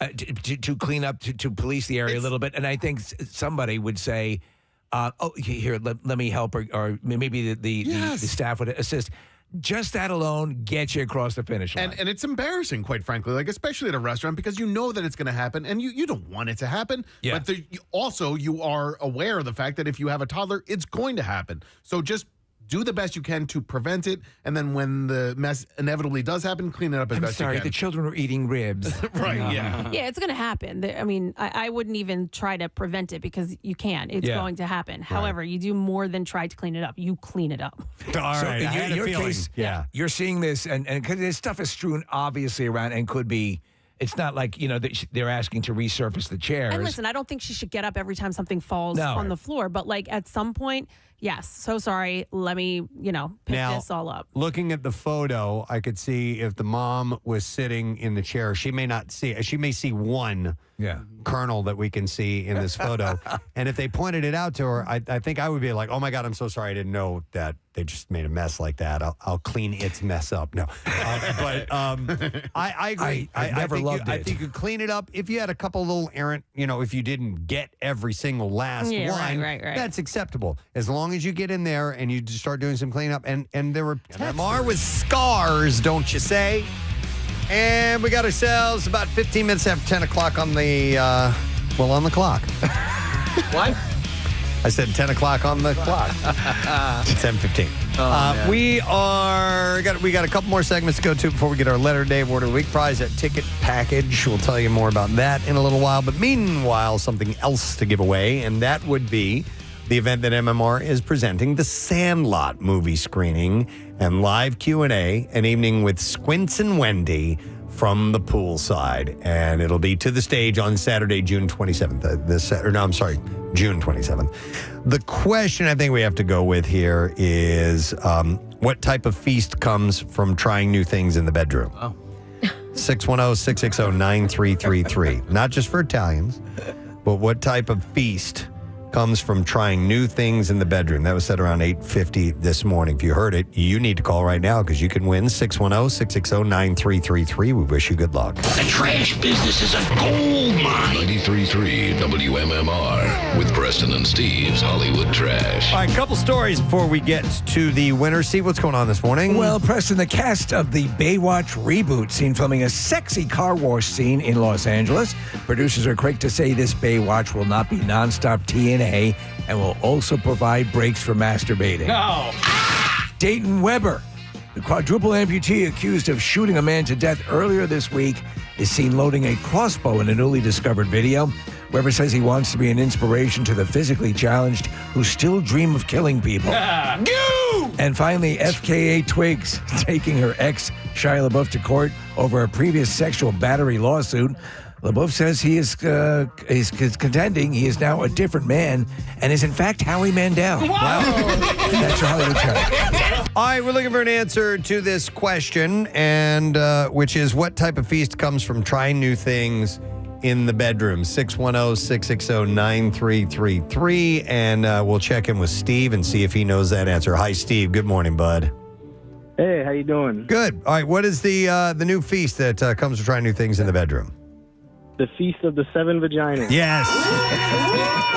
Feast of the Seven Vaginas. Hang on, bud. We're going to set you up with a pair of tickets as MMR presents the Sandlot movie screening and live Q&A an evening with Squints and Wendy from the poolside of the stage. It's Saturday, June 27th at the Keswick Theater. Tickets go on sale this Friday, tomorrow, via keswicktheater.com. Now, Preston and Steve's Music News on 93.3 WMMR. Brought to you by Sequoia Outback's Spring into Sequoia sale. Experience the ultimate in outdoor living in Sequoia's massive showroom and save big on decking, railings, grills, and furniture this spring. DeckSupplies.com. So the 2026 See Here Now Festival has announced its lineup for this September's gathering in Ashbury Park, New Jersey. The two-day event set for September 19th and 20th will be headlined by Mumford & Sons, The Offspring, The Strokes, and Goo Goo Dolls across 3 stages on the beach. The festival also includes a two-day surf contest featuring top East Coast pro surfers, plus art installations on the beach. There are pre-sale tickets that go on sale today, by the way, with the general on sale starting tomorrow. If I were producing the shows for the Strokes, I would get some sort of device that could pump in the smell of burning toast. Yeah, that makes sense. It would We're suit supposed the to name. Smell when you're having a stroke. Puddle of Mud frontman Wes Scantlin has avoided prison time in a domestic battery and drug possession case stemming from a March 2025 arrest in Torrance, California. A judge accepted a plea deal that places Scantlin in a one-year diversion program and requires him to complete drug rehabilitation. Scantlin had been arrested after police responded to reports of a physical altercation with his girlfriend. They found drugs on the scene, but apparently he has avoided prison time for that. I think what's working against him is that his sponsor is Shia LaBeouf. So it's not a good fit. And then one last story. Corrosion of Conformity has announced a 2-week North American headlining run in July. They have 2 support acts, Crowbot, who we've had at Camp Out for Hunger. A lot of fun. And a band called Whores. Whores. Yes. Okay. Tickets, the tour kicks off July 6th in Houston and wraps up in Lincoln, Nebraska in July. Tickets go on sale tomorrow. Their local performance will be at the Sayreville, at the Starland Ballroom in Sayreville, New Jersey, and that is on April 9th. Good evening, everyone. We are Whores. and we hope you have a lovely evening. The tour is in support of their new double album, Good God, Bad Man, which is due out April 3rd. I love all the advertising opportunities with that. Come meet whores. Yeah, totally. Right. All right, and that is what I have for you in music news. We have a final break to take. We're going to do that now. We're going to come back in a moment, wrap up our program. You'll need that letter because we give away the Word of the Week prize tomorrow. Stay put. For the most part, did side with the airline. The overwhelming amount did, but some did go the other way and think that no, it's and somebody had posted like, what, if your kids make a mess at the movie theater, do you clean that up off the floor? Actually, yeah. Yes. So I get. So the point of some of the detractors are saying, well, after they get off the flight, people come in and clean the thing. But as you said, Nick, you don't just say, "Wow, they'll get it." Yeah, they'll get it. I'll make a total mess. You what have the to hell? you have to make an attempt. But there are, it's like there are two different people. There are the people that are like what we're saying is like, yes, you have to attempt to clean it up. You have to clean it up. And there are people that just don't think you have to, and that it's not your job. Like, yeah, you paid to eat at the restaurant, so now you're going to leave the mess for the server to clean up. Like, there are people that just that's how they see it. I know. It's weird. Yep. And flight attendants obviously were commenting quite ferociously about this. I've seen people, and my heart goes out to them, like at restaurants where the kids making a mess or spilling over stuff, and then and literally getting down and cleaning up stuff and picking up stuff off the floor. And I've never seen it's you feel so bad because I think parents tend to feel 10 times worse than they probably need to be if the kids are making a mess. And I think most people understand, I got it. I understand it's hard to corral this. To me, it would seem they seem very embarrassed. Most people do. Yeah. Some don't. I know. Some do not care. But I also, listen, I was never embarrassed or anything. And this is like something that I tell my brothers who have new babies is like, don't shelter them because they're babies and don't take them to the restaurant. I think that's why I can go out to eat and go to a restaurant is because I took Jace from the second he was able to go to a restaurant. Like I taught it how to behave. No, seriously though. Honestly. Yeah. And like, I will say sometimes if like, he's like lounging I'm like, you're at a restaurant and he sits up because he's used to going to restaurants and he knows how to act in a restaurant. Same with us. My parents would take us out. We went to restaurants, and, this is how you behave. This is what you do. Yeah. Absolutely. Now, did we screw up? Yes. But we got that course right from the beginning. Did he get this flight attendant fired? Was there a follow-up? Okay, so there was a follow-up, and his response was he posted an update informing his followers that United Airlines is taking care of matters with the flight attendant internally. Oh, boy. Yeah, I know, right? So he's getting somebody's job. But that's also him saying that. Like, well, but if he's not saying that and it's actually the truth, and said flight attendant is now facing right, but I'm just saying you don't know if it is. Okay, there are aspects to this story that are unclear. Yeah, like people like that who are gonna just throw that out there. Well, Kayla wants to comment on this real quick. Let me go to her. Hi, Kayla. Good morning. Hi. Good morning. Hey, what's up, Kayla? So I just want to say I follow Sydney and her sister, Jessie James Decker. She's a music artist. She was married to football player Eric Decker. She still is, but he's no longer playing football. So she had posted about this yesterday before Anthony did. And I don't think it was that they wanted Sydney to clean up the popcorn. It was the way in which the flight attendant approached her. What I saw Sydney and Jessica originally posting yesterday was that the flight attendant came to her with a wipe. It was like, oh, the captain wants you to get every single drop of popcorn, which is kind of unrealistic when you're on a plane with two toddlers and 22 weeks pregnant. Like, obviously she was going to do her best, but to have her, like, it was just kind of more of an embarrassing situation, and the way the flight attendant went about it and what was said to her, like, you need to get every single drop. By the way, how would the captain know? How would the captain know? I'm sorry, sir. We have an issue in the... we have a filthy child that's dropped popcorn all over the floor. Someone needs to kill it. Yeah. Oh, I feel like they use that all the time. Like the captain said. Captain doesn't know what's going on. Captain doesn't know there's popcorn on the floor. Yeah, I'm sure the captain didn't know, but I think it was just the way the flight attendant broached it. Like, you must get every single drop. Like, not just, hey, get what you can. Like, we understand she's two. And it was also popcorn that United had given to her. It wasn't like she brought it on the plane herself. Yeah, I'm still thinking you got to clean it up. For sure. Yeah. For sure. It wasn't that she wasn't going to clean it up. It was just the way that they went about it and were like adamant that they wanted her to get every single drop and, not. They should have said Colonel instead of not drop. Because that's what probably confused her. Yeah. Yeah. She's pregnant. She's got baby brain.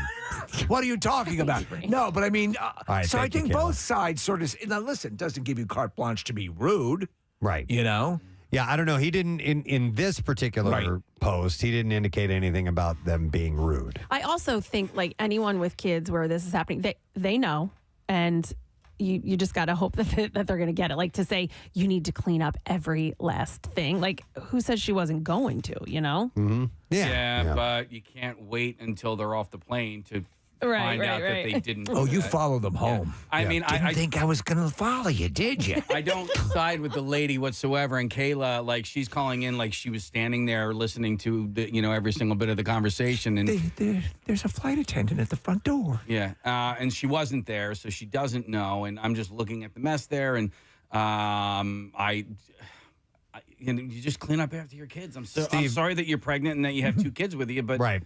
I agree. You almost sounded like Joker a little bit with the first one. You want to know why there's popcorn on the floor?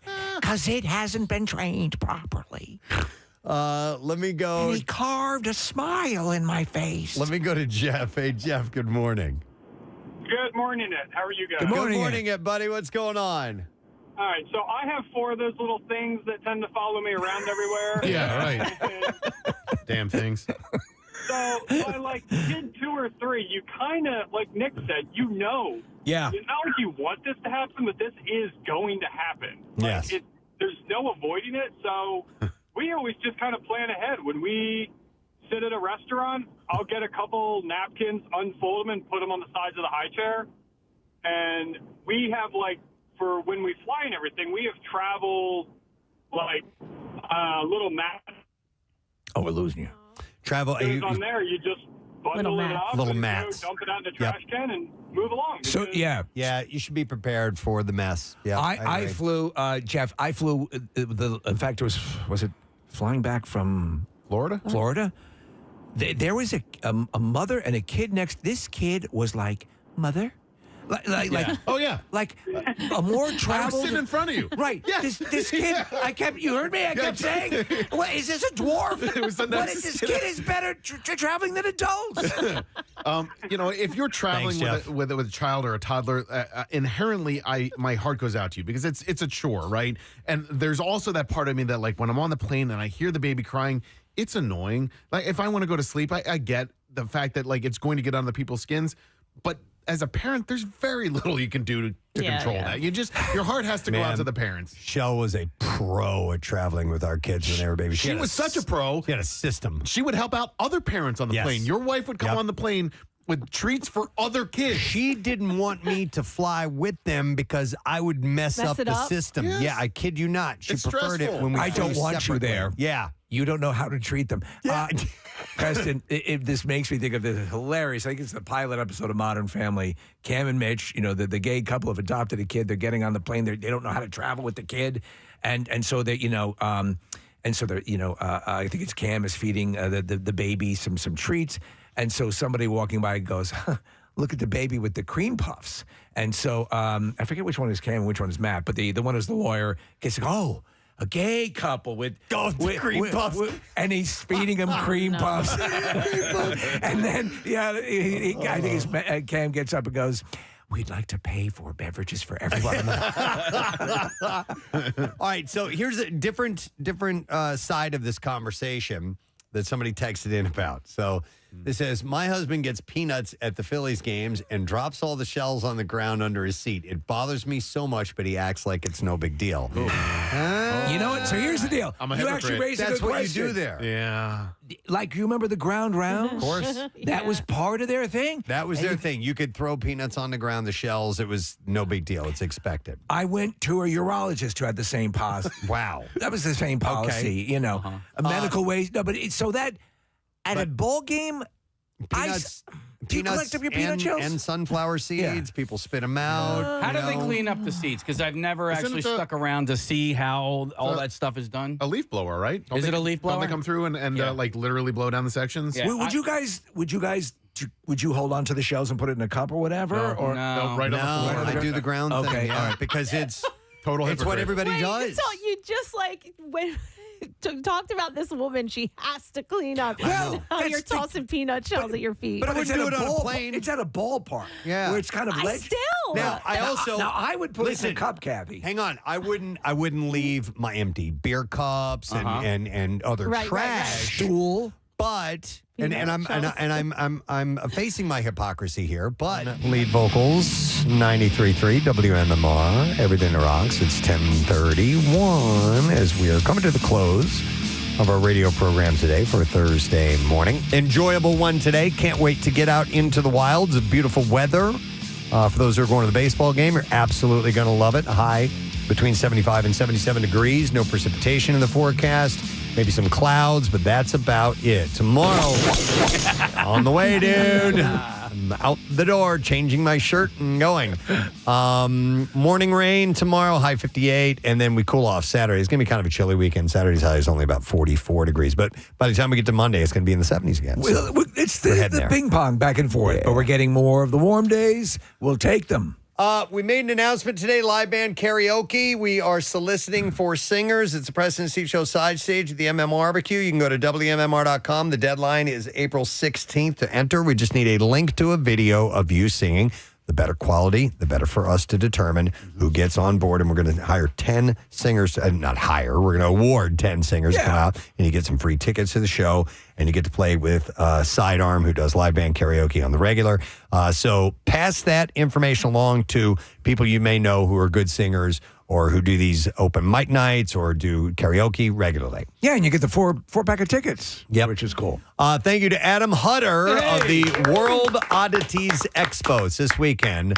Saturday and Sunday, Jackie Bam Bam's going to be at the event at the Convention Center, Philadelphia Convention Center. And it's all things macabre and odd and strange and interesting and unique, and let your freak flag fly at this event. If you didn't know what Adam did for a living, you would assume that he held an oddities convention. Yeah, totally. Super nice guy. So we're happy to have him by this morning. Go to worldodditiesexpo.com. And Ricky Metallico. Ricky Bo throwing out the first pitch of the home opener today. We had a nice little chat about the Phils and about his career and the fact that he's hosting or he's presenting us with an award through the American Red Cross at the Red Ball, which is tomorrow night. Please Touch Museum. It's this invite-only event, and we're excited to be there. It's very exciting, yeah. Yeah, so Matt Cord's here.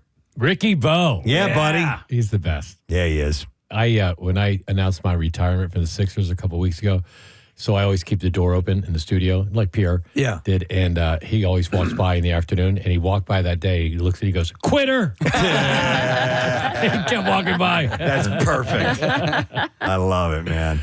I think he'll throw out that pit. He'll have the best out of all those guys. Yeah. Easily. I would think so. Yeah. He said it'll be sad if he doesn't. Yeah. If he doesn't. He's the youngest. He's still in pretty good shape. Yeah, absolutely. And he was a pitcher. Yeah. You know, like out loud. Yeah. He was A an couple all-star. years ago, we had him pitching to you in the parking lot, Case. Yeah, I mean, I got a hit off him, but we made sure to gas him out first. Big time. He was pissed because he sat down there throwing for like 45 minutes. So like, are we going to do this or not? My arm's giving out on me. Yeah. Well, we did that. Closer, man. Are you going to work for 10 minutes? Yeah. They did their knockout tournament last night after the Sixer game, and he you're not supposed to like block people or block. He blocked this kid's shot. Yeah. And he lost. Yeah. Yeah. He got ejected from the game for a flagrant foul. I watched. Yeah. He's competitive. Yep. Yeah, he is. All right, you ready for the letter? Yes. All right. Preston and Steve on 93.3 WMMR. Now, the Daily Letter. And the Preston and Steve Show is brought to you today by the letter I, as in Iris. Iris. That's a title of a song. You bleed just to know you're alive. All right, we're going to give away tomorrow a pair of tickets to 4 amazing shows. Freedom Mortgage Pavilion. Black Crows, June 12th. Five Finger Death Punch, July 20th. Motley Crue, July 27th. And then Breaking Benjamin on September 2nd. Tickets are on sale for all those shows via Ticketmaster. So give it away tomorrow. What's up on today's show, man? All right. So our female artists today, and I believe they were on your show, The Warning. Oh, they're great. Right? We love them. 3 sisters from Mexico. They're amazing. Yeah. Yeah. And isn't their mom like their manager? Or? I thought it was their dad, but I'm not 100% sure. But they've been on the program twice. They played the Barbecue a while back. We had them for an interview for that. And yeah, they're amazing. They're all 3 great musicians. And Pal, the drummer, she's badass. Oh, cool. Yeah. So they're dyed-in-the-wool rockers. We're going to play a block of them. We're going to play, it's Steven Tyler's birthday today. Tyler Rico, his birth name. Aerosmith. And then we're going to play a bunch of baseball songs. Perfect. Glory Days, Center Field, Boys Are Back. And, what else could I get? Paradise by the Dashboard Light. Yeah, that's a good one. Yeah. Phil Rizzuto. Yeah.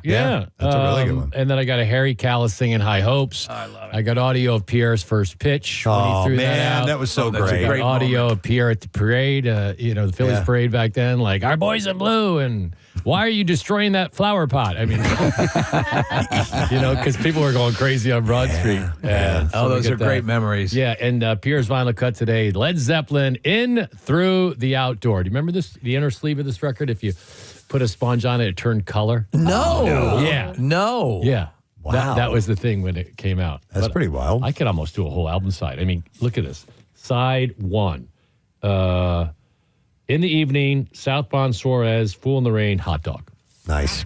I love Fool in the Rain. And if that's not it, we have D student trivia today. Okay. In fact, I need someone to come in and help me around 1:40 if anyone's around. All right. Gabby works the Phillies games. Oh.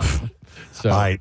Anyone on the staff, please help anyone in the building, anyone come in and read these 10 questions, and the prize is tickets to see Sebastian Maniscalco. Oh, awesome. In Atlantic City. Yeah. Atlantic City. Yeah. Excellent.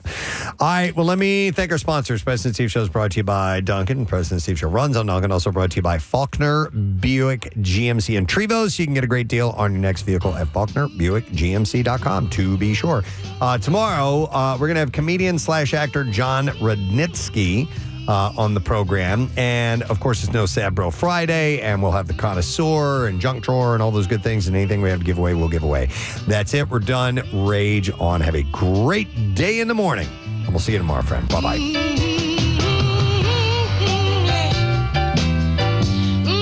Preston and Steve on 93.3 WMMR. Hey, everybody, it's good to have you on the